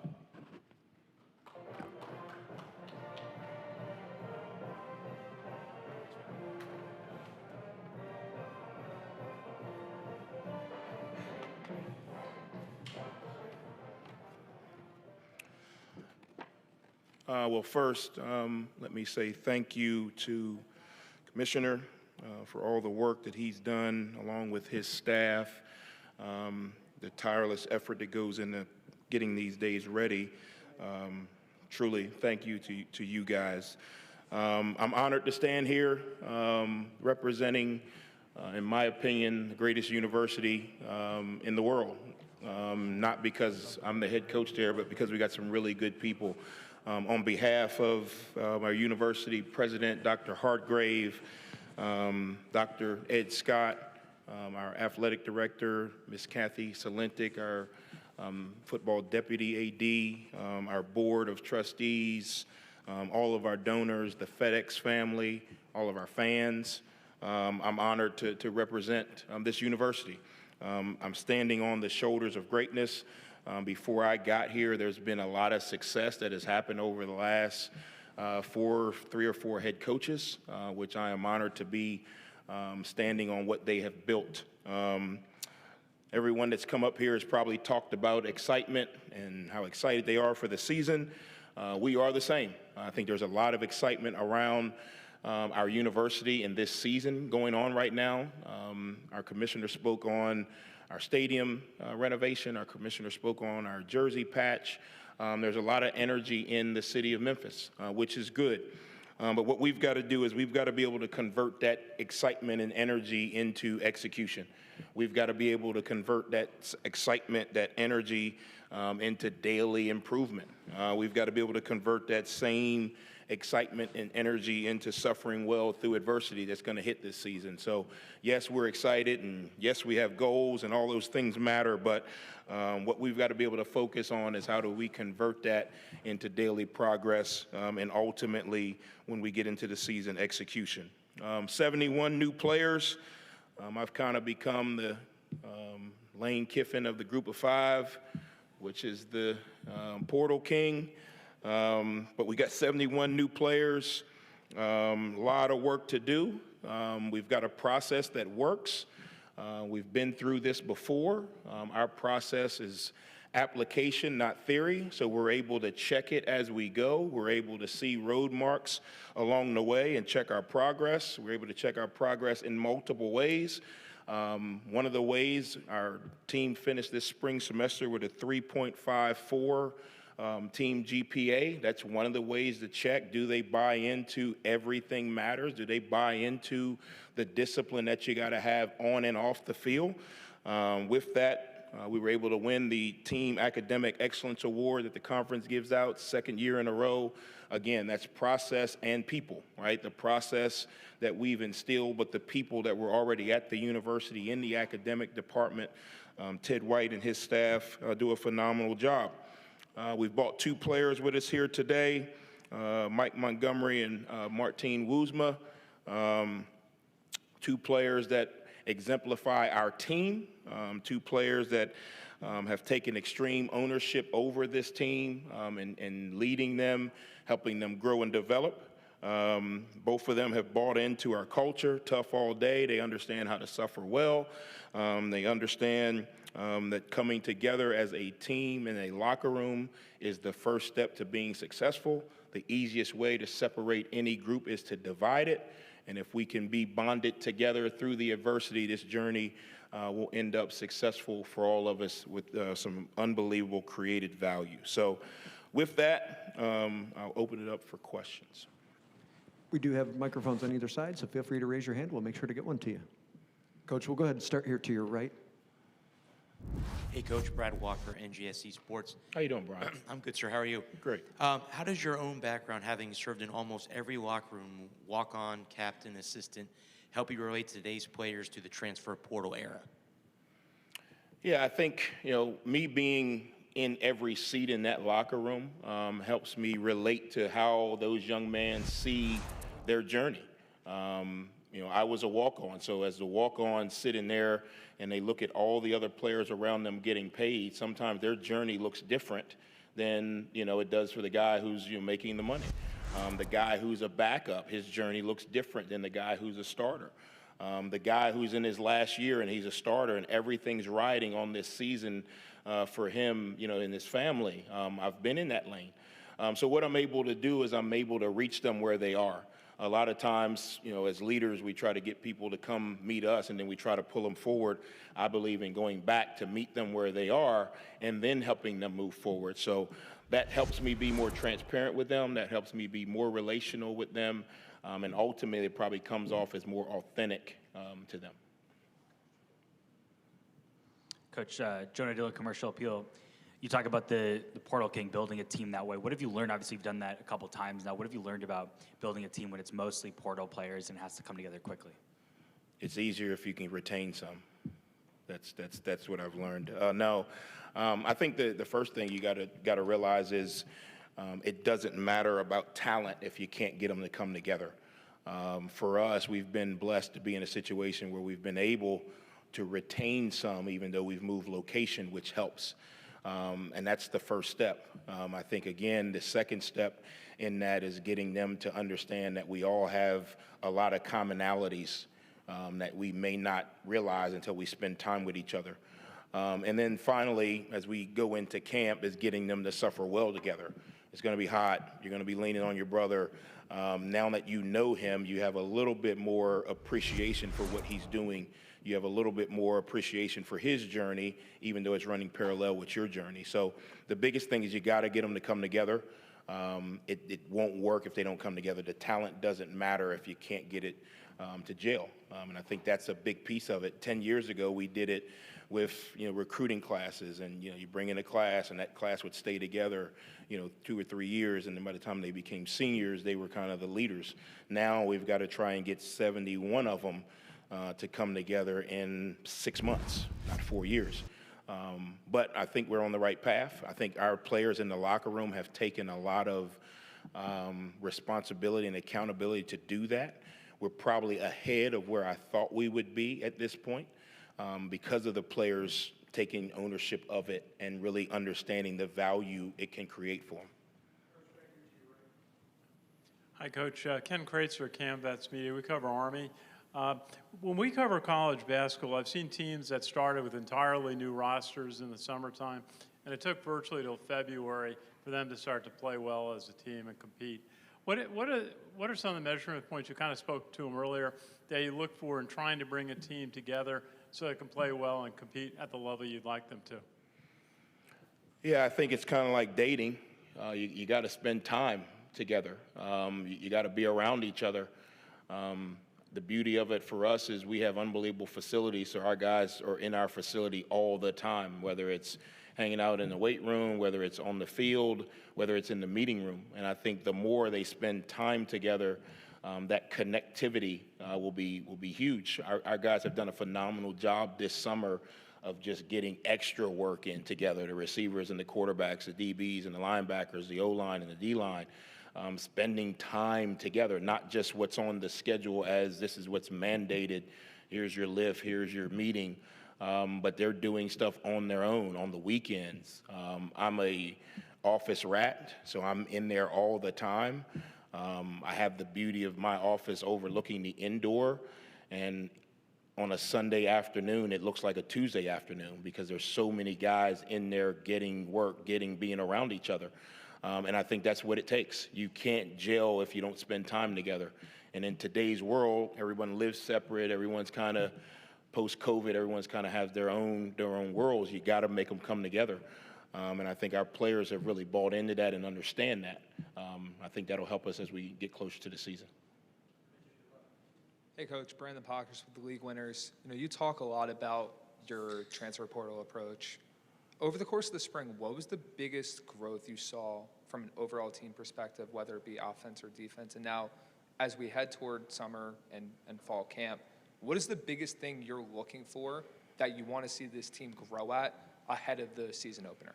Yeah, that's a really good question. I think the biggest thing this summer that I saw was a change in the mental disposition, a change in the mental approach of knowing what to do, how to do it, and why it's important to do it that way.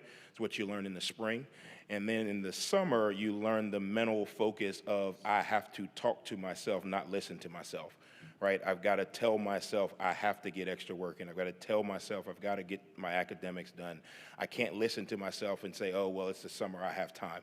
Oh, well, I'll get it tomorrow. So the mental disposition is probably the biggest piece that has grown over the summer.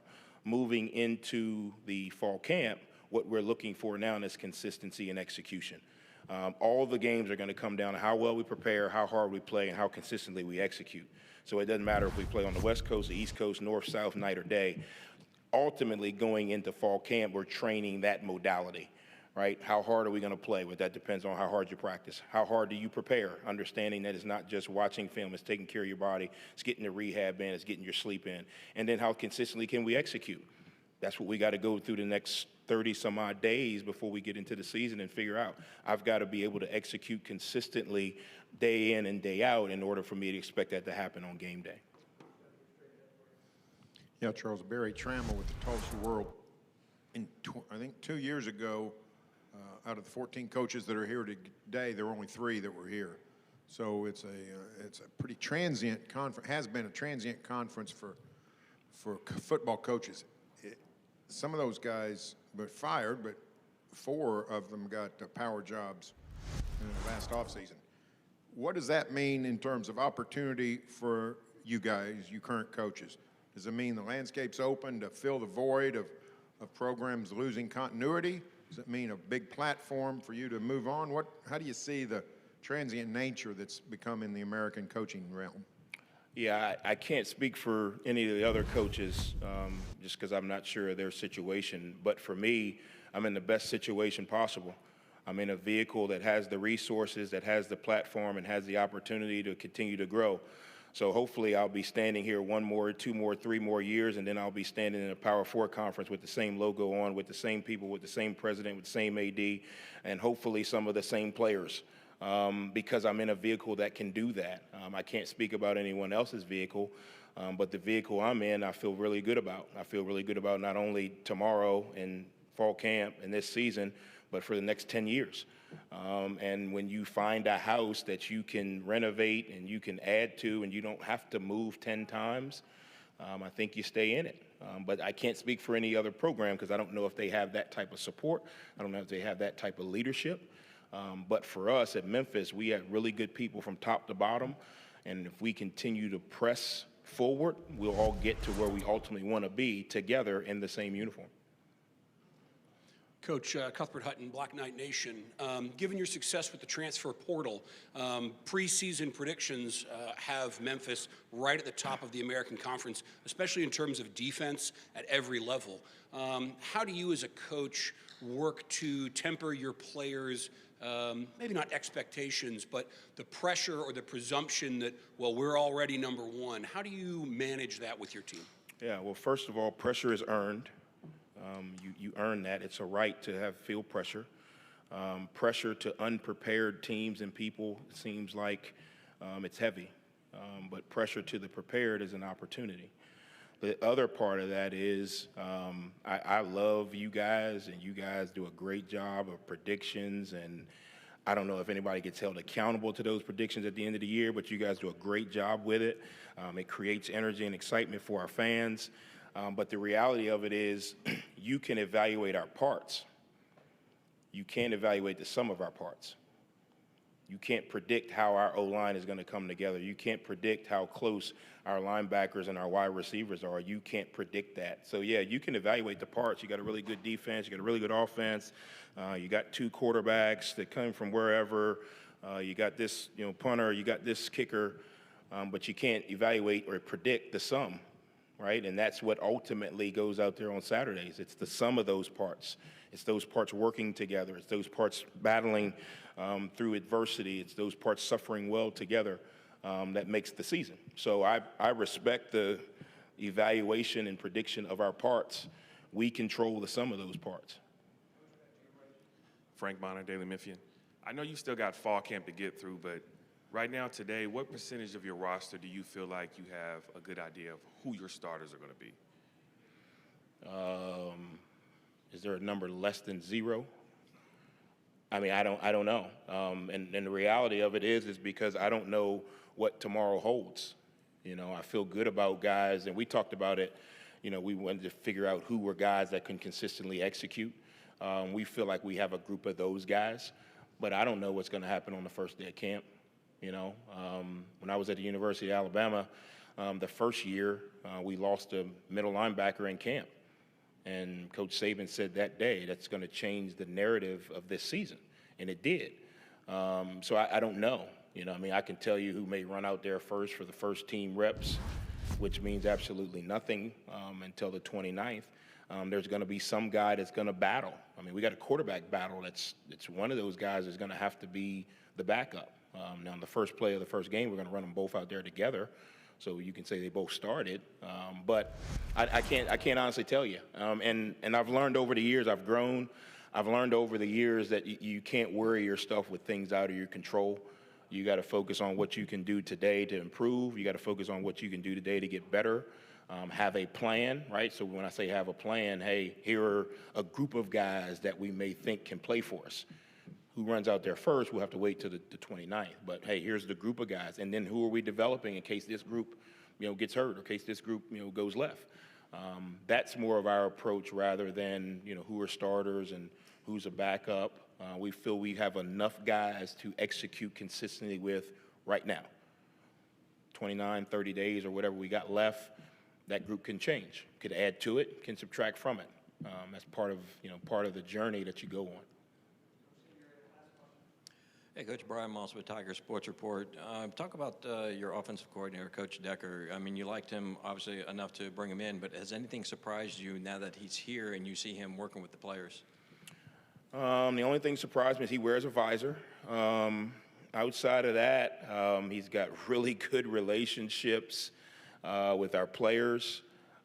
He's got an edge about him, meaning he's comfortable being himself. I don't know if you guys know his story. He's from New York, grew up playing basketball. His dad made him play basketball in all different neighborhoods. So he's comfortable being himself.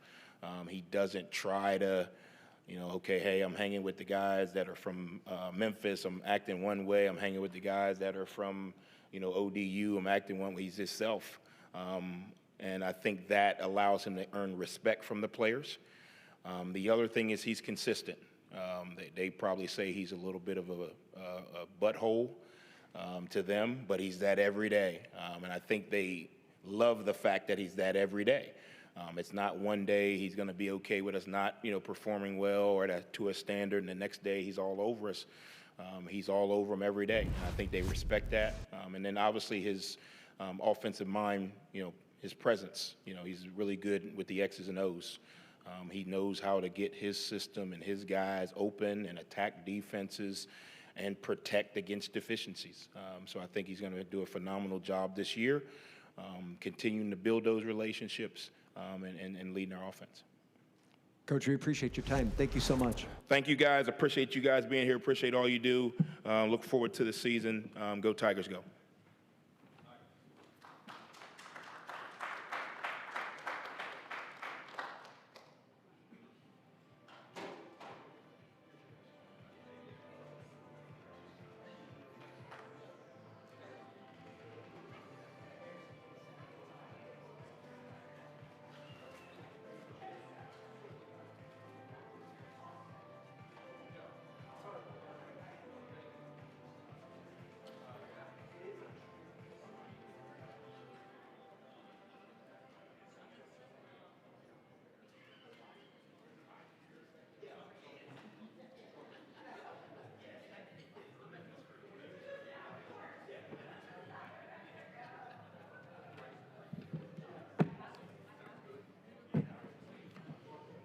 All right, everybody, we're going to keep it rolling. We got a little music in between. Thank you for fulfilling the request. Army is up. 7-6 last year, 4-4 in the league. Coach Monken is back for his 13th season as head coach at Army. And Coach Monken, and this is an impressive record.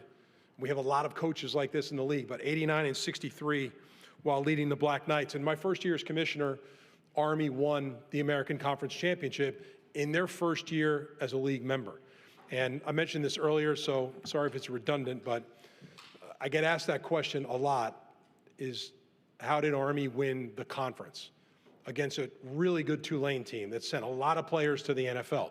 And the answer is really simple. It's consistency. Building a program, building a culture, not worrying about student athletes walking in and out the door, because Army players sign up for way more than football. Like I stole this from Coach Monken. They do hard things all day. But their commitment is about something bigger than football. It's about committing their lives to something that's more meaningful. And I think that culture has pervaded itself into the football program. Coach Monk has really been a great partner for me. Shoots it straight. I love his no-nonsense approach. And as I said during my opening comments, the value for the American to have Army competing in this league is something that cannot be measured. You know, the doors it's opened, the national visibility it creates, and we're really lucky to have a coach like Jeff Monken in the league. So with that, from Army, Coach Monken.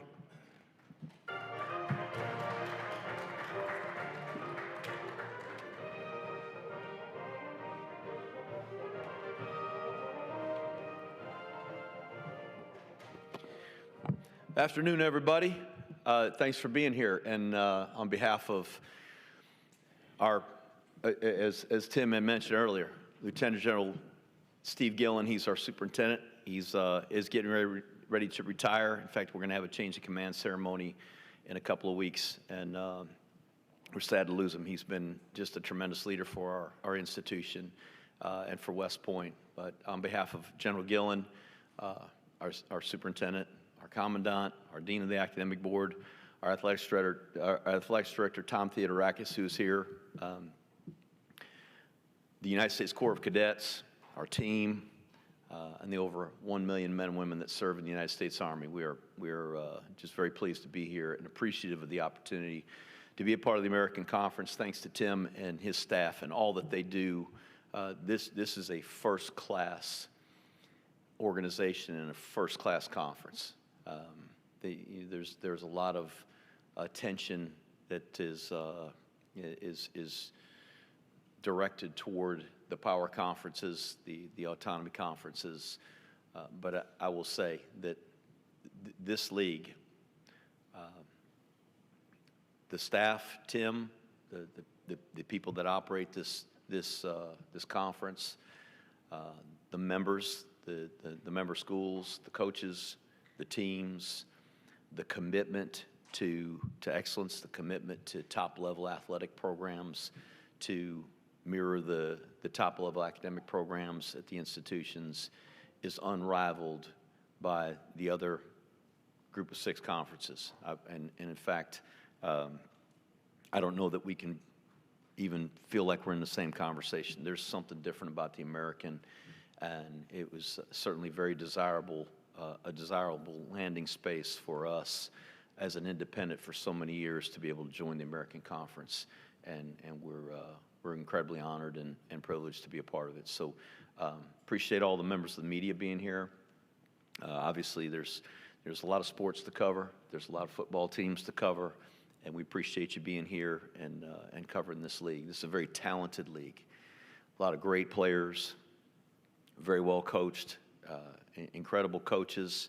As Tim mentioned earlier in his remarks, the other conferences poaching our conference for not only players but the talent in the coaching tree here. So really a challenging league. As Tim mentioned, we came into the league 2 years ago. We were fortunate to win, and I say fortunate. It was hard. We had to beat some good teams, and fortunately we had a good enough team to do so. But it's a challenge every week, and we're facing that same challenge this year, certainly with our schedule.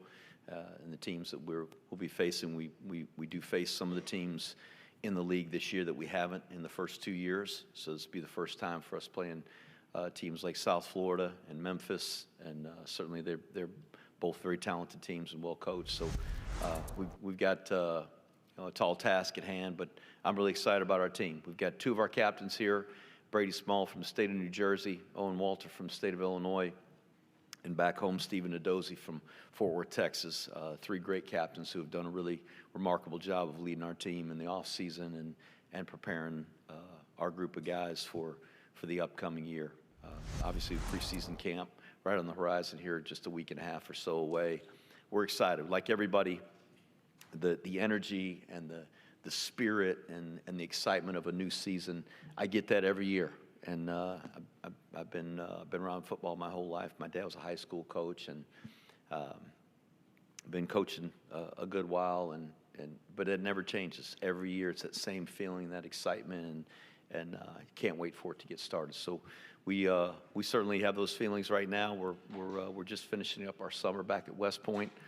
Our guys uniquely go and do some summer military training. So that's not something that most of the other schools in the league will have a chance to talk about. But our guys, when they finish their spring semester, they do summer military training for a couple of weeks, and they're doing Army stuff and running around the woods and shooting at bad guys and throwing hand grenades and stuff like that, and learning leadership, learning teamwork, which is what West Point is about. Developing leaders and creating warriors to serve our country. But then they spend the rest of the summer with us and like most schools, take summer school classes and work out and train, and they've been doing that, and they've been working really hard this summer. I like our team. We got some positions where certainly we have more experience than others. We've got a relatively inexperienced defense, but that's college football, and at least at Army anymore, we can't sign them to a new contract. So we do have graduation. We lost some good players to graduation, but really excited about the guys we have coming back. So again, I appreciate you being here, and excited to start this year. We have microphones on both sides of the room. Feel free to raise your hand, and we'll get it to you. We do have a few minutes here with Coach. We'll go ahead and hear Coach start to your right. Hey, Coach, Brad Walker, NGSE Sports. You just mentioned about your father. Growing up with a father who was a high school coach and being in the profession for so long, what is the best piece of advice you received that still guides you today? Wow. Probably what I just told Tim back here. He said, well, Coach, I'll introduce you. You come out and dazzle them. I said, well, you know what I was told by my dad? If you can't dazzle them with brilliance, you baffle them with BS. So that was a pretty good piece of advice. My dad was my high school coach. His 5 siblings were all teachers. He had 4 brothers and a sister. All 4 of those brothers, along with my dad, were head high school coaches in the state of Illinois while I was growing up. Their mother, my grandmother, taught full-time in a school until she was 90. Now, that's hard for people to believe if you know any 90-year-olds. But she taught full-time until she was 90. So she was a role model for everybody in our family. And really just created this appreciation for service to others, for education, for people development. And I think that's why of those 5 brothers that are high school coaches, 7 of us who are sons of those 5 brothers all went into coaching. So it's really, it's kind of what we do.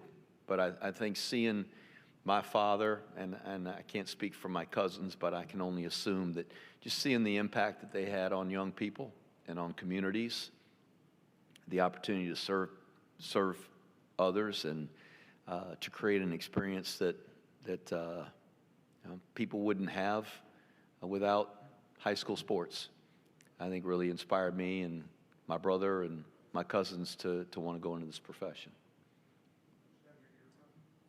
Coach Tom Laberger, Tampa Free Press. You had mentioned, you have some returning production. One of them, of course, is at quarterback with Kale.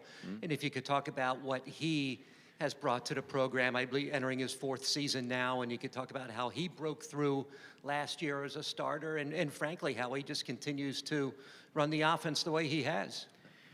Kale's, he's just a great competitor. He's tough as nails. Each one of the quarterbacks we've had over the tenure that I've been at Army have been different. But there are certain things that the guys that I think have been most successful, some qualities that they share, and being tough and physical are two of those traits, and I think that's who he is. He really embodies I think the spirit and the toughness that we'd like to see in our football team. He was a guy that was a very accomplished high school quarterback, Tomball, Texas, and I felt that when we recruited him, that at some point he was going to help us win some football games. I thought he would be a good player in our offense, and didn't play really at all as a freshman and sophomore. And we had some quarterback competition going into last year. And it took us some games, and it took some trial and error. And I think what we realized was that Kale was the right fit for our football team, the right personality and the skill set, not just what he can do, but how he leads the team and how our guys follow his lead and his personality. And he had a good year. He didn't have a great year. He had some great, outstanding moments, some terrific performances, and there are some plays and some games he'd like to have back, and we would too. But in 2023, we had a quarterback named Bryson Daly, and he started for the first time as a junior. He really had sparingly played in his freshman and sophomore year. Nothing to speak of. And he had some games his junior year where he performed really well, and he had some where he'd like to get those back. But he had a much better senior year. So I'm hopeful that Kale, like Bryson, learned some lessons, gained some experience, gained some confidence, and that he'll perform more consistently this year than he did a year ago. But I will say that, and I'm happy to say, I think he's got some competition. We've got some young guys at the position. Bryson Luter, who will just be a sophomore, very talented, really excited about him and his future. And then Ethan Washington, who unfortunately sat out last year with a ACL reconstruction, but is back and healthy. And both of those guys are very talented players, and frankly, I think they'll give him a run for his money, which is great. Competition brings out the best in people, and sometimes brings out the worst in people. But hopefully, it'll bring out the best in all three of those guys, and they'll all improve. And Kale's got enough humility to realize he's got things he's got to improve on and get better at, and he's worked really hard in the off season, and I think he'll continue to work hard as we prepare for the first game and as we go through the season. Coach Munkin, Cuthbert Hutton, Black Knight Nation. Looking forward to the 2026 schedule. This is the first year in several that it appears that you all do not have a bye week prior to the Air Force game. You're obviously in a very unique position, competing both for the Commander-in-Chief's trophy as well as for the American Conference Championship. Obviously, all games are equally important, but being in a position where perhaps some games are more equally important than other games. How do you manage that through the season, especially with Army-Navy potentially falling the week, at least as of the schedule sits now, after the championship game? Could you just speak to that? So we don't apologize for the fact that there's two games on our schedule that are the two most important games that we play, and those are the Commander-in-Chief's Trophy games. Air Force in November and playing Navy in December. And those are great rivalry games. The Commander-in-Chief's Trophy is a source of pride for those that play for it, and in my opinion, the most coveted trophy in sports. The way these teams fight for that trophy is different than anything else. There has been a time, at least once, maybe a couple, where we didn't have a bye week before that game. Typically, we have. And that bye week usually falls kind of at the right moment. That is usually game 8 or 9 of the season. And about that time, we're in need of a bye week. When we were independent, we could control that a little bit better than we can now with the conference schedule. But I think for that game, because it's different, schematically, not only for what they do, Navy does, unique to other schools in the preparation for us on defense, but also how well the 2 academy teams that we play defend us. They've got some experience. Their coaches have coached against option football for many years and have to prepare for it in spring ball and preseason camp. And there's a lot of ideas being shared across the table, offensive, defensive staffs, when you coach at an academy. So they do a really good job of defending us as well. The rosters,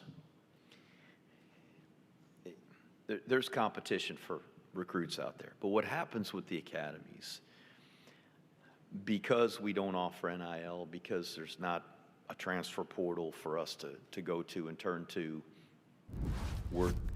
we are all completely developmental. So we recruit guys out of high school, we bring them into our program, and we develop them and hopefully grow them into the players that they'll be and help us win. Pardon me. But there's competition for that pool of recruits. So the guys that we have on our team likely got recruited by the other 2 academies, and the guys that they have on their team likely got recruited by us and the other academy. And so the rosters are often very evenly balanced, same kinds of guys, and the same kinds of guys we've always recruited there. They are guys that not only excel as football players, but also are outstanding students. Something in them through that process spurred a spirit to serve. And so our guys don't necessarily come to West Point, or I can't speak for the other 2 academies, but come there specifically just because they wanted to serve in that branch of service. But they've got a spirit inside of them to serve. And so the opportunity to play football, the opportunity to get an elite academic degree, and then the opportunity to serve following that, I think is all part of the process of them choosing an academy. So I think when we play those games, we're very balanced or very evenly matched from a talent standpoint. And I think that's why so often those games are really close. I mean, a lot of one-score games and comes down to the last drive. And so those are big games. And so preparing for those takes time. And that time is all in the off season, in the spring, preseason camp. And then even as we go through the season, there are moments in practice and days of practice where we'll take time to prepare for those games, whether it be what we're going to see defensively from them or what offensively they'll present to us. So with a game like Air Force where we don't have a bye week, we'll have to work really hard on an earlier bye week and on the weeks leading up to that we take some time to prepare for that game. Yeah, Barry Trammell, the Tulsa World. Jeff, you said this is your 3rd year in the league, but you're 3rd and the longest tenured coach in the league, and of course, at your current job, number 1. But the continuity that you have at Army, the continuity that Navy has with their coaching, does that give you a leg up in a conference where there's a lot of turnover in the conference, coaching-wise? I'm never going to tell you we got a leg up on anything. There are so many challenges that you and I don't have enough time today or all this week for me to tell you all the challenges that come with coaching an Army and the unique things that challenge coaches, challenge players. And we're not immune to turnover on our staff. I've got 5 new coaches on my staff this year.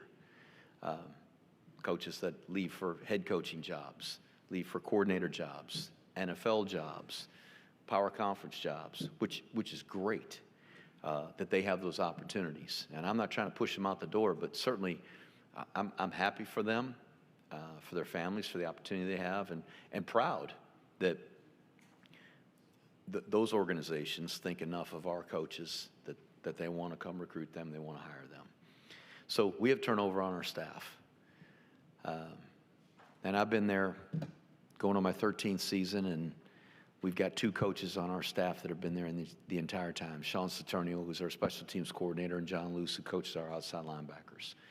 Everybody else has been a turnover, but that's created opportunities for us to get other good coaches and get new ideas. And I think the continuity is in what we value, our core values as a program, the philosophy that we have on how to succeed and how to build a program and how to sustain success at West Point. That's more than just a coach here and a coach here. That's who we are as a program.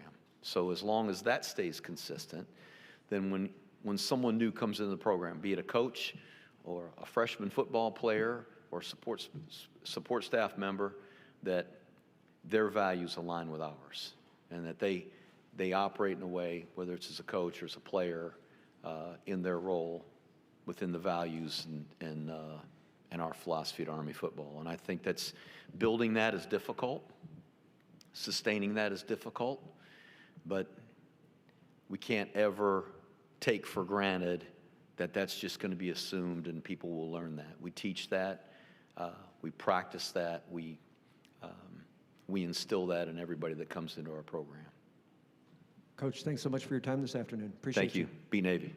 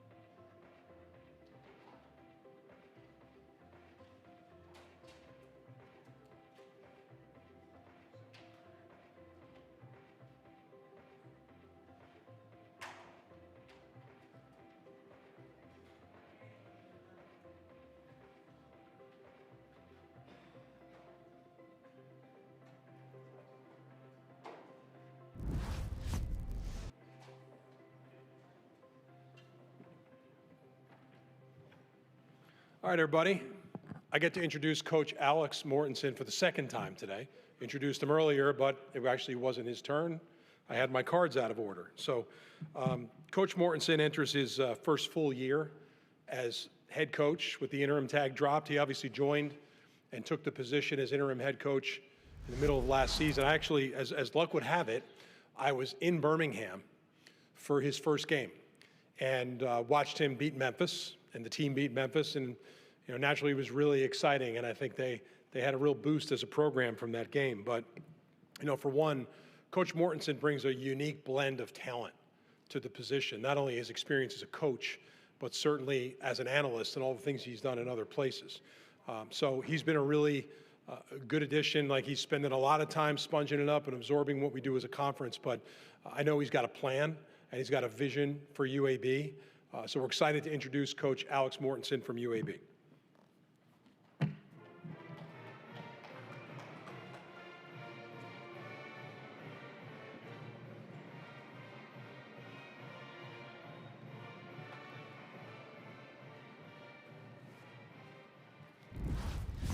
All right, first of all, it's good to see you, and it's certainly an exciting time period when we know when we get to conference media days, football is close. The second thing is I'm still a rookie here at the podium. I'm a first-time head coach, and I worked for Nick Saban for 9 years, who didn't let us talk to the media, so take it easy on me, all right? But I do want to thank you, and I want to tell the media thank you. My dad was a member of the media for a long time, over 40 years, and he started off as a writer, writing for papers, local papers, and ended up making the transition to television. And so, I have a great appreciation for what you guys do for our game. I can remember being with him, going to grocery stores and picking up those preseason magazines, and now it's pretty cool to be on the other side of that. So, really appreciate you guys and all the attention you bring to the game and to our players. It's really neat. I want to thank Tim Pernetti, for the leadership he's shown in this conference. It's a very exciting league to be a part of. And, he's been very innovative, creative, and aggressive in his strategies. And I think the American Conference, some of the success we've had here lately has been very notable. So very appreciative of him and what he's done and then what he's looking to do. In terms of UAB, I want to thank our school president, Dr. Ray Watts. I want to thank Dr. Watts, one, for his support, okay? And he's someone that talks a lot about striving for excellence in everything we do. And the growth at UAB under his leadership has really been remarkable, especially on the academic and medical side. It's been world class. And I want to thank Mark Ingram, our athletic director, for, one, I want to say I appreciate his support, and I'm grateful for this opportunity. Our community at UAB, okay, our alum, our boosters, our supporters, okay, tremendous support. They showed us during, the time period I was the interim head coach and beyond, and I'm excited to see where we go. I really am. We got a community there that loves UAB, they love football, and they love Birmingham. Okay, I want to highlight the players we've got with us. Okay, we've got Ryder Burton with us on offense, quarterback. Okay, and then we also have Ike. Make sure I pronounce his name properly, but it's Esuene, all right? Ike Esuene, who's a linebacker, okay? And so these are two high-character guys. They're hardworking. They're leaders on our team. I've worked closely with Ryder because I work a lot with our quarterbacks. He's smart. He's hardworking. He's talented. He's got a live arm, accurate, and I'm really excited to have him in our program. Ike has been a joy to have on our team. He transferred to us from Oklahoma State in January. He's wasted no time. Okay, he leads the right way. He's a good athlete. He's explosive, instinctive, and tough as a football player. So we're really grateful to have him a part of our program as well. With us being new here, okay, a little bit new, there's a few things that I at least want to touch on in terms of what we're looking to do as a program. One, we want to represent UAB with excellence on and off the field. Okay, I talked about the academics and the medical community we have that's world class. And so as a representation of that, we want to represent it with excellence. Okay, we want to develop and win in 3 big areas as a program. Okay, 1, the individual, 2, the team, okay, and then 3, the community. Okay, so what does that look like? The individual. Okay, so we think there's really 3 parts to that. There's the person, there's the student, and then there's the football player. And in terms of the student, our last 2 semesters here, we've had the highest academic GPA we've had in the history of the program. So that's been positive. We want to keep that going. Okay, the team. Okay, unity, cooperation, working together, accountability. The team thing's interesting. When last year ended, I met with every guy on our team that I could. And, here we are in this age of the portal, a lot of transfer, a lot of roster turnover, and I can't tell you how many of these guys, they crave being a part of a team. They crave being a part of being something bigger than themselves. They want to get to know each other. And so that's something we're not giving up on, the idea of team, okay? It's something we're greatly emphasizing, even with the roster turnover. and the shorter life cycle with a lot of our players. Okay, the community. Okay, so I said the community. What does that look like? Look, we want to connect with and serve Birmingham, Alabama, and beyond. But let's start with Birmingham. Look, I love Birmingham. I grew up south of Atlanta. Been familiar with it for some time. I think it's a great city. A lot of quality people there. I mentioned the elite medical community, and it's an awesome place to live. And so we want to serve the people there, but we also want to connect with them further and then bring them along with us as we go forward. We want to recruit the area. I want to mention that about the community. I mentioned I grew up south of Atlanta. I believe in the football in that region. If you draw 5 hours around Birmingham, I think there are a lot of really good football players. Whether you go into West Georgia, you go to South Alabama, you go to East Mississippi, there are a lot of really good football players. So we want to recruit the area, and we want to continue to connect with our alumni and former players. Now, the next thing, so that kind of gives you an idea. We're individual, team, and community, what we're looking to do there. The other thing is I want to give you an idea of what we expect out of our coaches. And there's 3 big things to me. When I got done playing, I said, the coaches that had the biggest impact on me, what did they do? What were the commonalities? I felt like there were 3 big things. Okay, number 1, they had a relationship with the players. They had a relationship with me. Okay, it's bigger than football. Okay, number 2, they were great teachers. Okay, so we're looking for coaches that are great teachers. And then 3, be demanding. Okay, they expect a lot. If you love someone, it's hard for me not to mention Nick Saban. You worked for the guy for 9 years. The way he demanded of his players, benefited them, right? And it helped, that's the way you show love to someone, is if you demand the best and expect the best from them. So that's something that we're not running from right now. I think a lot of people, because, hey, are these guys going to run out to the portal? Do we give up on being demanding? We are going to be demanding. And we tell them, look, man, if you don't like that, this is not the place for you. Go somewhere else. Okay, we're going to love our guys, but we're going to do it through also being demanding and expect a high standard from them and confront them if they don't do it. In terms of the core values of our team, okay, there's a few things. If I was just going to talk about a few today, 1, okay, we want to work hard. Okay, I still believe in hard work. I think it's incredibly important. Okay, we want to play hard, all right, with great effort. We want to play smart, and then we want to play together. Okay, so we want to start there. In terms of working hard, okay, that obviously speaks to the preparation component. Being detailed, consistent, high effort in the way we work, okay? And then, the next thing, playing hard. That's relentless effort. Scrap, compete, fight to the end. And then I think a prerequisite for playing hard is toughness. Okay, we want to have a tough team, and that's the expectation. You talk about toughness. 1, there's a physical component to toughness, right? And we want to have a physical team, but then there's also this idea of what does it take to break you? And so we want to have a team that's got an unbreakable spirit. We want to play smart. Okay, we want to play smart, and what does that look like? 1, it's having discipline to do your job. Okay, 2, I think it's having great poise and competitive composure no matter what's going on. And then 3, I think it's not beating yourselves. If someone's going to beat us, let's make them beat us physically, but let's not give the game away. Okay, and then playing together. I already touched on this idea of team, how important that is, but those are some of our core values. We want to work hard, play smart, and play together. Okay, in terms of football, in the 3 phases offensively, look, I do think it's important to create an identity, but I think part of how you do that is through flexibility. Okay, flexibility allows you to create an identity. What do I mean by that? We've talked a lot about this roster turnover and how many new players you get every year. Okay, one of the great things about our system, you go back to that time in Alabama, one of the things I did learn being there from Coach is that, think about these quarterbacks, okay, Blake Sims, Jake Coker, okay, then you go to a guy like Jalen Hurts, Tua Tagovailoa, Mac Jones, Bryce Young. All those guys obviously are great players, okay, and we were fortunate to have them, but they were all different, okay, and so we were able to, still have a team that controlled the line of scrimmage, still physical, still tough, but we adapted to the guys we had, okay, and so that's important that we have a system that can adapt. And then the other thing I'll mention is our first year at UAB, we set a school record on offense. Okay, for total offense. And then the other thing is Jacob Zeno, our quarterback. A lot of people are unaware of this. That 2023 season Zeno had at UAB, he completed just under 74% of his passes. That is 10th all time in the history of the NCAA. So we feel very confident that we can adapt to our players. We have a strong staff on offense. That staff is intact. Now, don't get me wrong. I'm not going to be cocky or arrogant here. We have a lot of work to do. But we have a lot of confidence in the way we develop and adapt to our players. Now, the next thing defensively, I'm very excited to add Todd Grantham. You know, Coach Grantham is obviously a veteran. I think it speaks to the health of our program and speaks to UAB to be able to get a guy like Coach Grantham, who's been an NFL defensive coordinator and been a coordinator at a number of stops and is a true veteran. You know, he and I worked together at Alabama in 2022. He's worked for Coach Saban twice. He worked for him at Michigan State, so we do have a little bit of a shared background there. He is a coaching veteran, as I mentioned.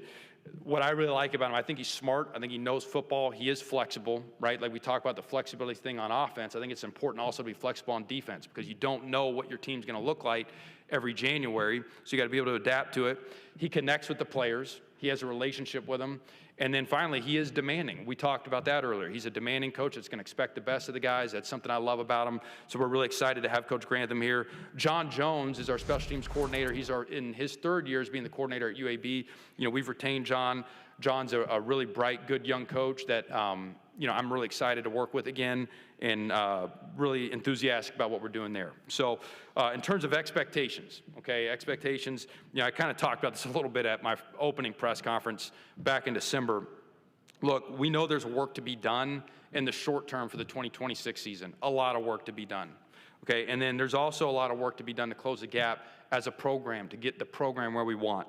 Okay, and it's a challenging schedule. We have a challenging non-conference schedule, and we also are playing in a very challenging league. I have a lot of respect for the coaches in this league and the quality of competition. Okay, so, you know, I do step into this position with optimism and hope, but I'm not making any wild predictions either. And though we are certainly, and I say this joking, we're certainly not going to war. In the words of Winston Churchill, we have nothing to offer but blood, toil, tears, and sweat. Okay, so we'll start there, and we'll see where that gets us. All right, but you know, we're going to attack things full speed. I'm really grateful and honored to be in this position and excited about it. You know, in terms of our 2026 team, look, here's what I will tell you. Again, no wild predictions. We have a lot of work to do. But I do think we have a hardworking team. They've been competitive, and they have really grown together. And that's been positive. I saw really good intensity from our first spring practice to the 15th. I know talking to our strength and conditioning coach, Lyle Henley, they've been working very hard this summer. And I should have mentioned Coach Henley earlier, very grateful to have him here. He's been a part of some very successful and great teams at UAB, running the strength and conditioning program. He's doing a great job with our group right now. So going forward, our approach to camp is going to be very important. The way these guys attack camp is really going to set the tone, but I think we've set a good foundation for ourselves. As we all know, most football seasons carry a lot of ups and downs, and it's going to be important, I think, no matter what, that we have a resilient, tough team, and we're working to build and create that. Anyway, do you guys have any questions for me? So we have a few moments here. We could get 2 questions in here for Coach. We actually have to get him rotating. So, Coach, we'll go here to your right to begin. Hey, Coach, Brad Walker, NGSC Sports. You took over midway through last season as an interim coach, securing a massive top 25 upset over Memphis. How much of a competitive advantage is it now to have a full offseason to implement your own culture compared to making on-the-fly adjustments last year? Yeah, I think you know, having a whole offseason to try to create a culture is really helpful. You know, I give our staff a lot of credit. I mentioned, you know, our strength and conditioning staff earlier, Lyle Henley. I think they've done a really good job. You know, you have so many new players, you know, that show up in January, and I think how you establish your way of doing things, how you set the tone. If you start too loose, man, it's hard to get it back. I think he did a really good job before the coaching staff ever even got their hands on him. And I think each phase, you know, I've been very pleased with our staff. But more importantly, I've been pleased with the players. You know, it's so cliche, hey, you got to have a player-led team. It's true. And I think our guys, you know, they've taken upon themselves to make sure that they're holding each other accountable. So I think all those cultural things, having a runway to the season helps. But at the same time, too, you know, there's going to be more that has to take place in camp. Coach Henry Sklar with Bama Central here. You mentioned Nick Saban a lot in your opener. You spent 9 years at Alabama, a lot of time in Tuscaloosa. Are there any major lessons you learned at Alabama that you're still applying today at UAB? And also, being in the state of Alabama, sandwiched in between 2 major SEC programs, how do you go about pitching your program to recruits and stuff, knowing there's a lot of competition within your, geographical area? Yeah, it's interesting, like working for Coach Saban, I went to work for him and had high expectations as to what I would learn and what that experience would be. Those expectations were even far surpassed, even after being there. And it's hard to sum up someone that's that successful and that remarkable as to like, what did you learn? Like, what was the one thing? Man, there are so many things. But someone did ask me this earlier, and I think one of the biggest things, from 10,000 feet that really stood out to me is a lot of, what it felt to me, a lot of what he did was like, how do we help our players? How do we make academics better? How do we teach them better in football? How do we develop them better psychologically? It was always like driven back to how can we help the players? And I don't think he ever lost sight of that. And so that's one big thing I think I learned from him. In terms of your other questions, it's a great question. I think, man, like Birmingham is an awesome city. We've got 1.1 million people. So you have the college life that UAB presents, right? 20,000 students. You have, other colleges in the Birmingham area. So our student athletes can come and have a great college life, but you also have 1.1 million people in greater Birmingham. So, no, it's not a major city where we got to deal with 2 hours of traffic, but there's a lot to do. It's a fun city to live. A lot of people that go to other schools in Alabama, a lot of them move to Birmingham when they graduate. That's where they want to live and work. So I think we have a lot to recruit to as it pertains to the city. I think our coaching staff likes it too. So a lot of really good things there. And I think we have a strong alumni base. I think we have a lot of good supporters. I think there are former players that are behind us. I also think there are a lot of people in Birmingham that, even if they weren't a UAB grad, they are pro-Birmingham people and want to get behind the program. So we're inviting them. Come on. We're ready to work with you. Coach, we really appreciate your time. Thank you so much. Thank you.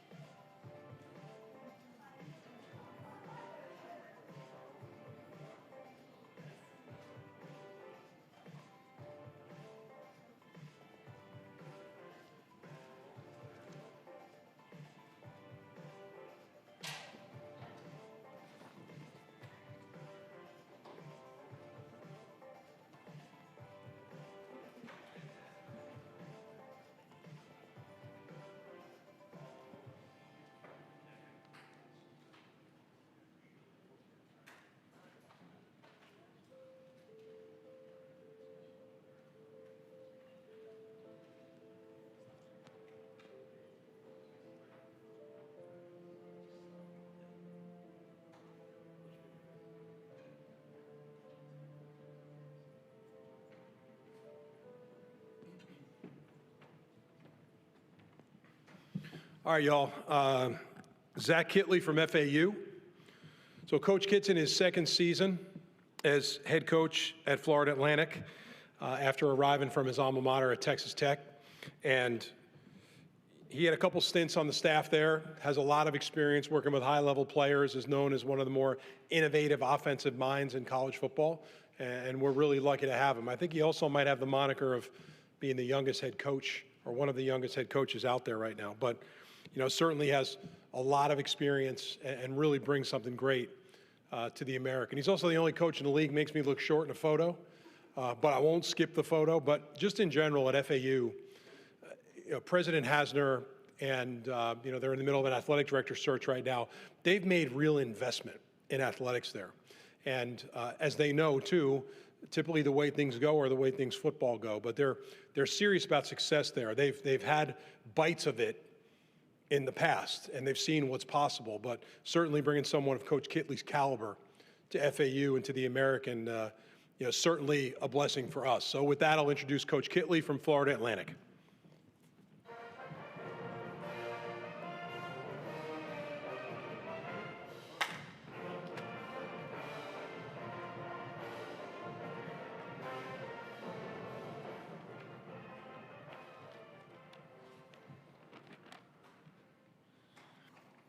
How's everybody doing? Glad to be here. On behalf of our President Hasner, our Board Chair Pierre Busani, our Interim Athletic Director Michael Graffine, I'm honored and blessed to be here to represent Florida Atlantic University. To Commissioner Pernetti, appreciate you, man. Always a great time. You and your staff are first class. Everything we do here is great. You and Jamie and Shane, y'all are fantastic. Also, one of my favorite things about coming to Media Days is getting around the great coaches and student athletes in this conference. I think we have a stable of unbelievable coaches here, and we all got to hang out last night, and it's kind of like we're long-lost brothers when we get around each other, and we have just a great group of men that are leading these football programs. Really excited heading into 2026 here with our football program. You know, I got to talk about my two guys that are here with us today. Our quarterback, Caden Veltkamp, senior, graduate of FAU, just an unbelievable leader. Really excited with where he's at in his progression and looking forward to him having a great senior year for us here. And then team captain as well, defensive tackle C.J. Doggett, another FAU grad, graduated this spring.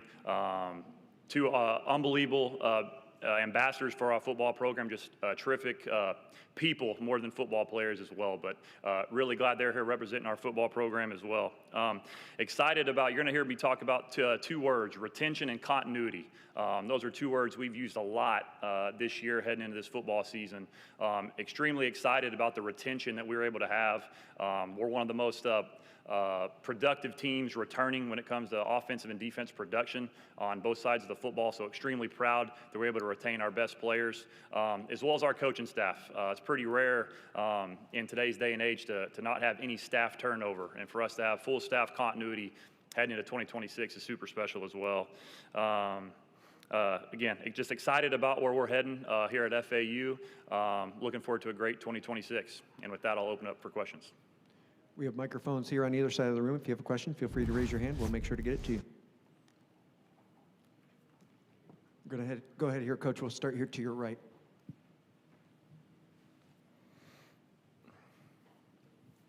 Coach Brad Walker, NGSC Sports.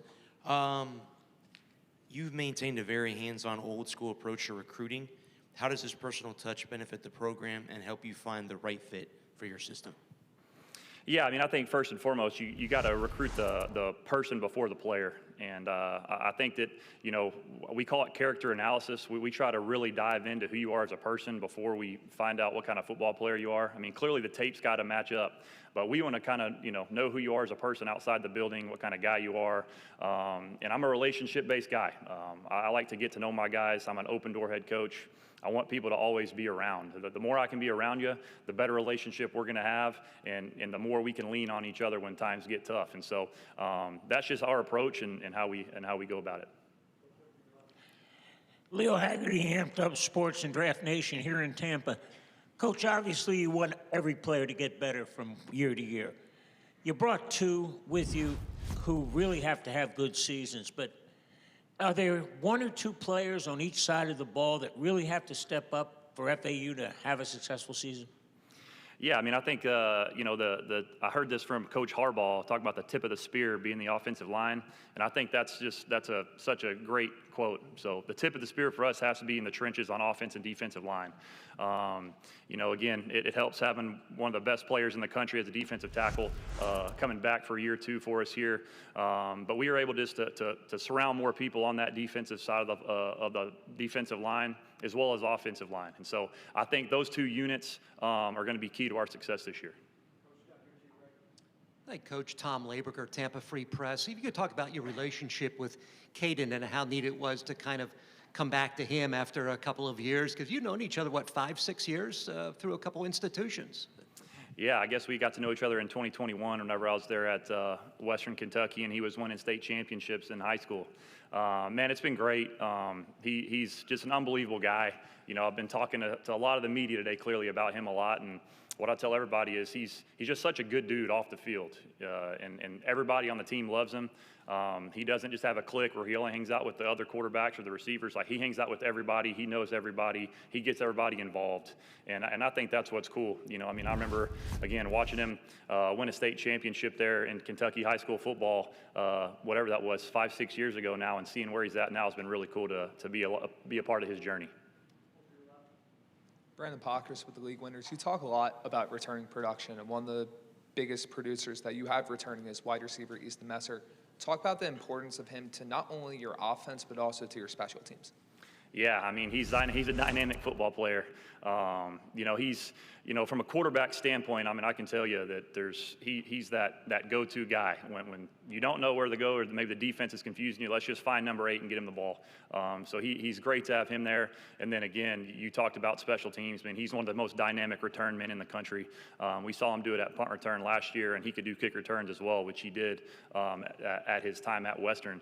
Man, really excited about having him back. I mean, he's just a dynamic football player, but again, he's another guy that I love who he is as a person, and I think that's what makes Easton so special. Still have a few more moments with Coach Kitley. There's additional questions here in the room. Hearing none, outstanding. Thank you, Coach. Appreciate your time this afternoon. Thank y'all.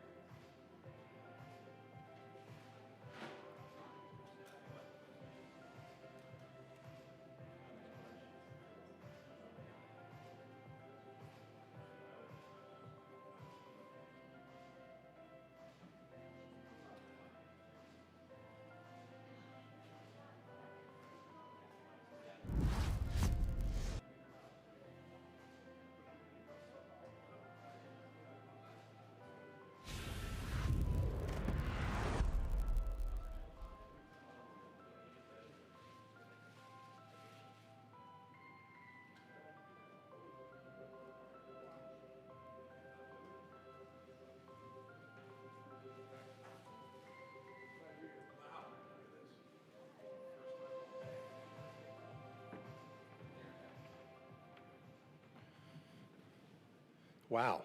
Got the cheer squad out for this one. This is a first at American Kickoff.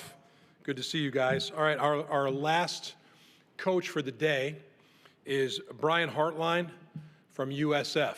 USF last year, 9-4 overall, 6-2 in the American. And Coach Hartline is in his first season as head football coach, his first stint. And that follows a 9-season run at his alma mater at Ohio State, where as an offensive quality control coach, wide receivers coach, and for the past 3 years, offensive coordinator. You know, you all know this, you cover the sport, they had great success.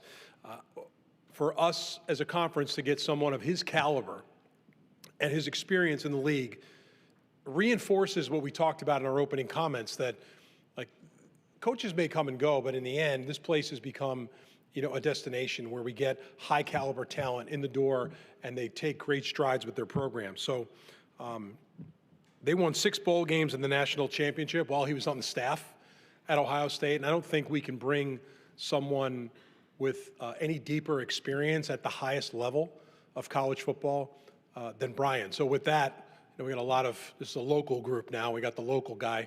We'll bring up Coach Hartline from USF.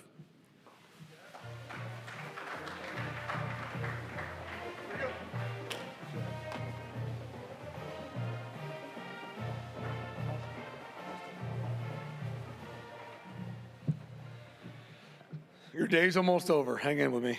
Hang with me. All right. Well, there's a lot to be said, a lot to cover, but I'd like to first start with thanking Tim Bernetti. I think that been pretty impressed. Obviously, it's my first time being exposed to the conference and how we operate over the last 7 months. It's been really, really, you know, well done at a high level. His vision, his passion for this conference, the ability to have the hard conversations in the right rooms goes without being said. So without his leadership, the American would not be where it's at right now. And so I want to thank him for that. Next, I want to thank Bulls Nation. Man, the way you guys have received me and my family, it's been special. I couldn't have asked for a warmer welcoming. I promise you that myself, our staff, my family are incredibly indebted to you guys, and we'll do everything we can to make sure that the on-field performances, the performances in the community are done at a high level. I'd also like to thank our families and our wives, to be honest. I think that goes missed sometimes.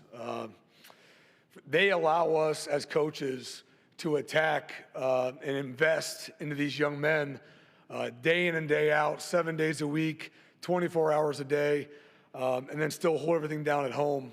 They provide us with a rock to land on, and so without our families and our wives, we wouldn't be able to do what we do. So I just want to make sure we thank them. I want to thank you guys. We have about 20 local media outlets here today covering us.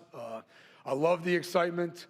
I love when you guys get an opportunity to talk about our players, talk about our staff, how the things we're doing in the community, how it translates to the field. That stuff's very, very powerful. It connects us with the fans. And without that connection, we have no sport. So I just want to thank you guys for that. I can't wait to be around you guys more often. I will always be as available as possible. I love telling the story, and I look forward to building relationships with you guys. I really hope throughout our time here with the Kickoff, you got a chance to be around our 2 guys that have been here, and Wyatt Sullivan and Pup Howard. They embody what we're about at USF. They are great young men, and they're great football players. I'm excited for these guys to take a step in their football careers. I'm excited for them to see them in about 12 days in camp.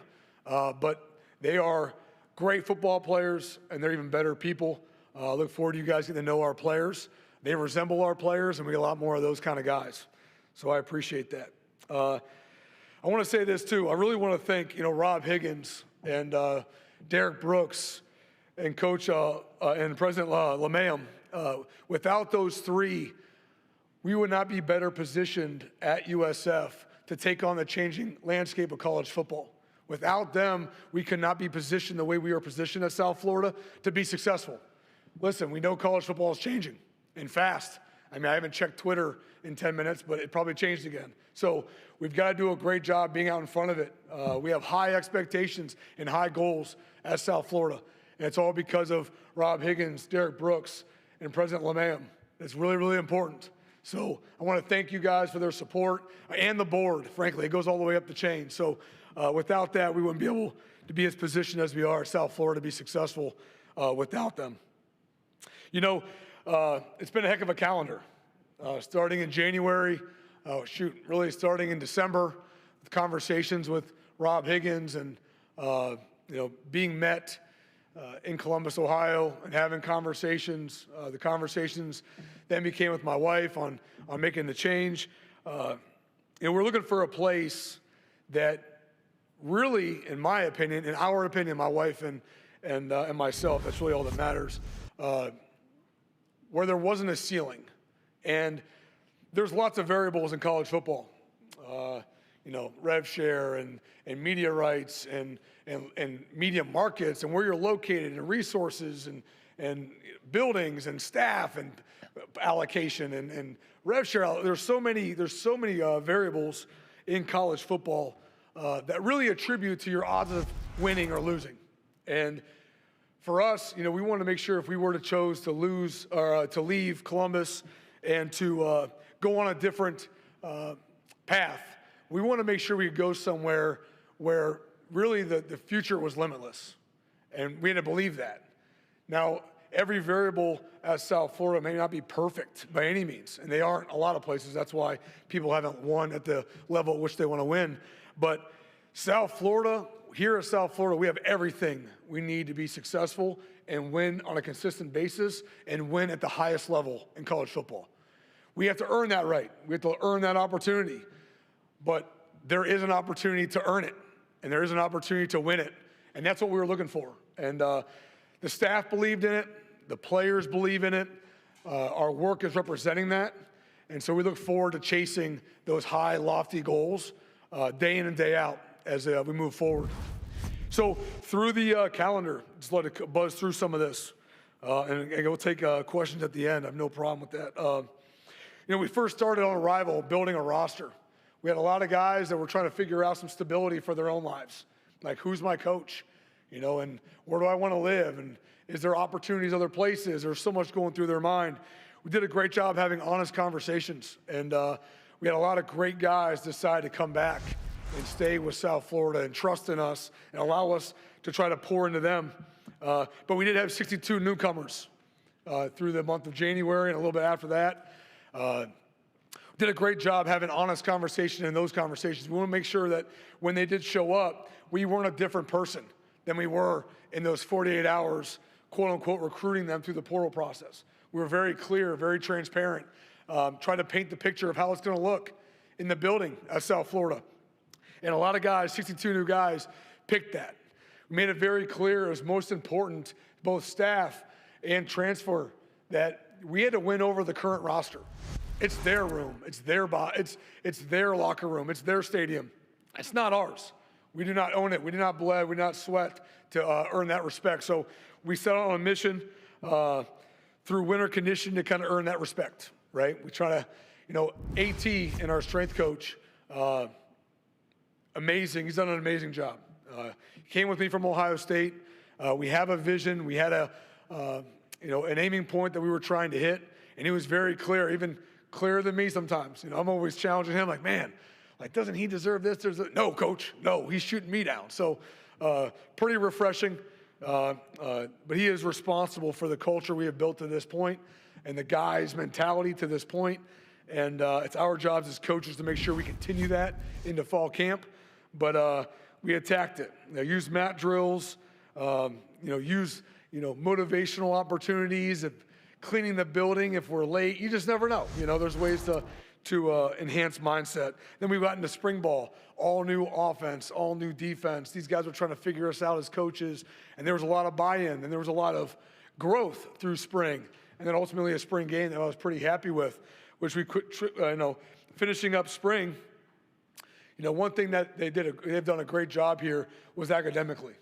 The record for a GPA here for the football team is a 3.41, all right? So we have not reached that yet. The last semester, we got a 3.34, so we're a little short there, but academics will always be an emphasis. We had 96 honor rolls, and we had 48 guys with over a 3.5. So that'll be continued to be an emphasis on in our program, and the guys believe in it. Quickly got into the summer, right? Recruiting of June and May and June, OVs. Our guys did a great job representing our university and having guys on campus. We know that recruiting and players are the lifeblood of our program, so we're really focused on finding the right guys to bring into our program. That's really, really important. Our players will reflect back and respond back and let us know if there's somebody that was visiting us, just not maybe for us. We'll make sure we're transparent about that. A lot of pride with that. And now we're heading into fall camp. So a lot's been accomplished. There's still a lot to achieve.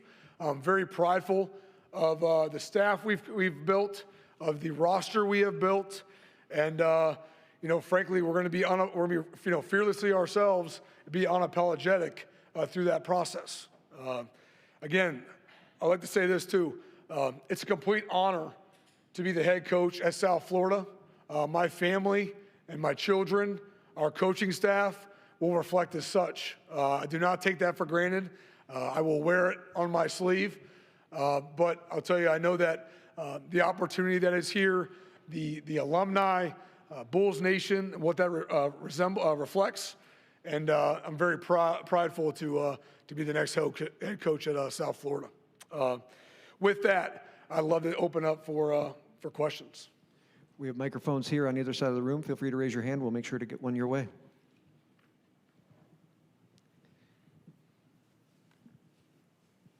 Should I go? Yeah. Spencer Grossinger from Spencerville Sports. Can you talk about Josh Aldridge, defensive coordinator? He was at Liberty and Auburn. And what did you see in Coach Aldridge that you would entrust with your defense? Yeah, great question. I think went through a long process, right? And my focus off the jump was, hey, listen, offensively we'll be okay. We'll figure that out. I think we got some pieces, but what are we doing defensively? And so a couple of things. I was looking for first I was looking for the right personality. I think that's really important. I think that players embody their personality of their coaches, their coordinators, their head coach, and their position coaches. So I wanted to make sure that the personality was right from a defensive coordinator standpoint. So talked to a lot of guys. He definitely checked that box. I'm really proud to say that. The guys love him. He is passionate. The one thing he's most passionate about is just putting guys in position to be successful and understanding that's his responsibility. He wants to do a great job being clean, clear, concise in his coaching. Wants to make sure the guys understand fully, what that job description is and what their job entails on every particular play, but then also the mentality of attacking it, And so if a guy doesn't make a play, he tries to blame himself. I could have done this better or done that better, which I appreciate. And that was very evident through the recruiting, process of Josh Aldridge. And, to this point, he's been all of those things. He's been very clear, very concise, and full of passion day in and day out. It was also very important, frankly, to make sure that I had somebody that understood the conference, because I'm not an expert. I was not an expert in the conference at that time as I'm going through the hiring process. So, Josh arguably had the best defense in the conference last year. I think it's very well noted to make sure you understand that the academies are different. It's just the reality of it, both personality-wise and schematically and how they do things. I wanted to make sure I had a defensive coordinator that understood that. And I think that was really, really important. So he fit that mold as well, and he kept checking boxes the more we talked. In the end, I went with my gut, and I was happy I did. Coach Brad Walker, NJSC Sports. With over half the roster being new faces, what has been the biggest challenge in establishing a cohesive culture and team identity before the season starts? Yeah, the hardest thing about it, it hasn't been overly hard, to be frank. I think that we had to make sure we were clear with our process, though. For us, we made sure these guys were really clear on what we expected. And And frankly, a lot of what we were talking about, a lot of things, that we are now doing, we did at a previous place. And if you want, you want testimony, you want theory, right? Theory is you do this, I think it'll happen. Testimony is, no, this is what happens when you do this. So we just made sure it was really clear. Listen, this is what we're accustomed to. This is what we do, and this is how we're going to operate. In the end, we want to do a great job of maximizing your time at South Florida, maximizing your time in college football, so you can be the best version of yourself, both on the field and off the field. If we can get that accomplished, we're going to give you the best chance to be successful on the field and off the field. So here's what it looks like. And so the creation of the standards of excellence and understanding it's not what you do, it's how you do it. Understanding the 30 minutes before working out is probably just as important as, being in the workout. Because if your mentality is right, if you're running into a workout, putting on your shirt because you're late, it's probably not going to be a good workout. So there's just so many steps of how you handle academics, how you're on time, how if you're early, you're on time, if you're on time, you're late. There's just so many of those things.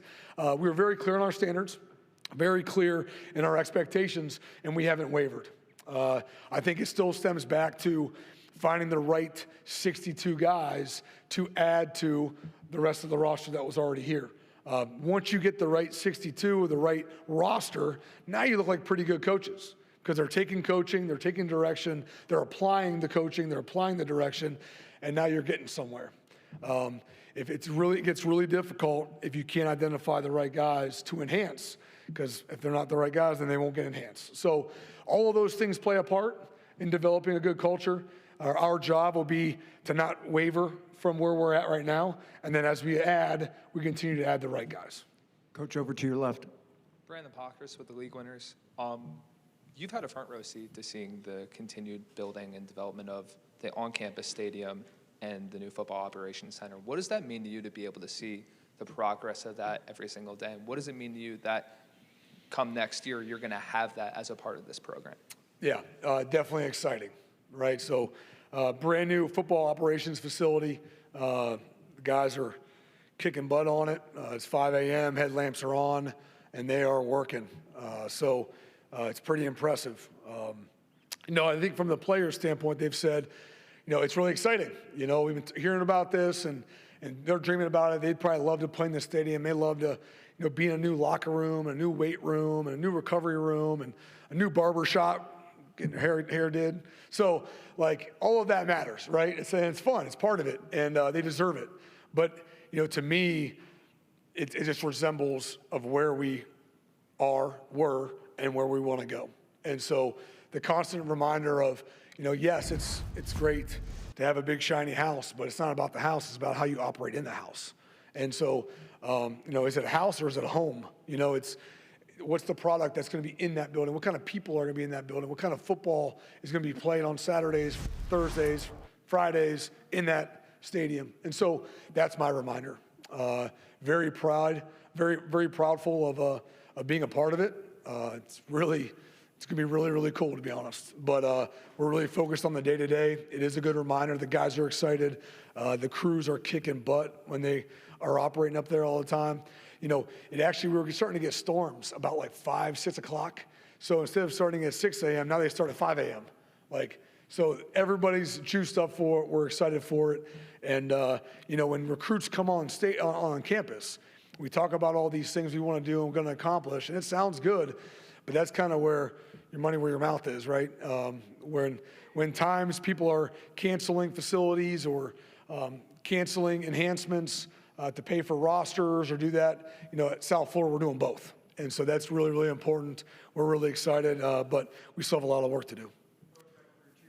Brian, Noah Ferrari on your right. You've obviously been around programs that have done a lot of winning. You talked about wanting to be at South Florida, a place that didn't have a ceiling and have a lot of resources.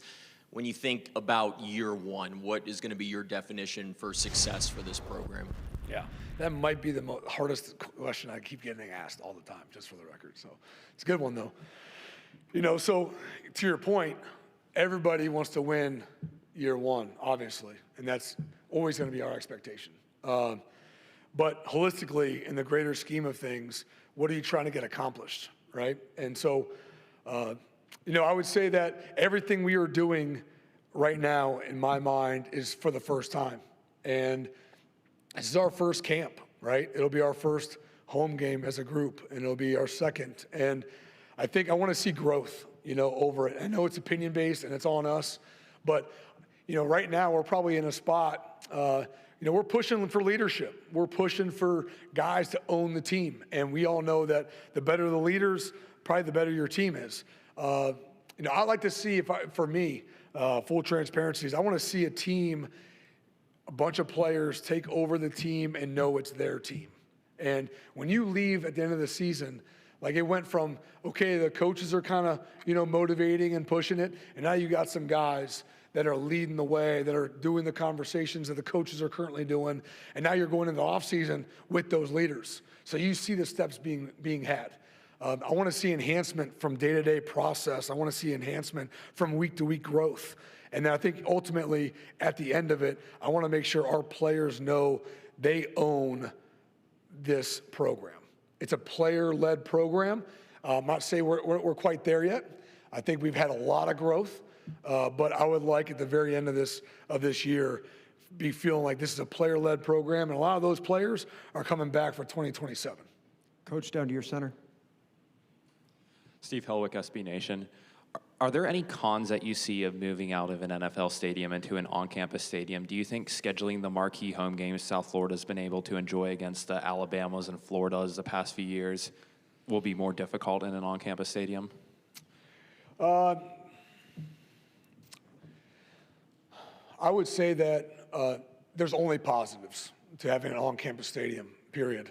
From there, we'll deal through that. I think for me, I think the power of having, frankly, your home, it's yours. Your ability to, walk into that stadium and walk past a bull and understand that this is our home. They're entering our home. I have not been a part of, using an off-campus stadium, so I can't speak of my experience that will be at Raymond James, but we're very prideful of that place. We appreciate being in that space, but there's just something a little different to always being in your space. And so I'll always trade that for the markup games. If that's the case, then we'll just go rent out Raymond James for a weekend. And so if they want to play, we're up for it. But, the stadium is in a great capacity. We have the ability to grow it.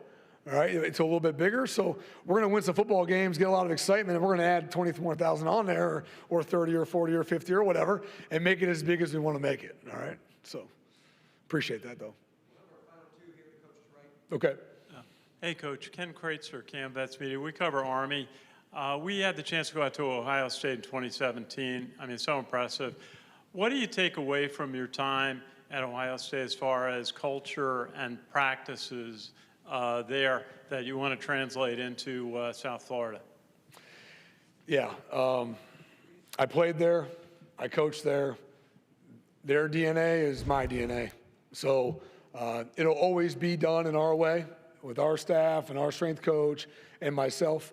But to say there's not a lot of carbon copy close to, the resemblance of how we operate would be an understatement. So the way we think, and I'll say this, and again, I'm very prideful of this. So at Ohio State, you never win enough championships. That's just how it is. And I understand that, and I appreciate that. But one thing I can say we've done better than anyone in the country is maximizing people, both on the field and off the field, from job acquisition to NFL rosters, all of that. And so we're very prideful of that up there. So there's a lot of resemblance of what I would like to bring here. I love maximizing people. I think we have great student athletes that can maximize on and off the field. I think that we have the ability to attract some that maybe left, that shouldn't have. They can come back, and we will maximize them at the top ability so they can chase their dreams both on and off the field. And a lot of that structure up there aided to that. So there's gonna be a lot of things here that we do similarly. We are still our own crew, but it definitely is a great platform to reference, and we will definitely reference it when need be. Hey, Yes, sir. Brian, Michael Epps at Spectrum Sports 360. Obviously, you're new to the conference as a head coach, but as you already know, there are some impressive football teams and athletic programs in general in this league, which of course inherently makes them desirable to be poached by the Power Four conferences. Obviously, that's above, your situation, but talk about the level of football in this conference and how winning games, competing for championships with the new stadium could potentially put USF on the map even further. Yeah, I think from afar, I always took notice of South Florida, me personally. I remember in 2007 just playing for the #1 team in the country at Ohio State, and South Florida was #2. And so that was in the height days of me playing, and that always etched in my mind. I see the BCS rankings right now, and we're #2, and I can't fill in the gaps in between that. That's not but I mean, my time in South Florida with the Dolphins and recruiting the state for a long time, I've always thought very highly of South Florida. Coupled with that comes the conference. I think that when you're outside the conference, it's a good conference. And at times when bookings happen and when schedulings happen, you may think, okay, a game that we're good, maybe we'll be okay, we're not gonna get knocked off, and then all of a sudden things change over a couple of years, and you get a little nervous based on this conference and the competition here. Always fully aware of the academies, always fully aware of a lot of the teams in this conference, so the respect outside of this conference is there, for sure. There's a reason why, we've represented 2 of the last 4 to be in the CFP outside of the Power 4. That's for a reason. We know there's a lot of great coaches in this conference. We know there's a lot of great players in this conference. And anytime you have both those combinations, you have likely for some pretty darn good teams. So there's always been a lot of respect. I'm proud to be a part of this conference. It frankly was part of the decision when we had to check all of our variables and all of our boxes. And we're going to make sure we represent this conference in South Florida the right way. Coach, thanks so much for your time. We really appreciate it. Thanks, guys.